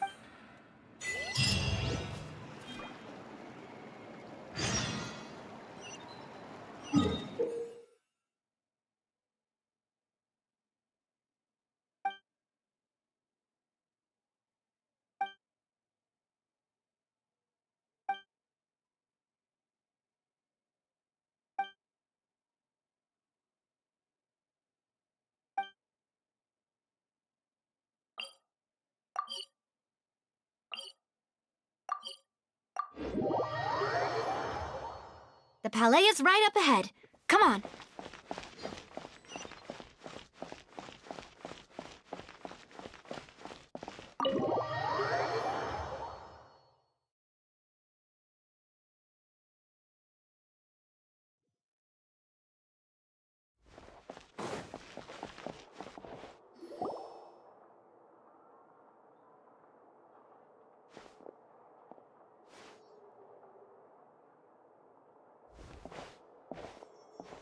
Halt! Please state your business here. The Chief Justice is presently occupied with official matters. Huh. This place does look pretty heavily guarded. Guess that proves that Nervalette's files are really secure. Hey, don't you recognize us? Huh? Who are you? Just to be clear, I don't care who you are or who you might be related to. Our rules make no exceptions. See? They've got great discipline, too. Yep. Paimon can tell. If you're here just to crack jokes, I can point you towards the exit. Unlike some, we're busy, so please leave if you don't have a reason to be here. No.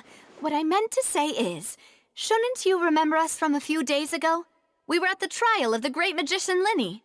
Oh, yes, I remember. I read about it in the Steambird. You must be Linny's attorneys. It's all coming back to me now. We're here today to report and archive some information on a follow-up case. Huh. Is that even a thing? Of course. Don't worry. We're here on official business. You can trust us. All right then, I'll let you through. The Chief Justice is just inside. Thanks so much.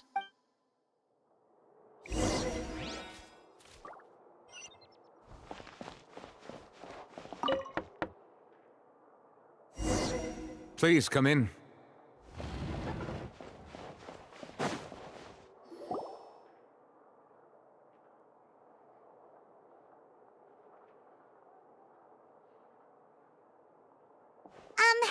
Sorry to barge in, Monsieur Nervalette. We only lied to get in because we didn't know any other way. It's all right. Please let me know how I may be of assistance to you. So you're not mad at us? We're looking for a man called Vacher. He may have been an eyewitness in the serial disappearances case. If we can find him, we may be able to unearth some key information on the case. Ah, I see. In that case, please wait here a moment while I browse through the files.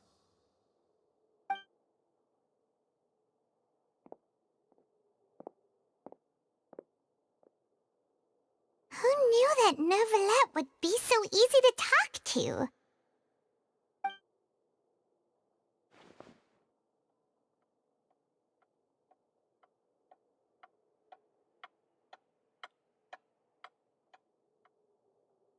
Unfortunately, I'm quite certain that no one by the name of Vacher has been involved in any case, criminal or civil, in the past several years.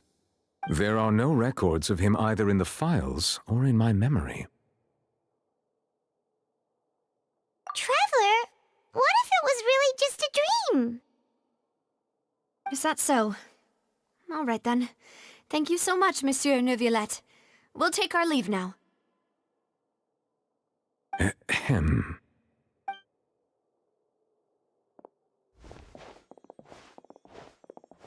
Miss Navia, I can understand how you feel. Your father, Callus, was a truly exceptional man. We deeply regret his passing. And what are you trying to say, Monsieur Neuvillette? Are you trying to console me? Extend your sympathy? Or just express some tendril of regret? No. You are not trying to do any of that. I can hear it in your voice. There's no emotion behind your words.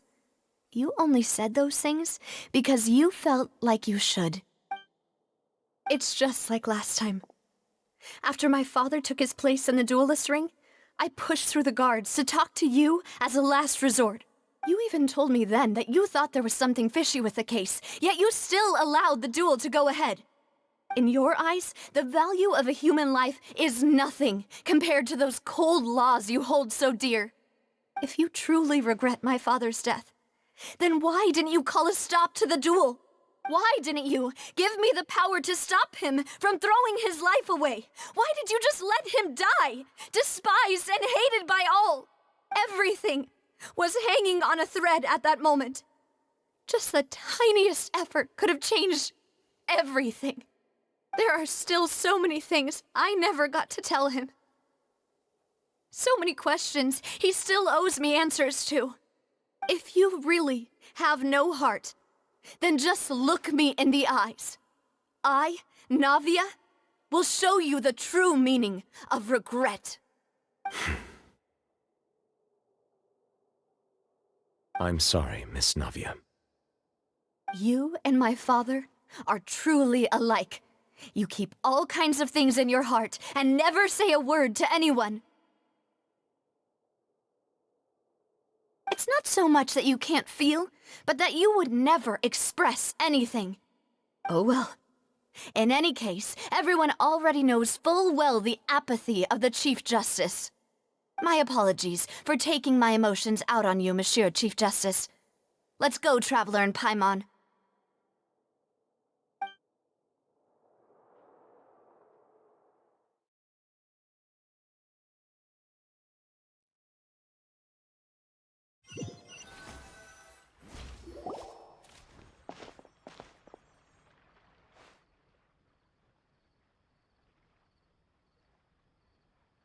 Navia, are you okay? I'm fine. Rain. It's raining. You're right. Wasn't it still sunny when we went into the building? And there shouldn't be any active trials today.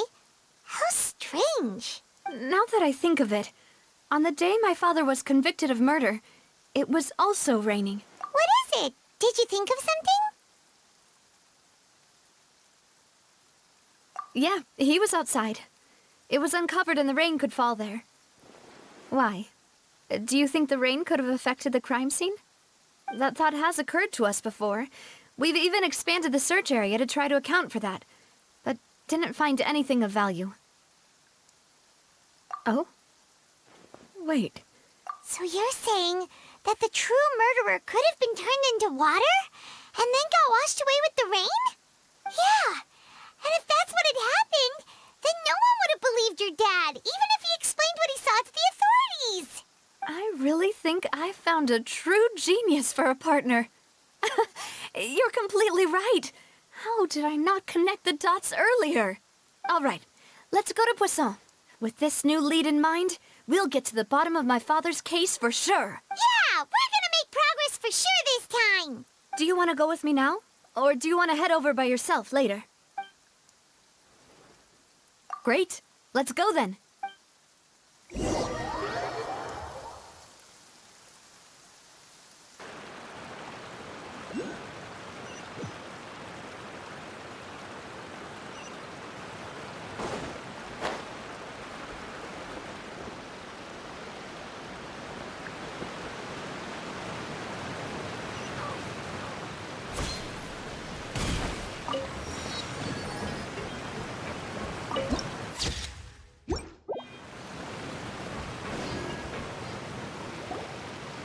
Whoa! What a huge ship! Why would a ship be anchored at a place like this? There's no need to be so surprised. While it may look like a ship, it's actually Spina di Rosula's headquarters. My father was the one who asked for it to be built like this. Perhaps our taste in exterior design is the only thing we occasionally had in common. A gigantic and glamorous ship embodies discovery, opportunity, ambition, and conquest. It symbolizes Spina di Rosula's bright and limitless future. And Paimon thought you were bluffing when you said Spina di Rosula had a glorious past. Paimon was confused why a group with such a history would live in the sewers. But now that Paimon has seen this ship for herself, she's been convinced. Well, Poisson is where Spina di Rosula began, after all. It's our main base, our home.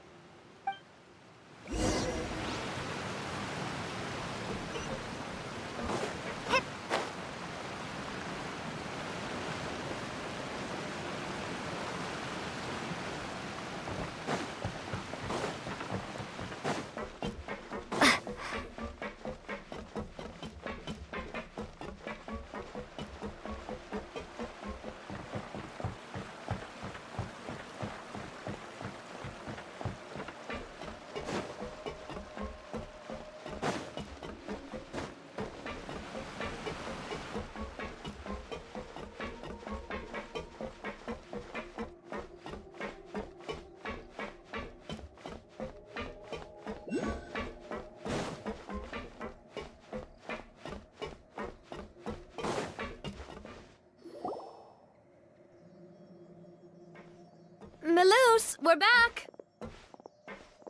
Apologies for the wait, demoiselle, and our most important partners. You said before that you still had some business at the court. What brings you back to Poisson so quickly? About that. It's because my partner here reminded me of something really important. You see, what if my father's case had something to do with water from the primordial sea? You still remember, right, Melus? On that night, it was raining? Yes, the case was quite similar to that of Mr. Linney's. Both were what you'd call impossible murders. Could you tell us a bit more about what happened before? Yeah, of course. Many years ago, something called synth began to gain popularity in Poisson. At a glance, it was a kind of drink that could excite your mood and produce many pleasant hallucinations. Wait! Didn't that guard guy who turned into water also mention that the primordial water could be used to produce some kind of potion? Yes, he did. Considering what we know now, it's almost certain that synth is created using water from the primordial sea. If you drink synth for an extended amount of time, you'll suffer many side effects, such as losing the ability to focus or control your emotions. And if you were to stop drinking it completely, you'll experience flashes of paranoia and anxiety while lacking energy to do anything. It's an extremely dangerous substance. As he oversaw Poisson, my father was compelled to put a stop to synth abuse and called for a complete ban of it. Boss's uncompromising attitude incurred the synth vendor's wrath, but no matter how much they threatened or bribed him, he refused to yield. Not only that, Boss became determined to find the mastermind behind the synth operation and put an end to the problem once and for all. Yes, but the enemy was very cunning. So he could never get anything out of the dealers, all of whom only sold the stuff and weren't privy to the rest of the operation. Recognizing that, my father decided to contact the dealers in secret and cultivate personal relationships with them. Finally, he was able to convince someone to become his informant. The man's name was Jacques. He felt greatly ashamed about his work after seeing many families destroyed by synth abuse. That night, my father hosted a banquet at his countryside estate. He planned to meet up and exchange information with Jacques over some food. But then, we heard 2 gunshots from the courtyard. We raced to the scene and found my father, still holding a gun, and Jacques. Huh? How did that happen? Aren't they on the same side? Sounds just like Lenny's case, doesn't it? In both cases, the culprit seemed obvious, but neither appeared to have any motive at all. Looking back on it, though, I now believe the most important clue was something we all overlooked at the time. There were pieces of clothing left at the scene. Precisely. It's all thanks to you that I made the connection now. Back then, we all just thought they were some costumes that Jacques used to disguise himself at the banquet. But considering it now, it's almost certain that they belong to a third person at the scene. With one extra person, we'll also need to reconsider why the 2 shots were fired. You're right. We still don't know what happened. But my intuition tells me that we're on the right track to figuring it all out. I'm finally headed towards the truth. Jacques was an empathetic man who was infinitely remorseful for his past actions. It's unlikely that he turned on Boss with 0 warning. I think this third person is probably the key to the full truth. On that note, however, even though this will not please you, demoiselle, as your and your father's butler, I must still offer a word of warning. Our opponent is insidious and cruel. They are extremely difficult to deal with, and Boss has already lost his life trying to bring them to justice. Even though Spina de Rosula has lost most of its former glory, Poisson has welcomed a new time of peace, and we have been allowed to live out our lives. There is no need to follow your father's path. It would be both wise and in line with Boss's wishes to step back and give up on the case. If that's indeed what he wished for, then he should have told me that himself. Was I not the closest person to him? And yet, I was the one most kept in the dark. What was the point of him dying without sharing any of the secrets he knew? Did he manage to protect anything in the end? Synth is still here. Callus the Unfaithful is still his epithet. And Spina di Rosula is barely getting by. Nothing has changed. Did he think I'd just accept his meaningless death and live out my life just as meaninglessly? I've never accepted that, ever. Not since that day, and certainly not now. I want to find out the real answer for everyone's sake. For the missing girls, for the victims, and for myself. Navia. This is indeed the best moment to act. Your partner appears to be quite reliable, and more importantly, demoiselle, I think you're also ready to take this on. So you do know something else, Maloose? Yes, I do. In fact, even before that banquet, Boss already knew of the connection between Synth and the serial disappearances case. But what drove all the tensions to the boiling point was the revelation that you, demoiselle, had been selected as the next target to disappear. What? Boss also didn't tell you that he had been diagnosed with a rare illness. The doctors told him that he had no more than 5 years left to live. And the serial disappearances case caused him great anxiety. 5 years was nowhere near enough time to resolve this long-standing conflict. But once he passed away, all the danger would pass on to you. Knowing all of this, he decided to use one final intimidation tactic before his death. He claimed to have already gotten his hands on some key incriminating evidence for the other side, and even told some members of Spina de Rosula about the details. But as long as you remained safe, he would not share the evidence with the public. If something were to happen to you, then he and all those he told would immediately expose all they knew about Synth and the disappeared victims. Right, so nobody would be able to get off scot-free. As we've seen, Boss's tactic has worked. Even though Boss has been gone for a long time, the other side has not tried to take Demoiselle's life. No, I don't believe it. He never appeared to look sick to me. No father wants their daughter to see them weak and haggard, especially someone as proud as Boss.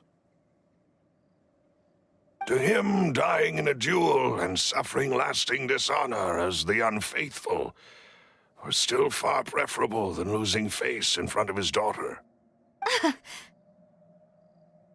So he chose to die in silence, so that he could protect me. I'm afraid you're not understanding this correctly, demoiselle. What Boss wanted to hand to you was not a parasol, but a sword. If Boss's spirit could hear you telling me that you want to find the answer for the sake of everyone involved, I'm sure he'd be extremely proud. That fool. Couldn't he have just given it to me straight? No. He might have set up everything precisely because he never thought I'd be able to understand him. Is that the amount of confidence he had in me? And what if I was never able to make it to where I am now? Yeah. I suppose that's true. With the way he'd set things up, if I had wanted, I could have just lived out my life without a care in the world. But thankfully, he rarely talked to me about complex matters, and thus understood little of me as a person. In this case, he really didn't need to give me an easy way out. Malus, what was the key evidence that he shared with you? It's the location where synth is produced. Essentially, it's the enemy's headquarters. When he was threatening the enemy, Boss didn't share the specifics of the incriminating evidence he found. But if you want to use it against the enemy, you'll still have to take several things into consideration. Why? If we know where the place is, can't we just go storming in? You mustn't forget that we're fighting against a mysterious and dangerous organization that's been in operation for decades. There's no telling what might be lying in wait at their headquarters. We also have no idea what kind of evidence we may be able to find inside, nor what people we may be able to capture. But a single visit to their headquarters would be tantamount to a formal declaration of war. The worst case would be that we leave empty-handed, but also open ourselves up to full retaliation. Then, in that case, why not work with the Fontaine authorities? Well, you saw one of them dissolve during Mr. Linney's case. We have no idea just how thoroughly they may have been infiltrated. Huh. That's true. Seems my father really had no choice. But things are different now. It should be a lot easier to prove the other side's guilt, now that we've connected Synth with the disappearances case. You sound like you've put a lot of thought into this, Malus. I am the butler, after all. I live but to serve the boss and Demoiselle's will. I've always been willing to take on any kind of risk for your sake. But considering my relative lack of ability, I've spent my time keeping secrets, performing basic investigations, and waiting for the right time to come. Thank you for all of that, Malus. Have you discovered anything new in the past few years? Let me think. One conclusion I came to was that the enemy must be quite familiar with Spina di Rosula, or at least have an informant planted here. When I announced orders to the organization's members on Demoiselle's behalf, I used to deliberately keep a few people in the dark and observe the reactions of the synth vendors. If the vendors didn't change their plans, then the individuals informed of our orders must be innocent. If the vendors packed up and fled, however, then someone must have given them the news. After several rounds of testing and investigative tracing, I've narrowed the suspect list down to 3 people. The first is Florent, Spina di Rosula's senior advisor. Huh? Florent? Yes, surprising, isn't it? He was one of the people Boss trusted the most, which also means that he was someone who understood Boss really well. Thanks to his position within Boss's innermost circle, he always knew our upcoming plans and could thus avoid capture this whole time. There's someone else like him too. Marcel, the head of Confrérie of Cabrières. Uncle Marcel.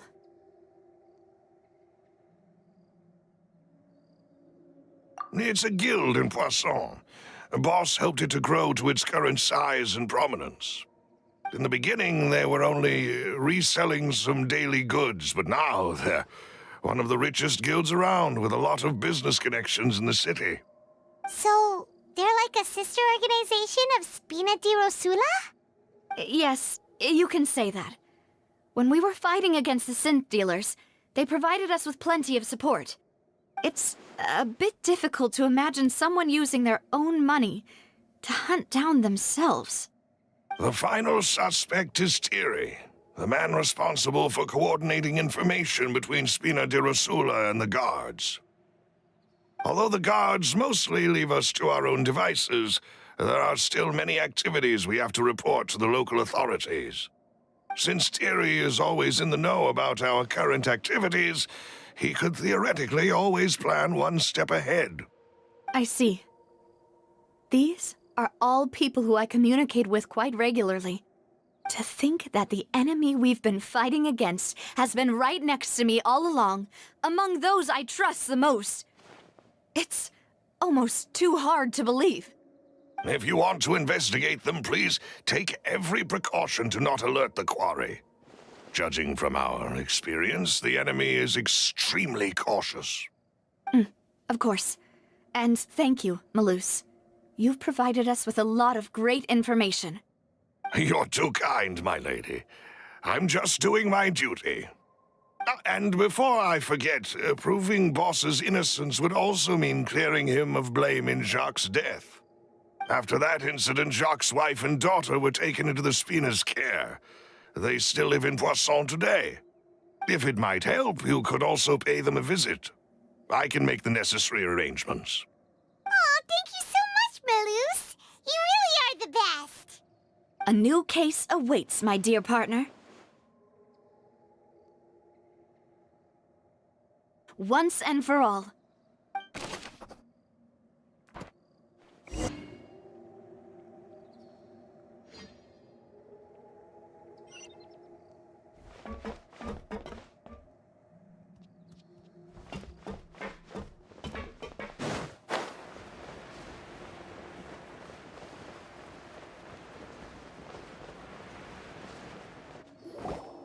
It is settled, then. Please excuse me, and enjoy your conversation at your leisure. Thank you for arranging everything for us, Malus. Excuse me, miss. Do you need anything from us? Oh.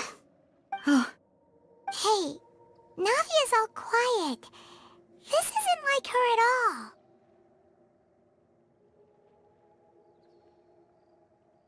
I'm sorry that I only came to visit after all this time. After what happened, I didn't know how I was supposed to face the two of you.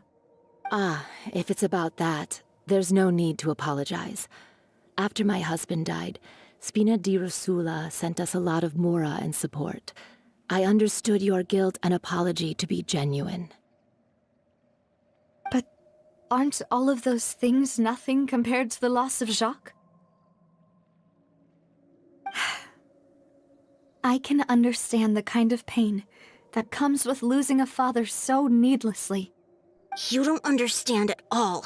I didn't know how to face you, because I didn't know what I could possibly bring as a consolation gift.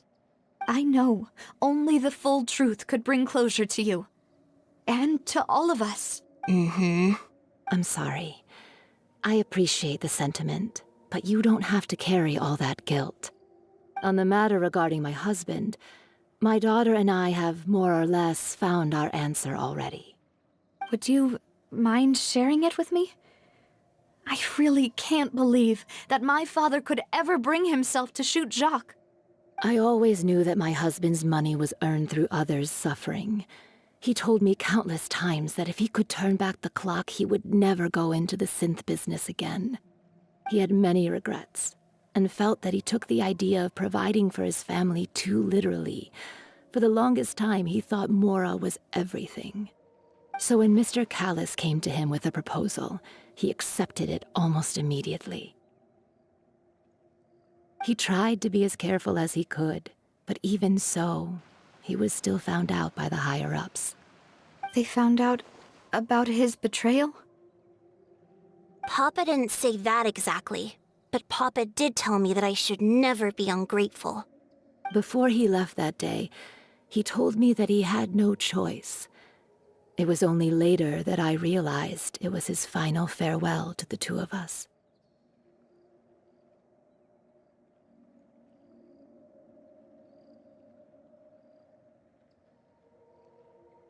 I don't know that for sure. But you could say that's the conclusion I eventually came to. Which is why I'm the one who should feel guilty. Callus had always taken great care of us, both when he was still alive and after he passed away. Even if he fired the shot that killed my husband, it was likely in self-defense. It is impossible for me to hate him for what he had done. But Mama, why is Papa still the bad guy if he did the right thing? Papa always wanted to be a good man, so why did he have to do a bad thing in the end? Well, things aren't always as they seem. You still feel like your Papa was a good man, right? Yeah, Papa was a really good man. The best in the whole world. Then you should hold on to that. If a good man had to do a bad thing, then he must have had his reasons. Regardless of whether he left you a parasol or a sword. He must have done so to give you a better life. Oh. Thank you for everything you've told me. I will definitely find the truth. The current... Thank you. I'm very grateful to hear this from you. Even though your personality is quite different from your father's, your determination when you speak is really similar. You really think so? That's the first time anyone said that to me.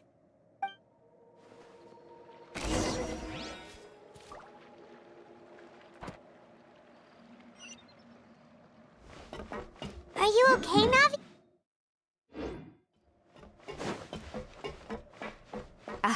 I'm fine. Don't worry. Let's investigate the 3 suspects next. Florent should be nearby, and we should be able to find Thierry and Uncle Marcel in the city. I'll get myself together on the way, so please don't worry.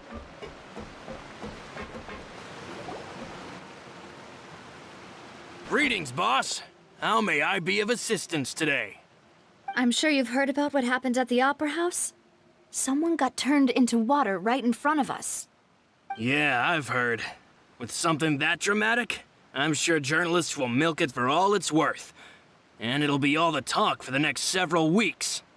It also reminded me, on the day that the incident happened with my father, it was raining outside, and we found some clothes left at the scene. After my partner here put the dots together for me, I feel like we should try to reopen his case. Can you do me a favor and try to recall what happened that night? Let me think. Mr. Callus was feeling pretty upbeat that day.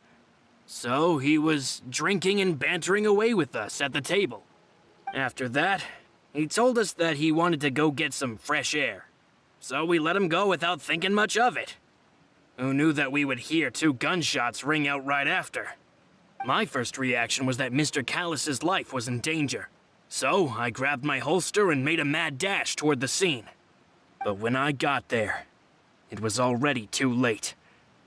Mr. Callus was standing over a dead body with a gun in his hands. All we could do was look back and forth at each other, not knowing what to say. So you also remember 2 gunshots then? Indeed. The guard said that the first shot didn't hit anyone, while the second killed Jacques. But I've never really bought that explanation. Reason being, Mr. Callus had left his gun on the table. I even made sure to confirm that before running to the scene. But according to the guards, that doesn't mean he couldn't have had other guns on his person.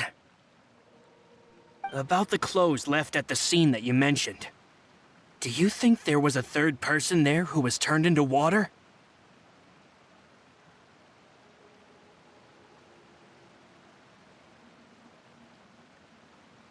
At least from our perspective, my father had no reason to kill, so he would also have no reason to bring an extra gun with him. The gun he was holding probably belonged to Jacques, or a 3rd person on the scene. Yeah, that makes a lot of sense. So you're saying Mr. Callus ended up with the gun because he seized it from one of the other guys? But hold on. If that's what had happened, then why didn't he share the truth with any of us? He didn't even want to face the Oratrice machine, and chose instead to prove his honor in a duel. Did he lose all faith in the courts after seeing someone dissolve right in front of his eyes? About that, Malus told me a thing or two. So, I think I can understand why he committed to the duel. I'll tell you everything, once the whole truth has been revealed. I understand. Then, I'll leave Mr. Callus's honor in your hands, boss. And if I may just say one more thing. The whole Callus the Unfaithful epithet has been a thorn in my side since the day it was invented. Many people have laughed at me for still calling him Mr. Callus, even after so many years have passed. But it was Mr. Callus's trust that allowed me to rise through the ranks of Spina di Rosula and live the life I lead today, no matter what others might say. He'll always be the man I respect the most. Don't worry. I will definitely find the truth. You and all our other comrades at the Spina deserve to know the truth as well.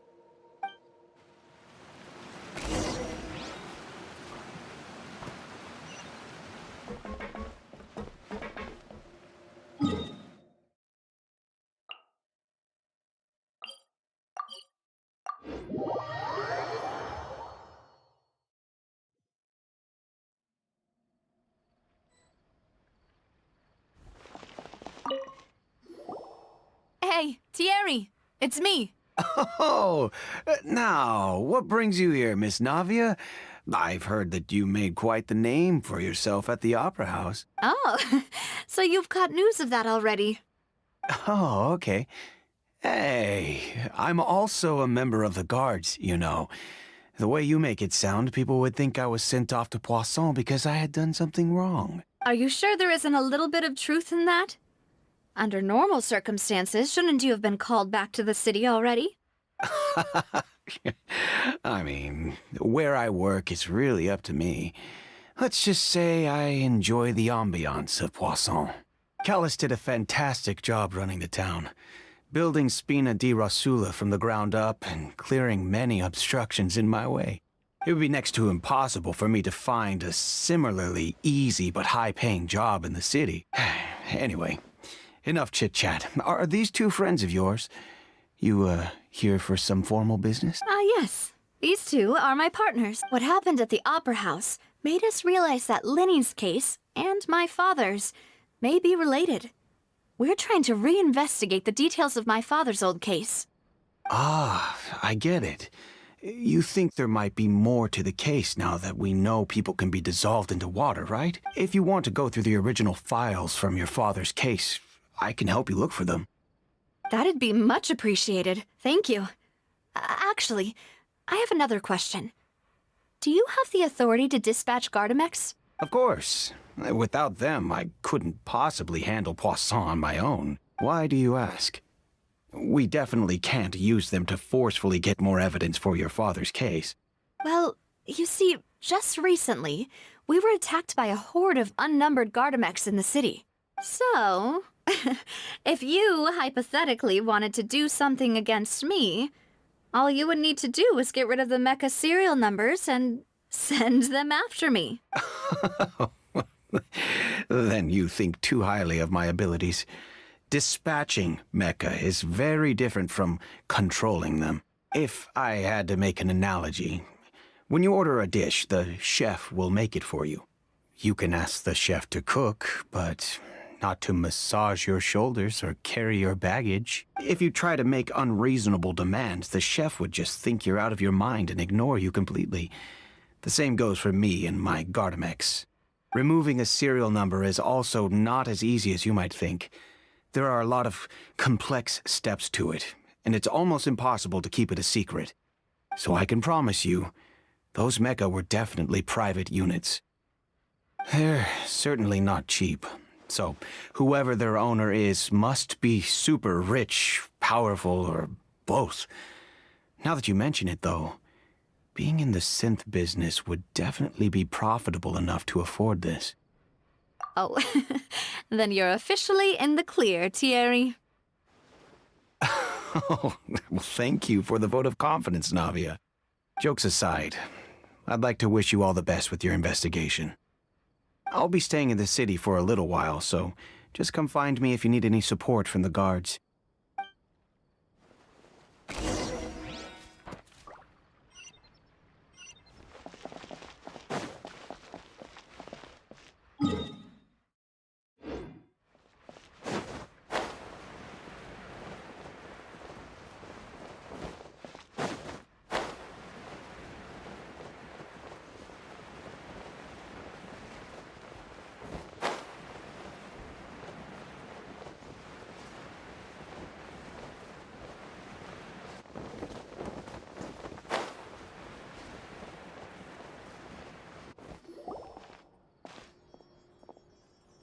Hello. How may I help you?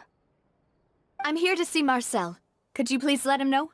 You can just say Navia's looking for him. Sure. I will let him know right away.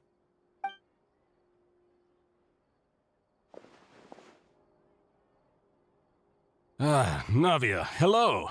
Sorry to keep you waiting. I'm not as young as I used to be, so my legs are giving out a bit. Oh, it's all right, Uncle Marcel. There's no need to stress. I just wanted to talk to you briefly about what happened in the Opera House. I'm sure you saw everything too, right? Yes, I've never seen anything so strange. Oh, you were at the Opera House too? That's right. I went there with Navia to see the magic show. Who knew it would turn into a whole murder mystery? I also witnessed your marvelous sleuthing work. Quite impressive. To beat the Hydro Archon at her own game on her own turf, I can already imagine everyone in Fontaine discussing your exploits over a few glasses of wine. Oh, Paimon doesn't want to become the talk of drunkards. Apologies. It's just how Fontaine is as a nation. Everyone loves drama and theatrics. Uncle Marcel, you've also noticed that other thing, right? The fact that humans can dissolve in water? Yes. I was reminded of your father's case right away. Is that what you're investigating now? Exactly. I still don't have much solid proof, but I can sense that the other side has already begun to act. Oh, and what makes you say that? We were attacked on Araneus by some unnumbered Gardamex. And there was also an attempt to get me to drink water from the primordial sea. If not for the vigilance of my partner, I probably wouldn't even be here talking to you right now. Oh, you're giving us too much credit. Wasn't it you who protected us? Alas, it seems things are heating up again. The peace that Callus sought so dearly will soon become a thing of the past. But rest assured, Navia, Poisson will always remain a safe haven for you. If you're scared, you can always return there. If anyone dares to lay their hands on you there, the Confrérie of Cabrières will use its funds to the last Mora to bring them to justice. Thank you, Uncle Marcel. But I don't intend to go into hiding. I'm going to strike while the iron's hot. Do you have any new thoughts on my father's case? About that. Sorry, my age is catching up with me, so it'll take me a while to recall my memory. The Confrérie was responsible for that banquet, so I was out and about the whole time making sure things were running smoothly. I didn't even have the time to drink with the guests. Then I heard the sound of a gunshot, and the rest was history. Oh, it's okay. No need to push yourself. We'll ask around some more, see if there are any valuable clues elsewhere. Sounds good. Just let me know if you ever need Mora. All my wealth comes from Callus's patronage and support. I'll spend however much it takes to clear his name.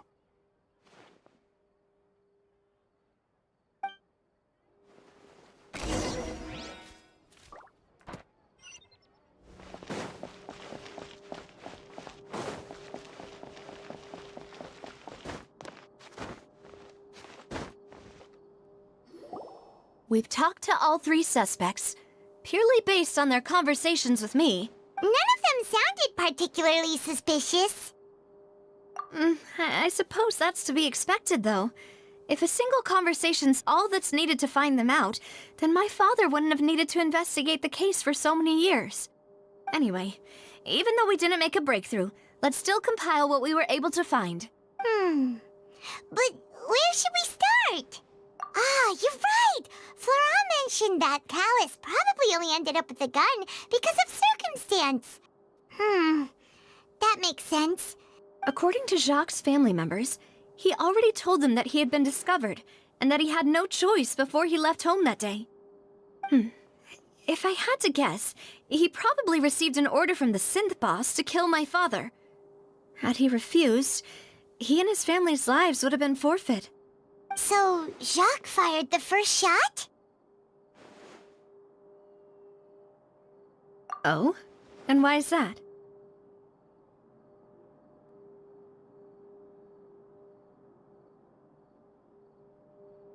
Ooh, that's a good point. Jacques probably already knew that he was just being used as a tool for murder. And once he had completed his mission, he'd be of no more use to his boss. So, what would make more sense from his perspective would be to turn his back on the Order and seek protection from my father. Makes sense. But without evidence, that's still just a theory. Besides Jacques, the attack from the Gardamex has been bothering me quite a bit as well. It's obvious that our enemy has become more antsy after the secret of the primordial seawater was revealed. Do you think he knew, even then, that we'd follow this lead to the end? Given everything that's happened since, it's quite possible. But who among the 3 suspects would have the ability to control privately owned Gardamex?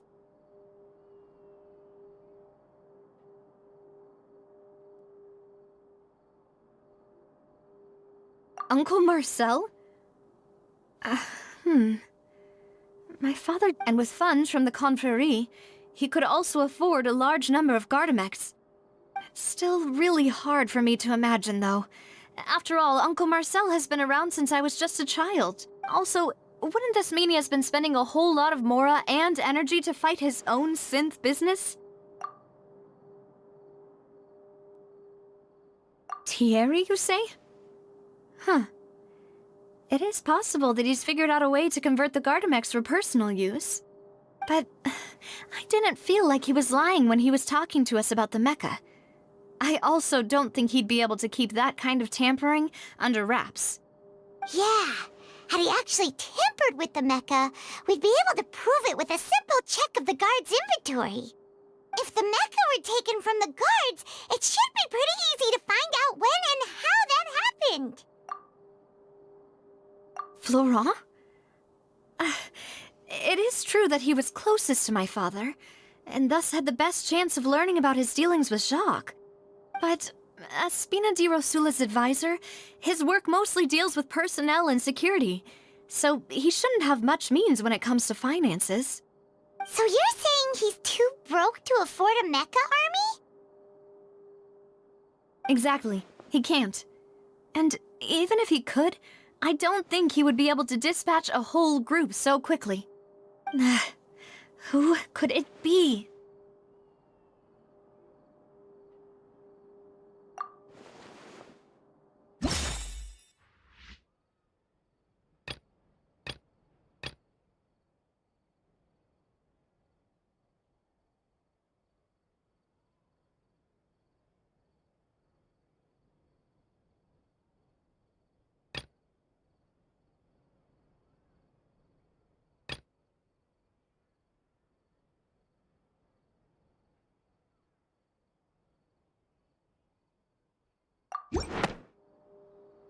You know, if you think everything through, Uncle Marcel is indeed the most suspicious of them all. Could we be missing other suspects? Malus didn't know about the people turning into water thing when he narrowed it down to these 3, did he? Malus has always been very reliable, and his judgment of others' trustworthiness has been fair and well considered. When he laid out his case for the 3, the rationale he gave me made a lot of sense as well. The suspect is knowledgeable about the Spina's internal affairs, has the means to dispatch Mecha to assassinate us, and possesses significant intellect and foresight. Even if I don't want to believe it, I'm starting to see how things could all tie back to Uncle Marcel. Well, we still have another trump card on top of all the theorizing and speculating. Yes, Malus did say that charging straight in there would be extremely risky. But we don't have any other options right now. We need far more solid proof before we can hope to go charging in on our enemy. Navia, here you are. Oh, I've been looking for you. Huh? Aren't you the guy from the guards? Did something happen? Yeah. News came from Irenaeus just after you left. We've got another trial on our hands. Wasn't that place built specifically for holding trials? What's so newsworthy about this one? I know. But they said the person they're putting on trial is a Fatui harbinger called Tartaglia. What? Is that someone you know? Yeah, we know him. Maybe even a little too well. Well, he's been accused of being the true culprit behind... Wait, how? None of our investigations have had anything to do with him. That's what I thought was strange about it, so I came to tell you the news right away. If the charge against him stands, then it'll be next to impossible to get the guards to support any of our planned investigations. Right, because they'll think they've already found the culprit. Yeah, and it'll be a lot harder then to clear Mr. Callus's name. I understand. Well, partner, what do you think we should do? We still haven't found any conclusive evidence.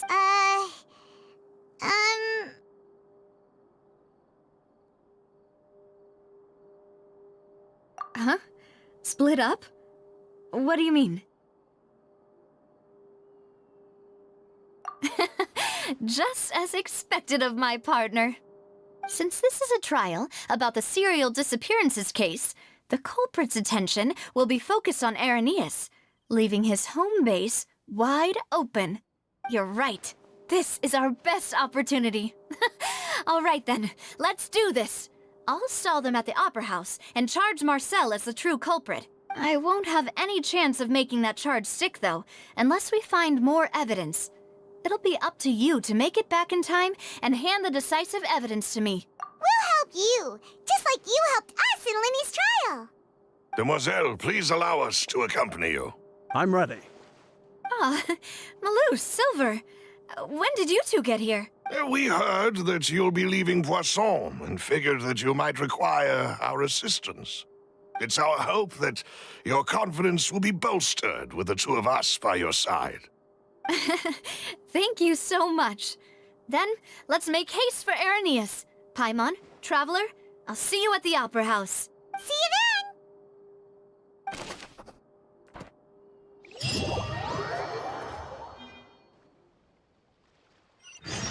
Now that Navia has set out for Irenaeus, we should also get going. The location has already been marked on the map, so let's head over. Huh. According to Malus's info, the synth production base is underwater. Let's go and try to find the...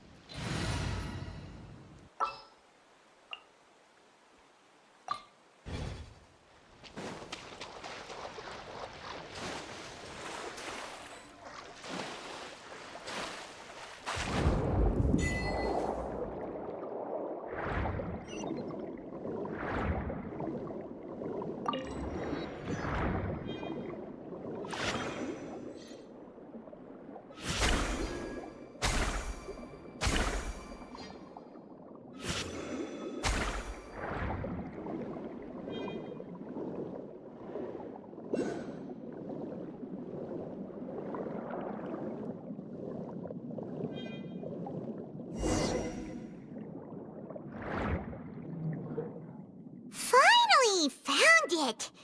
Huh. So this is the entrance that leads to the synth production base. It sure doesn't seem out of the ordinary at all. Ah, you're right. An important place like this is bound to have a ton of protective measures and mechanisms. Navia's probably arguing up a storm right now to stall for us.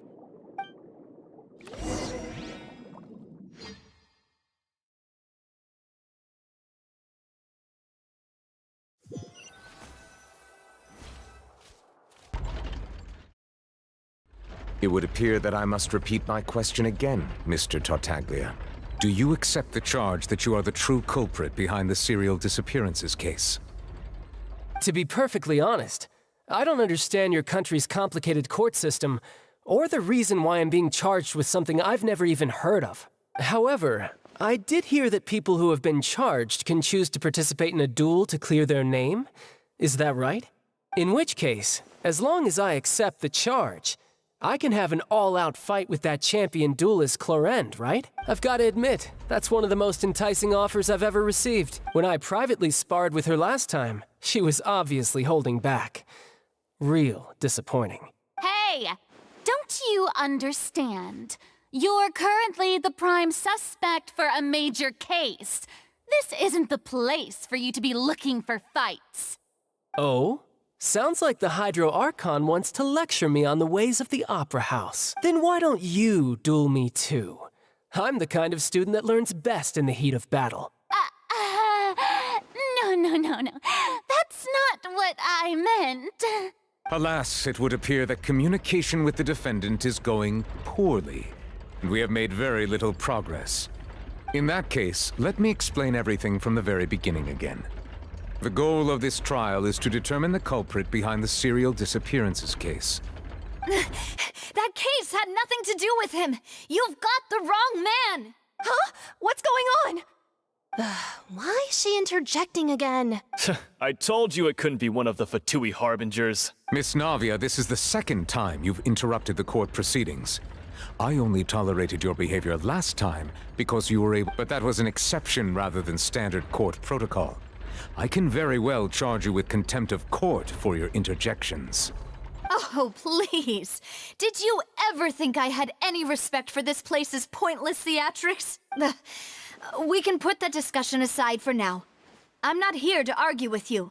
I'm here to charge the true culprit behind the serial disappearances case. And if my charges prove true, then Tartaglia here will be proven innocent by default, correct? Oh, a young lady has charged in and offered to clear my name. How fascinating. Well, I'd gotten half bored to death by all these rules and procedures anyway. So I'll take you up on that offer. So, Your Honor, is there nothing else for me to do now? You may take a seat for now in the audience, but that doesn't mean the suspicions against you have been lifted. Now then, Miss Navia, who is the person you would like to charge instead? That person is...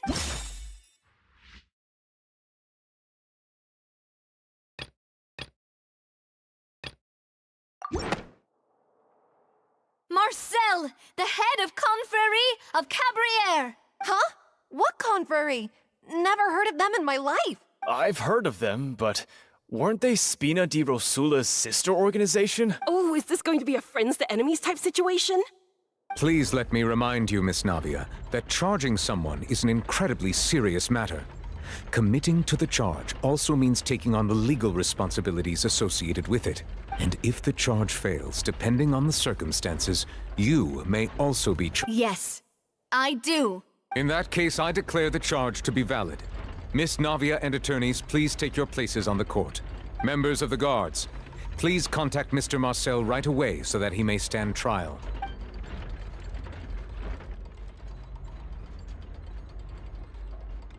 Mr. Marcel, you will not require an attorney. Is that correct? Apologies. It all just happened so quickly. I still haven't figured out what's going on. I think an attorney won't be necessary. This is probably just a misunderstanding between me and Navia. Very well.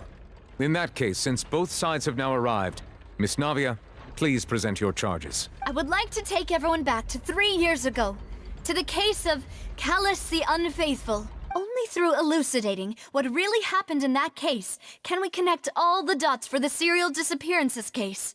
Navia, do you really think that I was the one who killed your father? Come on, why would I do that? Callus was my benefactor, and remember both you and I only ran to the scene when we heard the sound of a gun. If that's enough to make me a suspect, wouldn't that make everyone at that banquet a suspect as well? I think there's no point in getting into the specifics right now. The audience doesn't even have the big picture yet. Even I'm struggling to remember some details of that case. Exactly correct, Your Honor. I must refresh everyone's memory about that case before I can explain my charge and reasoning. I see. In which case, I will recount the findings about that case as originally recorded by Maison Gardiennage. On the day of the murder, Spina di Rosula hosted a large banquet in a countryside estate owned by the Confrérie of Cabrières. During the banquet, all attending guests heard 2 gunshots from the courtyard. When the guests arrived at the scene, they found the primary suspect, Callus, holding a gun, while his acquaintance Jacques lay dead from a gunshot wound. The guards' investigation did not recover any other firearms from the scene. As a result, they concluded that the suspect's first shot must have missed, while the second must have taken Jacques' life. The suspect did not dispute this conclusion, and also declined to defend himself in court. Instead, he chose to prove his innocence through a duel. Callus was defeated by champion duelist Clarande in the ensuing duel, and soon succumbed to the injuries.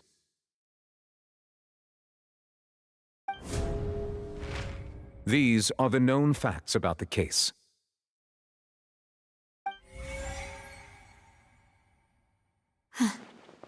The one with the motive to kill was Jacques, not my father. And even so, Jacques still had no reason to pull the trigger.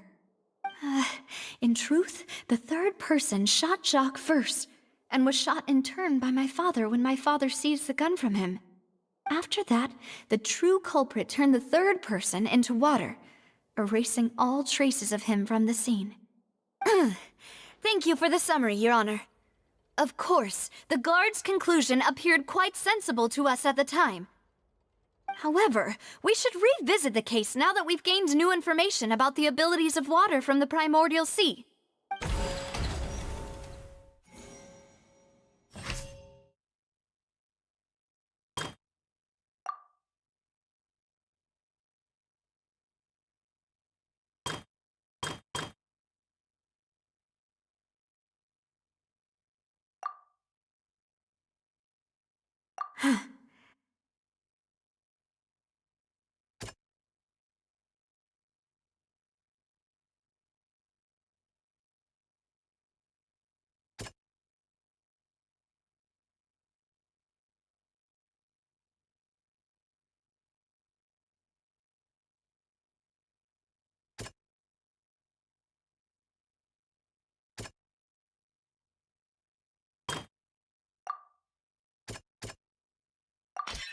This assassin first shot Jacques, then turned to shoot Callus, only for Callus to wrestle the gun from him and kill him instead.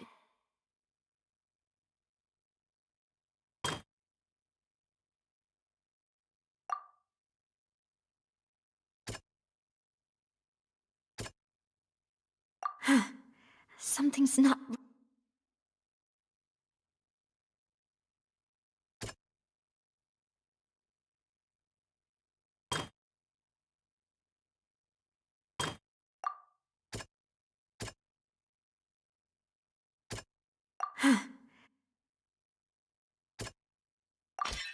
A pile of clothing was found at the scene. The guards once believed they were used by Jacques as a costume to disguise himself. But now it is clear that the clothes were proof that there was a third person at the scene, and that they were turned into water after committing the murder. Since it was raining that day, the culprit was confident that they could use the rain to wash away all traces of their dissolved accomplice.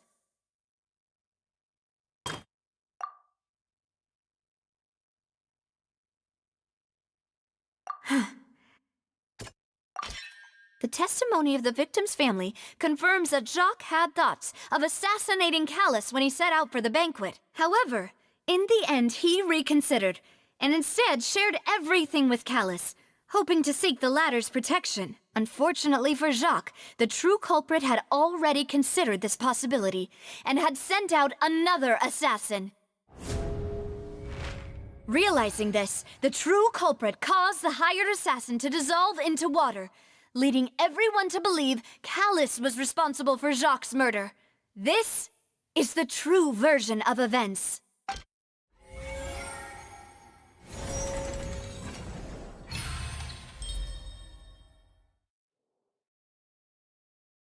So that's what happened. Wait, You're telling me something as dangerous as water from the primordial sea has been used for all these years? What a great theory. It also explains Callus's and Jacques' respective motives. I guess they didn't shoot each other after all. Mr. Marcel, you are the one being charged with the crime. You should provide a rebuttal if you wish to prove your innocence. Ah, but I think I agree with everything Navia just said. In fact, there was nothing in her speech that directly implicated me. Then, may I ask some questions? In my opinion, we primarily need to determine two things. One, do you have the evidence to back up your claims? I'm afraid not. At least not at this very moment. Boo! If you don't have any evidence, you should just go home! I may not have the evidence with me, but I know where I could go to collect it. If we look up the deserted clothes against a record of people who went missing around the same time, we should be able to find a match. Considering the serial disappearances case, the guards probably kept careful records of all missing persons from around that time, regardless of age or gender. That makes sense to me. Monsieur Neuvillette, I would consider this to be a reasonable investigative direction. Why do I feel like Farina's acting a little differently today? Maybe she's scared of embarrassing herself again? Alternatively, she's become more diligent after charging an innocent citizen in the last trial. My second question has to do with the ensuing duel. If the truth is indeed as you described, then why didn't Mr. Callus explain himself in court? If he had testified that a person had been dissolved, he could have at least mounted a defense. I've thought about this too, and the answer is actually pretty simple. He felt there were things that were more important to him. The dissolving power of water from the primordial sea is an important secret for the true culprit of the serial disappearances case. My father could have exposed it for all to see, but he chose to take it to the grave. At that time, Spina di Rosula was in dire straits, and his reputation had already been shattered. He had no guarantee that going forward with the truth would allow the culprit to be brought to justice. What was certain, however, was that it would paint a gigantic target on my back. Boss once told me that Demoiselle had already been selected as the next target of the serial disappearances case. What? If the secret had gotten out, the culprit would have fought an all-out war with Espina right there and then. I wouldn't have been the only one in danger. All of us would have stood to lose our lives.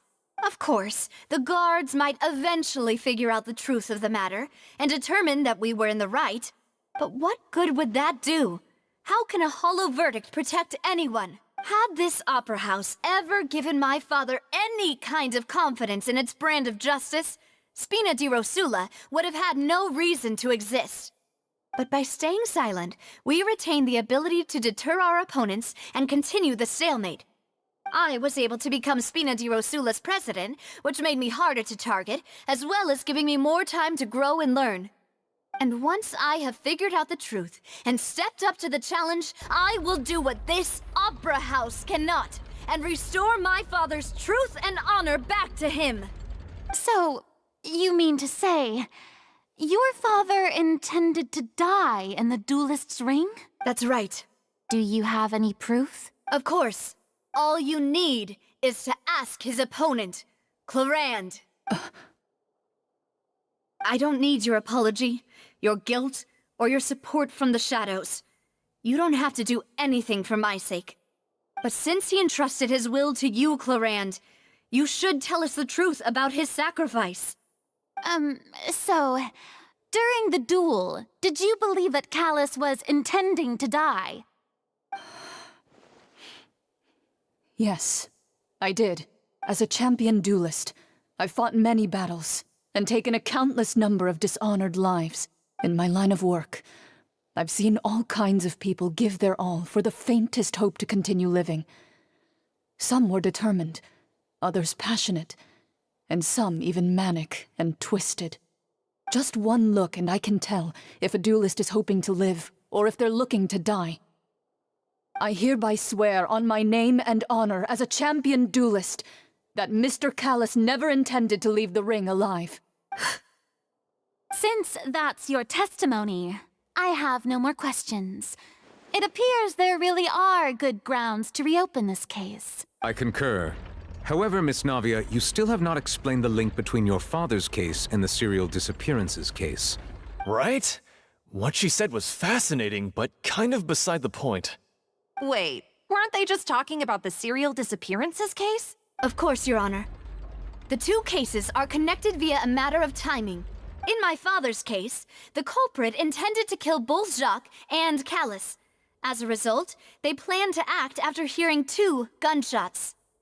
And, at the end of Linny's trial, the culprit also only dissolved the victim in front of everyone because they realized they were at risk of being identified. The culprit could only time their actions so precisely if they were already at the scene. Coincidentally, Marcel attended both the banquet and the trial. So that's why you suspected me. Even after hearing your reasoning, I still can't help but find it a little preposterous. I'm used to it, though. You've always been an impulsive and sentimental child, Navia. It's one of your most endearing traits. No need to appeal to pathos. I won't try to refute your points one by one, but even if everything you just said was true, can you prove that I was the only person present at both events? On top of that, does a person have to be physically present to control the timing? Can't someone remotely monitor the place? Don't know what she can say to that. I know that even with that, you might still think you can reduce the list of suspects with some further investigations until I'm the only one left on the list.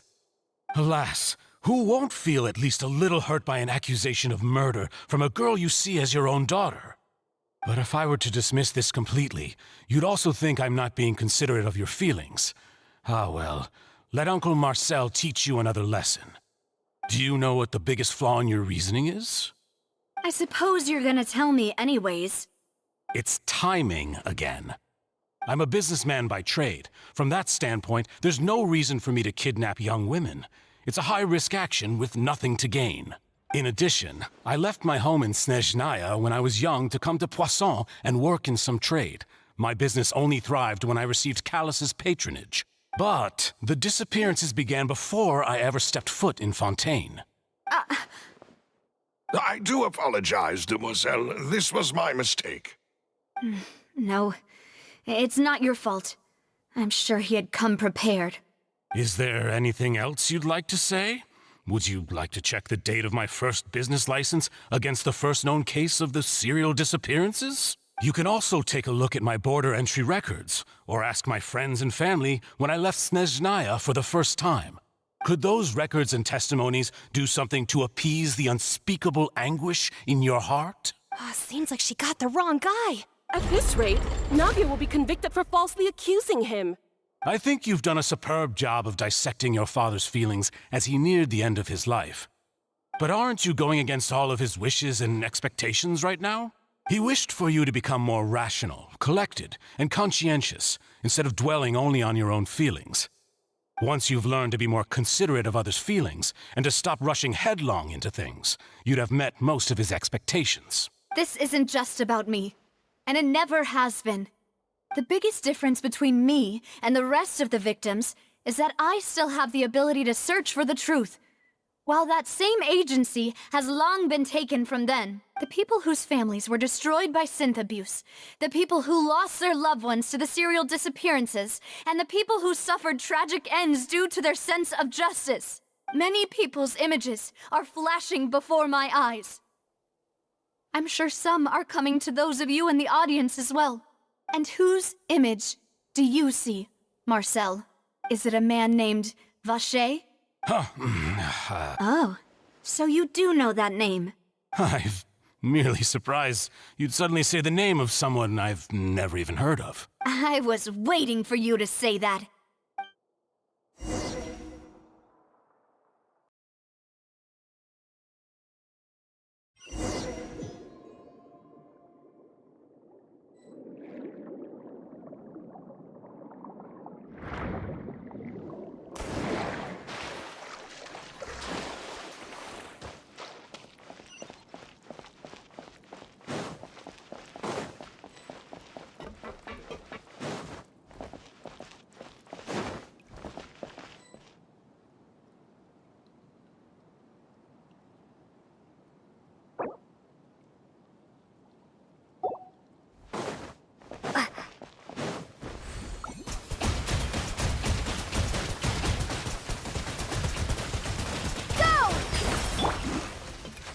wind knows me, as one with wind and cloud.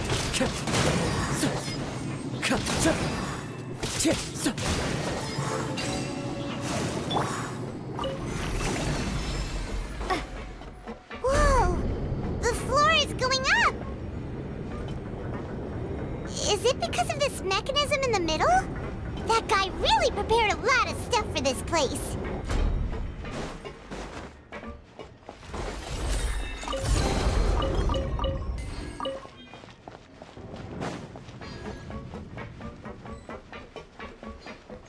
Paimon thinks we need to go up, but Paimon doesn't see a way. Let's take a look around. Maybe we'll find a hidden mechanism that'll show us the way up.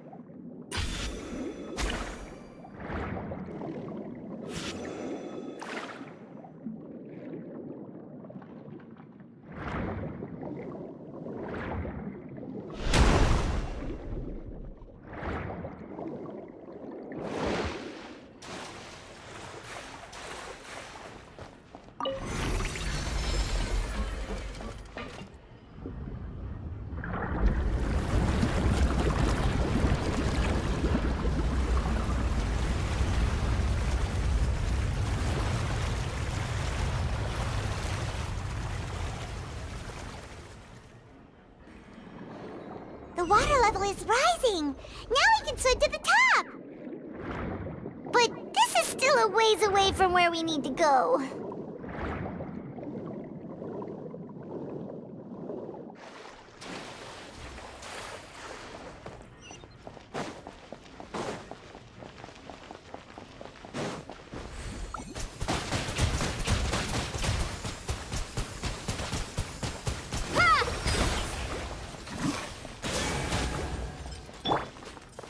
One with nature.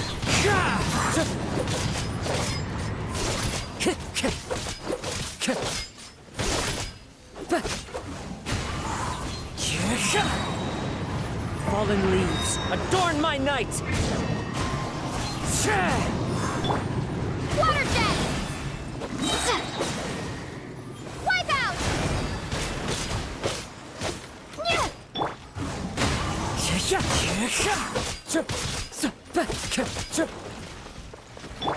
Go! Wind strider!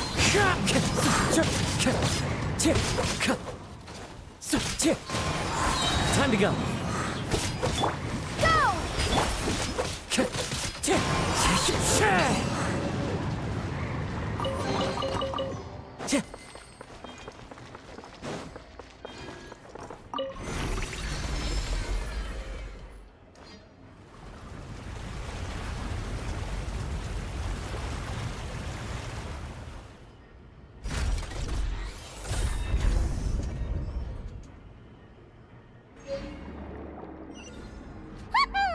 Now the path is clear! Let's go!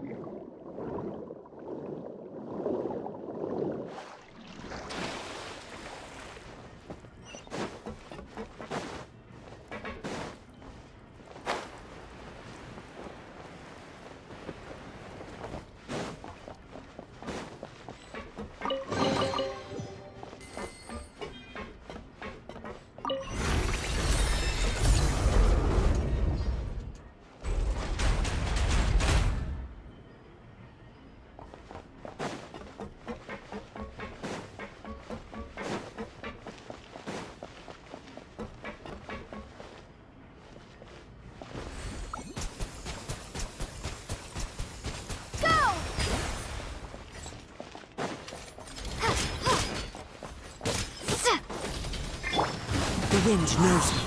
Clouds high. The birds... Go! Wind strike!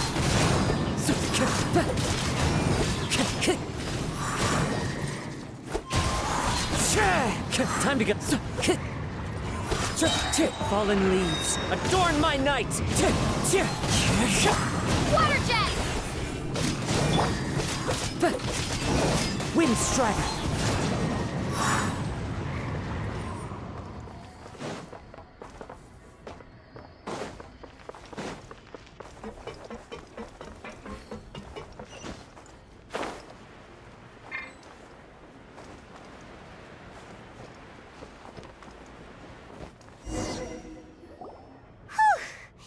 After all that, though, as expected, the mastermind isn't here. That's right. Then let's hurry up and find some evidence so we can get back to the Opera House and help Navia!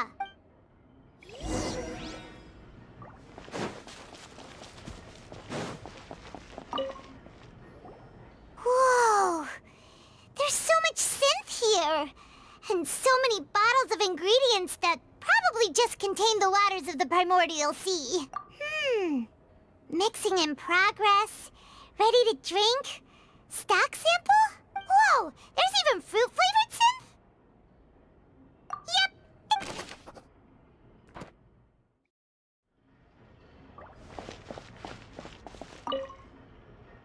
What's this over here? Looks like some kind of place for research. Experiment number 16 aims to verify Jacob Ingold's research conclusions on the primordial sea and use his theory as a foundation to achieve a breakthrough. The experiment was a failure. No individual managed to resurface from the water from the primordial sea. Female specimens 22, 23, and 24 were dissolved. Sorry, Traveler. Paimon will try her best. It's just that Paimon's never read something so scary before. How can someone write something that terrible in such a matter-of-fact tone? You read the rest. Paimon's too scared to keep going.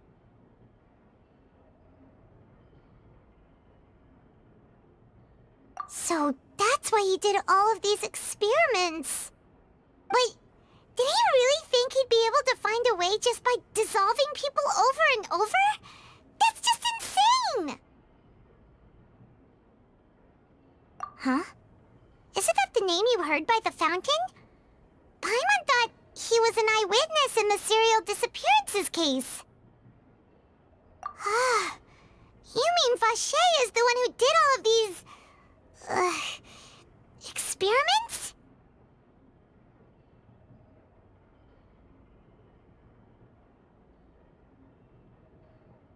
So that's it! Vacher was no victim, but personally took his lover and... No, that's not it either! If that's the case, why would he want people to resurface from the water? In any case, Paimon will write it all down.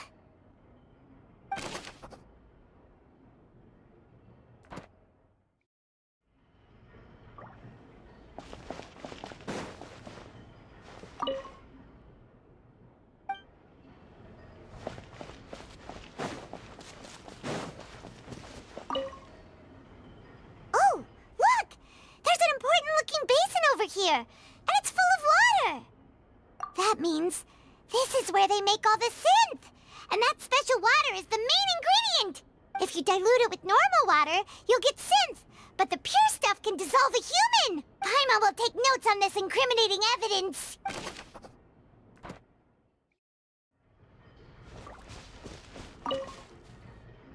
Let's see what's written here. Nothing escapes Detective Paimon's eyes. Callus. Navia's father. Oh, this seems to be an investigation report on him. Yep, it's about finding someone to assassinate Jacques and Callus because of a lack of confidence that Jacques himself would go through with it. This should prove the existence of the third person, right?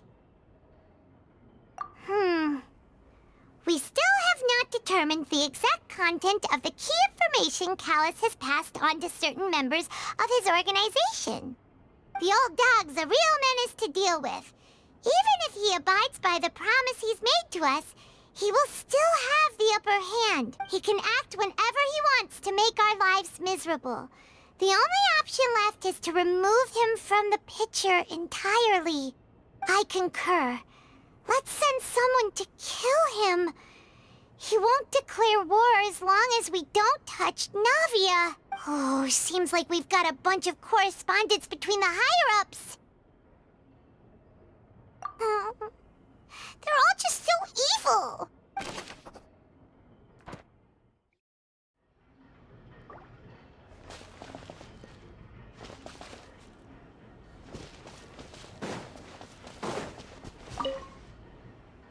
What's all this? Aw, it's a bunch of really cute things. Pink accessories, a hair tie, a necklace, even a makeup box. Oh, Paimon sees it too, but why are all these cute things labeled with different girls' names? Huh? You mean the girls from the serial disappearances? They were brought here? And then they were turned into water. And all the boxes of things. These names. That means... Oh, this is terrible. We've looked at almost everything here, and it seems like our theories were spot on. But, yeah, we haven't found anything that reveals his true identity. No wonder even Nervalette wasn't able to find anything.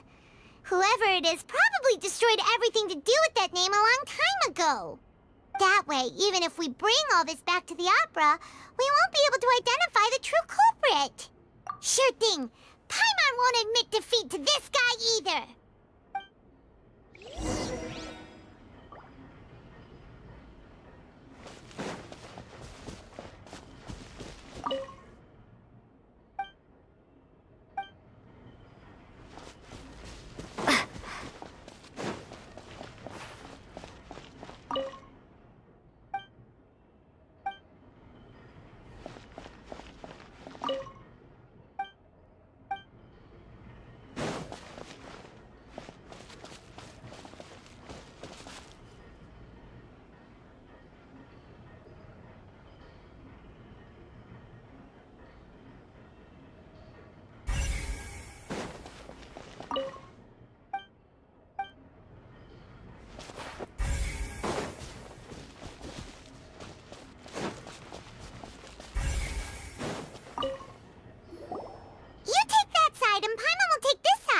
Check everything carefully. We'll find something for sure.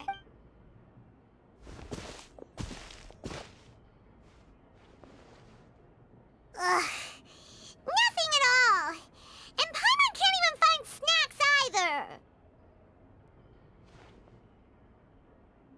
Whoa, really? Let Paimon see. Vinier. Isn't that Vache's lover's name? Then you found her diary. Let's see. Aw, it's just a normal diary chronicling their love story. So many! A whole page's worth! But they're all crossed out. Was she unhappy with all of them? The final name she decided on was Marcel. Wait, but Marcel's pretty old. Hey!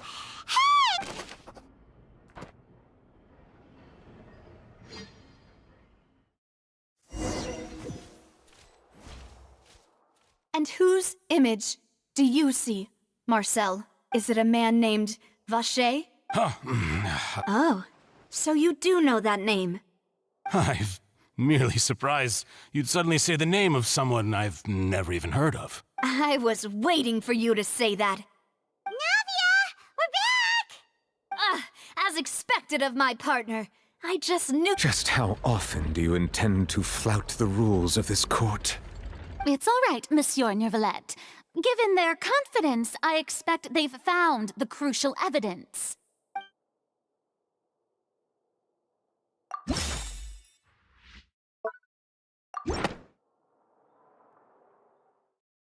But the truth of it, Marcel, is that you've always been Vache. Huh? We've investigated your lair and we already know everything!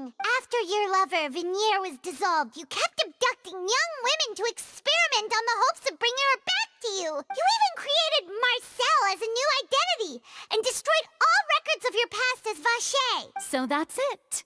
Even the villains in opera performances rarely go that far. And with that, Marcel's motive has now been established. This information regarding your past also dismantles your prior timing defense. Well, Marcel, do you know where you went wrong?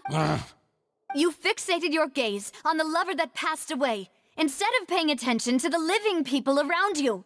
So, you never noticed how we changed, or how we grew as individuals. You also never understood Boss's real expectations for his daughter.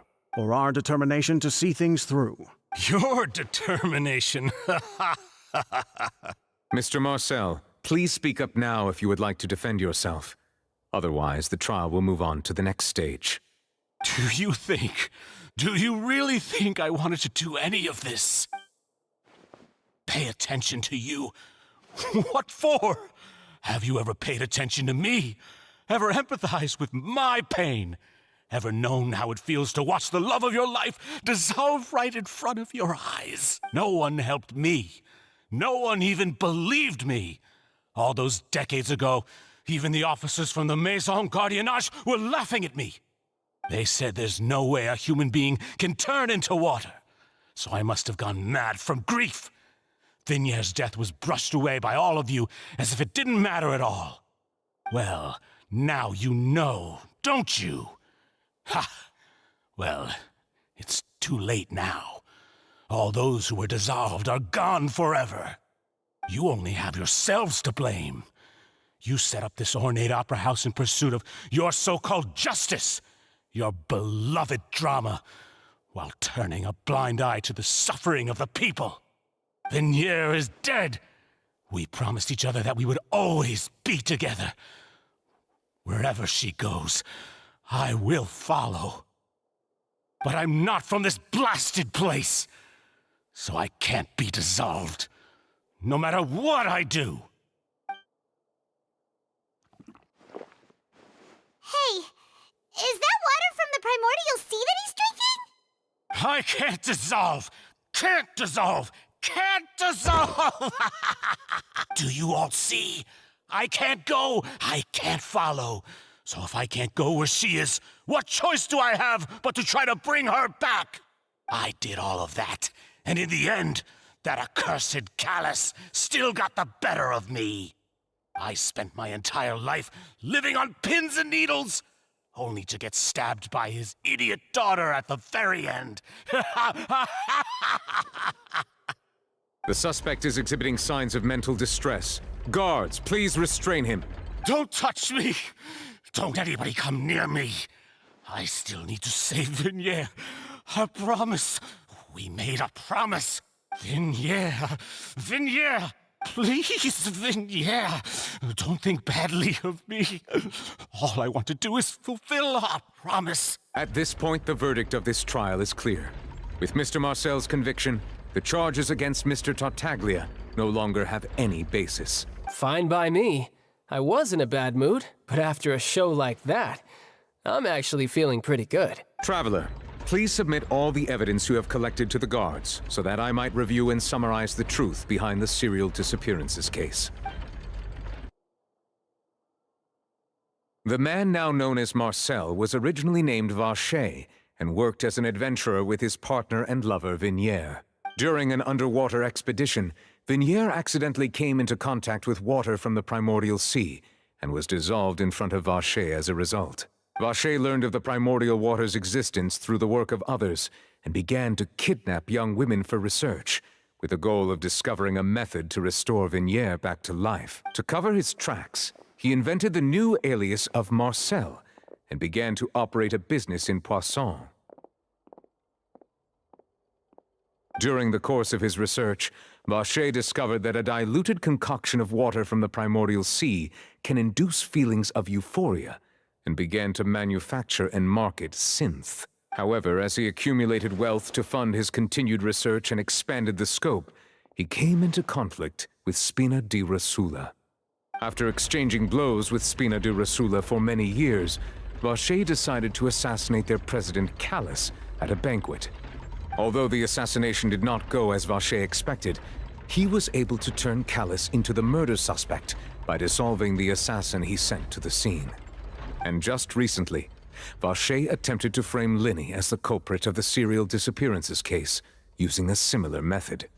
However, his attempt to frame Linny failed, and the power of water from the primordial sea became public knowledge.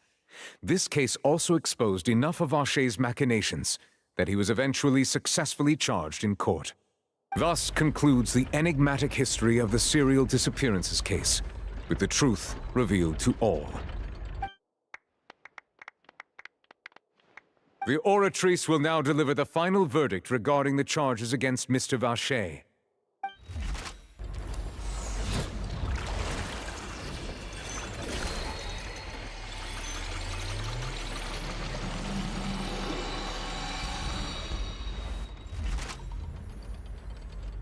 According to the judgment of the Oratrice Mécanique d'Analyse Cardinale, Mr. Vache is guilty. Guards! Take Vache away. Good. It's what he deserves. With that, the serial disappearances case is over now. We really just witnessed history. Who would have thought the true culprit would be such a polite and well-spoken guy? Yippee! We helped Navia bring the bad guy to justice! He's hurt so many innocent people and now he's finally getting what he deserves. Huh? Are you okay? Demoiselle, you were absolutely brilliant. The day our late boss had always hoped for has finally come. You can rest easy now, knowing justice has been served. Yeah. See, Papa? Spina di Rosula's still doing well with me at the helm. Well now, hasn't this been a most delicious piece of drama? The villain has been caught, justice has been served, past wrongs have been righted, and it's a big ol' happy ending. Since it's been such a great show, I'll just let the false accusations against me slide. Either way, I've still got some business to attend to. So, if you'll excuse me... Please wait just one moment, Mr. Tartaglia. What now? None of this has anything to do with me. According to court protocol, since this trial was initiated due to a charge against you, a verdict must also be made regarding the initial charge before the trial can conclude. Oh, come on. Is this really necessary? Haven't you already caught the real criminal? Isn't it time for side characters like me to exit stage left? Please respect the laws of Fontaine. This has always been the rule. All right, but this sure is a lot of hassle. All I need to do is stand over there, right? Let's just get this over with. Through evidence presented in the public trial that was just held, it has been established that Mr. Tartaglia has no direct connection to the serial disappearances case. The guilty party has been identified, and thus it is logical to suppose Mr. Tartaglia is innocent of the charges. We now turn to the Oratrice Mécanique d'Analyse Cardinale to render the final verdict on the charges.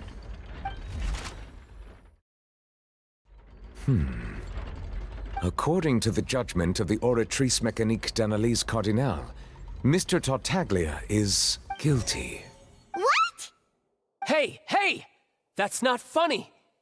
Didn't you just say I'm supposed to be innocent? What's with this verdict? Is your justice machine malfunctioning? Huh? This has never happened before. The Oratrice actually returned a different verdict from the Chief Justice. I mean, have you ever heard of an innocent Fatui Harbinger? Do you think the Oratrice might have just convicted him on general principle? But weren't the charges about the serial disappearances case? No matter what else he's guilty of, it shouldn't affect the verdict in this case, right? The judgment of the Oratrice Mécanique d'Analyse Cardinale is, by law, the final verdict of the court. We must accept the guilty verdict. Guards, please take the suspect into custody per court protocol.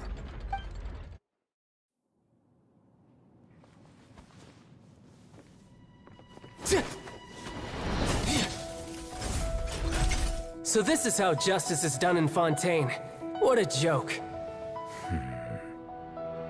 You've got your rules. Well, I've got mine too!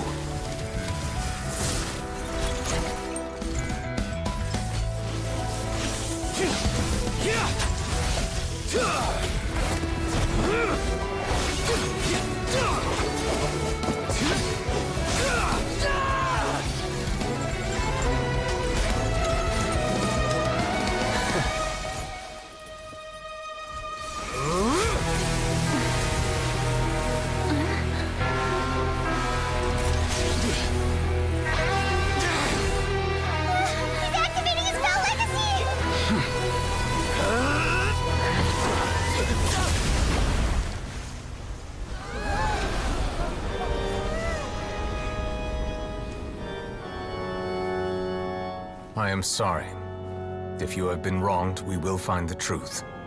But the rules of the court must be upheld.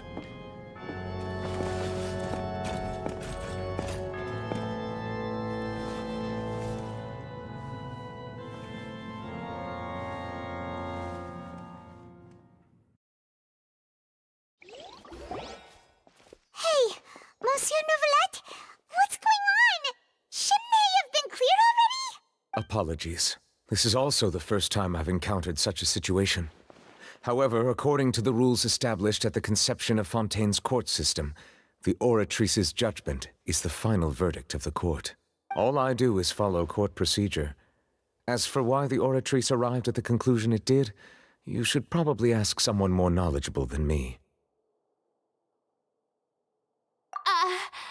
Why are you looking at me? I had nothing to do with it! I don't know what happened there either! Hey, stop staring at me! What does Lady Farina mean by that? She says she has no idea either? But that's impossible. Yeah, so are the verdicts reliable or not? Can results like this really be called justice? My dearest citizens, did you really think we'd allow an incorrect verdict to be handed out in this court? Did you really believe that the judgment could be mistaken or be the result of some sort of random mishap? Don't tell me. You thought even I had been blindsided by the Oratrice's result. But the way she looked just now, it was pretty obvious she had no idea what was going on. However, given the state of things, I shall give you an explanation. Everything that just took place, including my supposed shock and bafflement, was a part of an elaborate performance, with every action meant to stir up drama and excitement. And, of course, for every performance there is a script. Everything has unfolded exactly as I expected from the very beginning. As the embodiment of the very concept of justice, the Oratrice shall never render an arbitrary judgment! If you thought Child had nothing to do with the serial disappearances case, it is only because you've been blinded by the superficial appearance of innocence. Everything he's done, not to mention the danger he poses, are beyond ordinary comprehension and completely unforgivable! All shall be revealed in time. You will come to understand my noble intentions, as well as the absolute correctness of the Oratrice's verdict.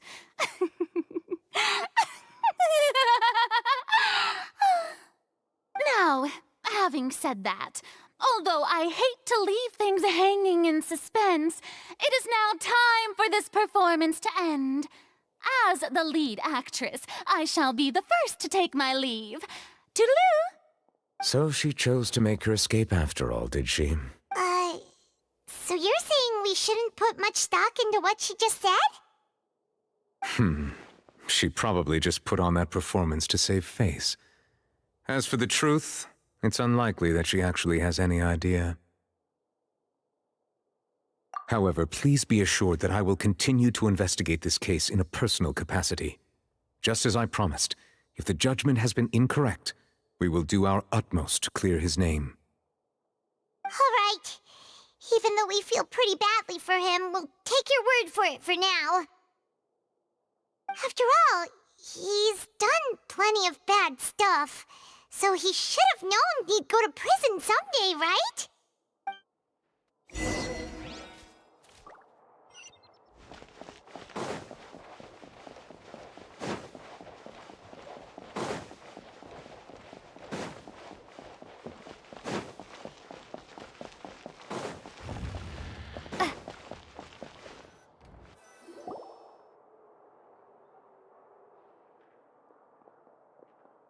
Hey, what are you doing? Quick, stop him!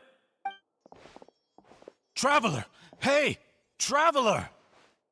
Ah! Marcel! What are you doing over here? Stop resisting arrest! Cease, or we'll add another charge to the list! No, wait! I just want to ask the Traveler something. I'm not looking to run away. Please, just let me ask this one small thing. Go on. Thank you. I was being led away when I finally realized something. Where did you first hear the name Vache? I erased all records of that name. So, unless... Are you still trying to prove your innocence? Give it up. You've already been... Really? You did? You're sure? The Fountain of Lucine? Then she's been so close to me all along. And I just never... Please give me a chance to talk to her again. Just let the Traveler take me to the fountain to see her one last time. This is the last request I'll ever make in my life. You can do whatever you want to me afterwards. I don't care. What? Give an inch and you want to take a mile? Do you think serial killers get to make requests like that? Paimon agrees. Why should we give him what he wants when he's only done a ton of super terrible things? This request, is it worth as much to you as your life? Of course! Wait, no. It's worth even more than my life. Humans. Will they betray the instinct to live just to satisfy spiritual needs? Very well. I will grant your request. Your Honor, I fear that... I will go with him.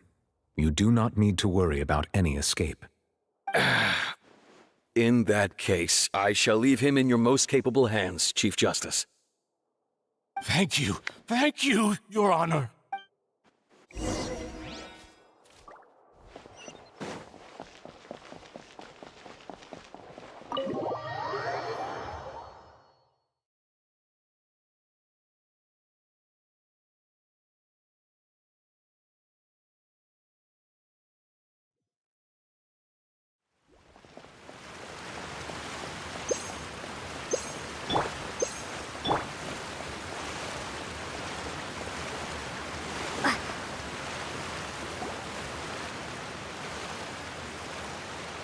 Is this the place?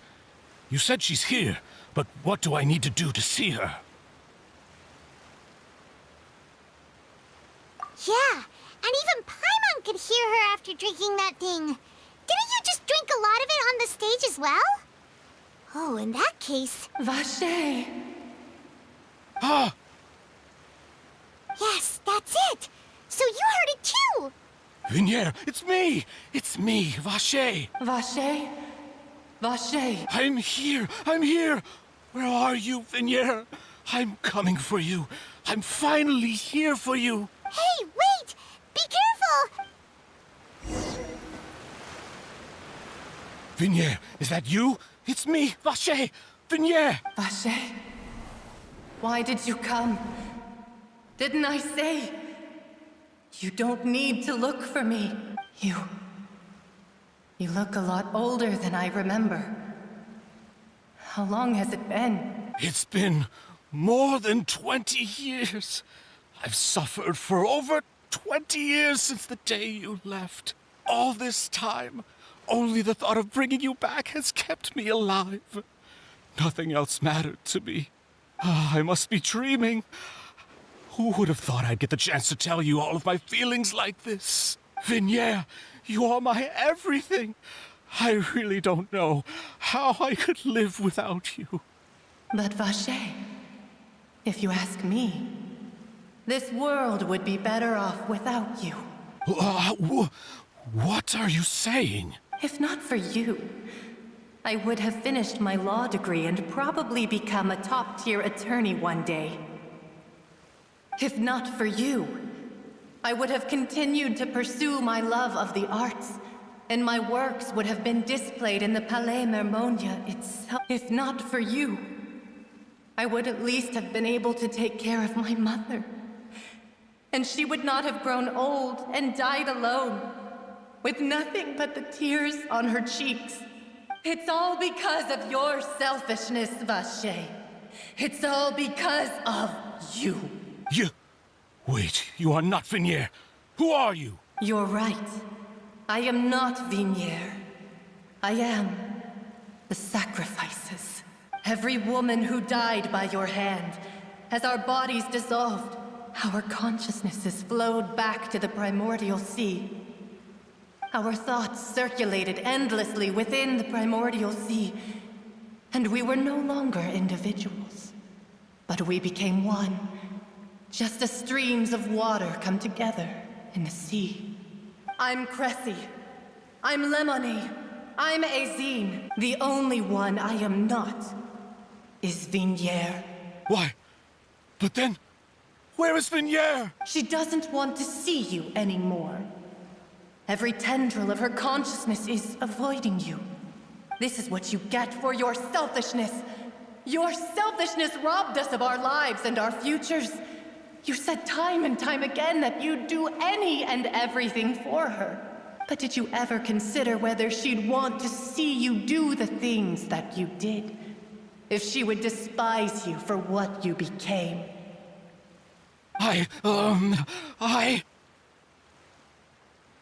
You are a liar, a heartless murderer, and a cowardly narcissist. The only thing you are not is Vignier's beloved. From the moment your first victim died and her consciousness merged with Vignier's, she has had nothing but pure hatred for you.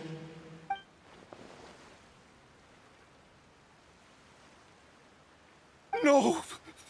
Vignier! She can't hate me. Let me see her, please. Have mercy. You still don't understand. When I said don't look for me, that came from the real Vignier. She really doesn't want to see you anymore. But on top of that, she also said that because it's her final drop of pity for you. She said that because she knew that if you did come here, we will show no mercy to you. Vache. Vache? Vache? Vache? Vache? Vache? Drown.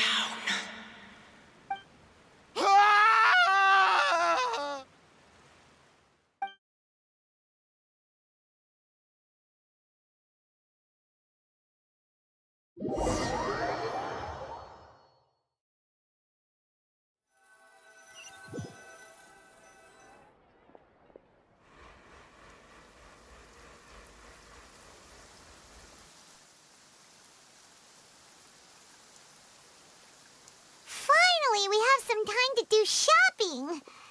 Gosh, it's really been a long time since we've been able to relax. Well met, partner. I knew something great was going to happen when I woke up in such a good mood today. Even this weather can't put a damper on the demoiselle's mood. It's a pleasure to see you both again. Oh, hey, Navia! It's been a few days. Paimon's already started to miss you. Oh, now that I believe. I'm easy to work with and always bring home the bacon. Who wouldn't treasure having a partner like me? Sounds like you're really enjoying life these days, Navia. What have you been busy with since the trial? It's just been one thing after the other. I've been making non-stop trips between Poisson and the courts in Sen. Everyone from Spina di Rosula organized a memorial for my father. We never held a memorial when he first died, since everyone knew that even if we held one back then, no one was going to come. This time, though, everyone in Poisson, and even many people from the court, all attended.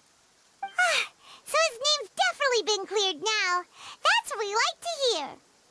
It's been the dearest wish of Demoiselle all along. That blasted stubborn fool. I was right to put my faith in him. I'm so glad I didn't give up on the case all those years ago. Oh, by the way, I ran into Charlotte just after I left the memorial service.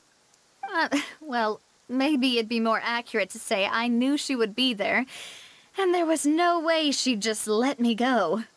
Huh? So you know Charlotte too? The Charlotte? Journalist from the Steambird?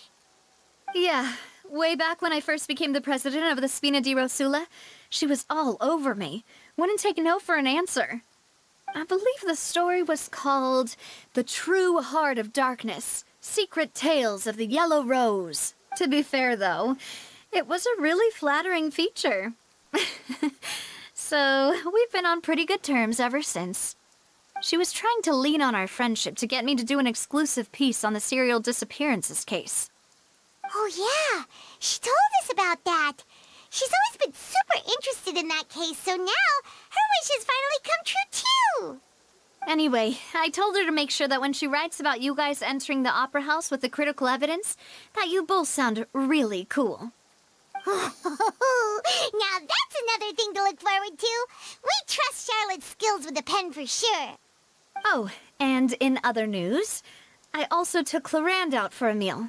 Oh, are you two on better terms now? While you were investigating Vaché's headquarters, Clarand gave testimony on my father's behalf.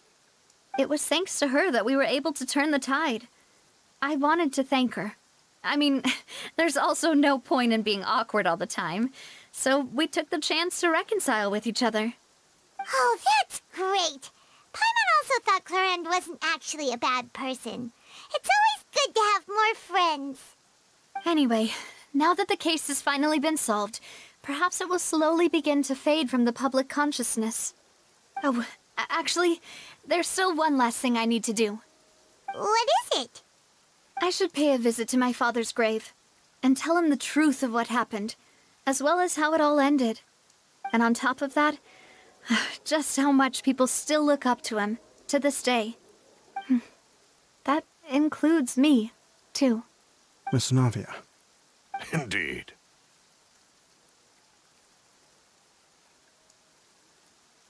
We want to go too! We also think Callus is a really admirable person.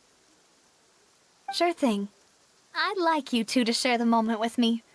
After all, without you, there might not have been such a positive ending. And in that case, everyone, let's be off. Considering the recent weather, we'll be lucky if we can reach Poisson before dark. Yeah, you're right. It's been raining non-stop for a few days now.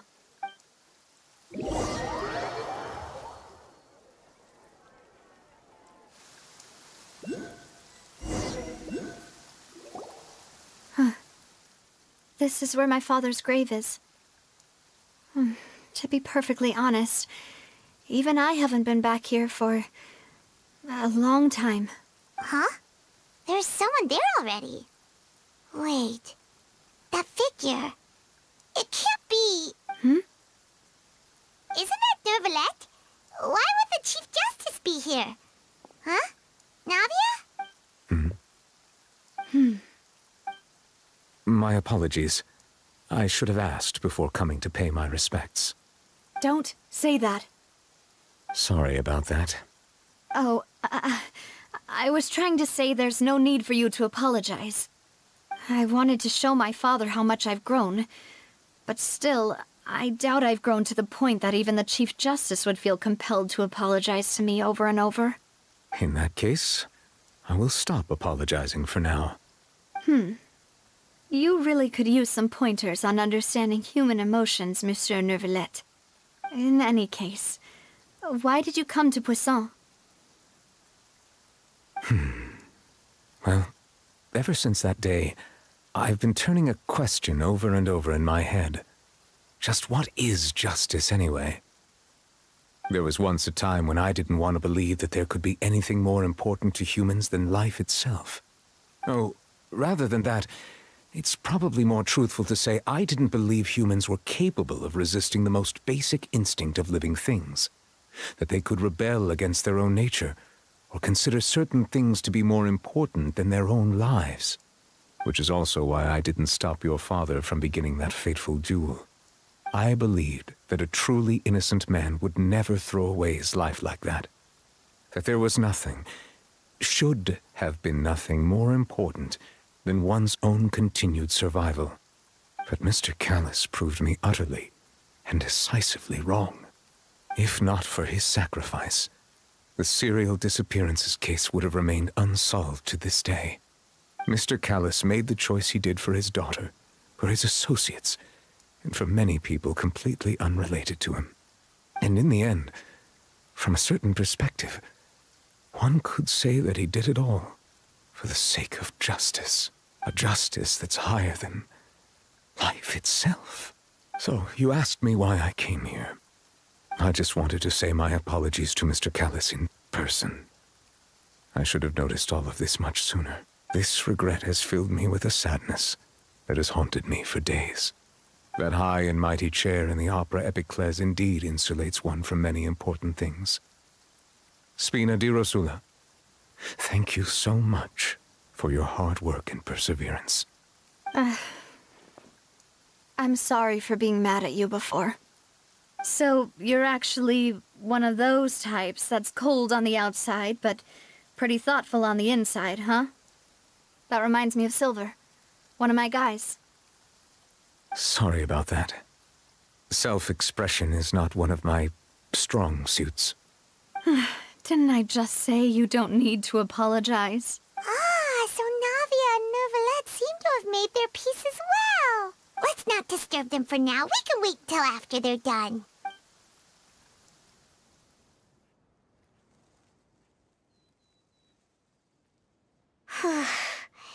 Paimon's never paid respects at someone's grave before.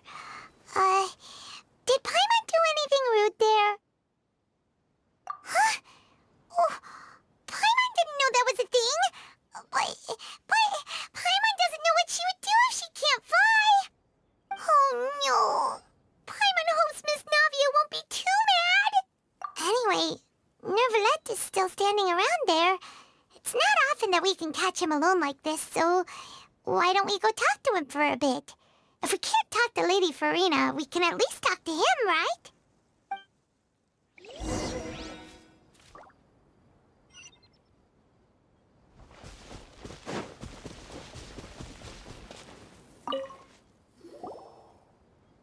Oh, it's you two.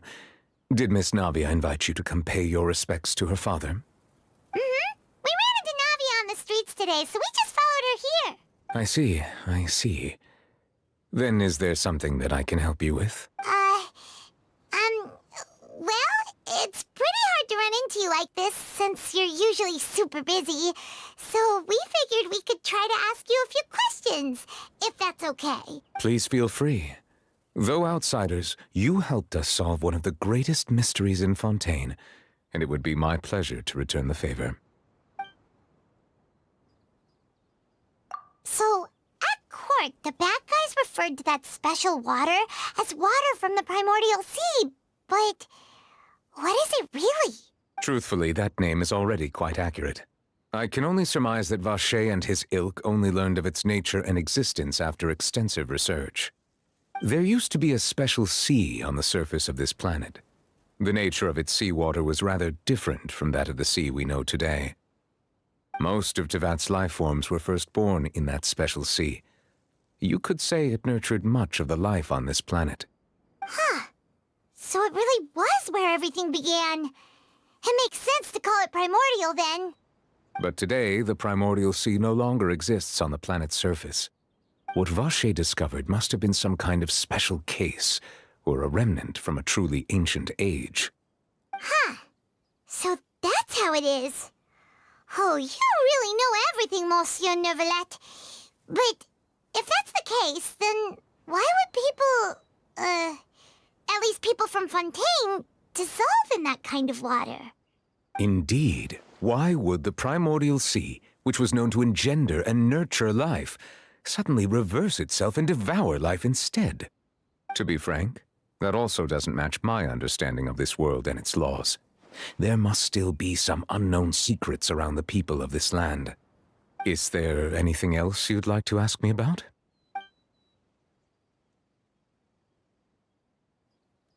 That the sea levels will rise and everyone will be dissolved in water, leaving Farina crying alone on her throne, but the sins of the people will be finally washed away for good. Does that appropriately summarize the version you've heard? That's right! It was Lenny that told us back then. And that about covers all the main points. Yes, up to the present, I think we reached a point where we have no choice but to confront this prophecy directly. Rumors have it that this prophecy is rooted in the last words the former Hydro Archon left to the world before she passed away. A prophecy? Of the former Hydro Archon? Wow. This is the first time that we've ever heard of it. 2 parts of the prophecy have already proven correct. The rising sea levels and the ability of the people of Fontaine to be dissolved. We should be more vigilant and stay on the watch for further signs. Speaking of the prophecy, Farina has also always taken it quite seriously. Indeed, she has been collecting information and intelligence from across TheFatRat for this purpose. If the rumors were true, then perhaps this prophecy is the conundrum left to Farina by her predecessor. But with Farina being the way she is, can we really trust her to solve it?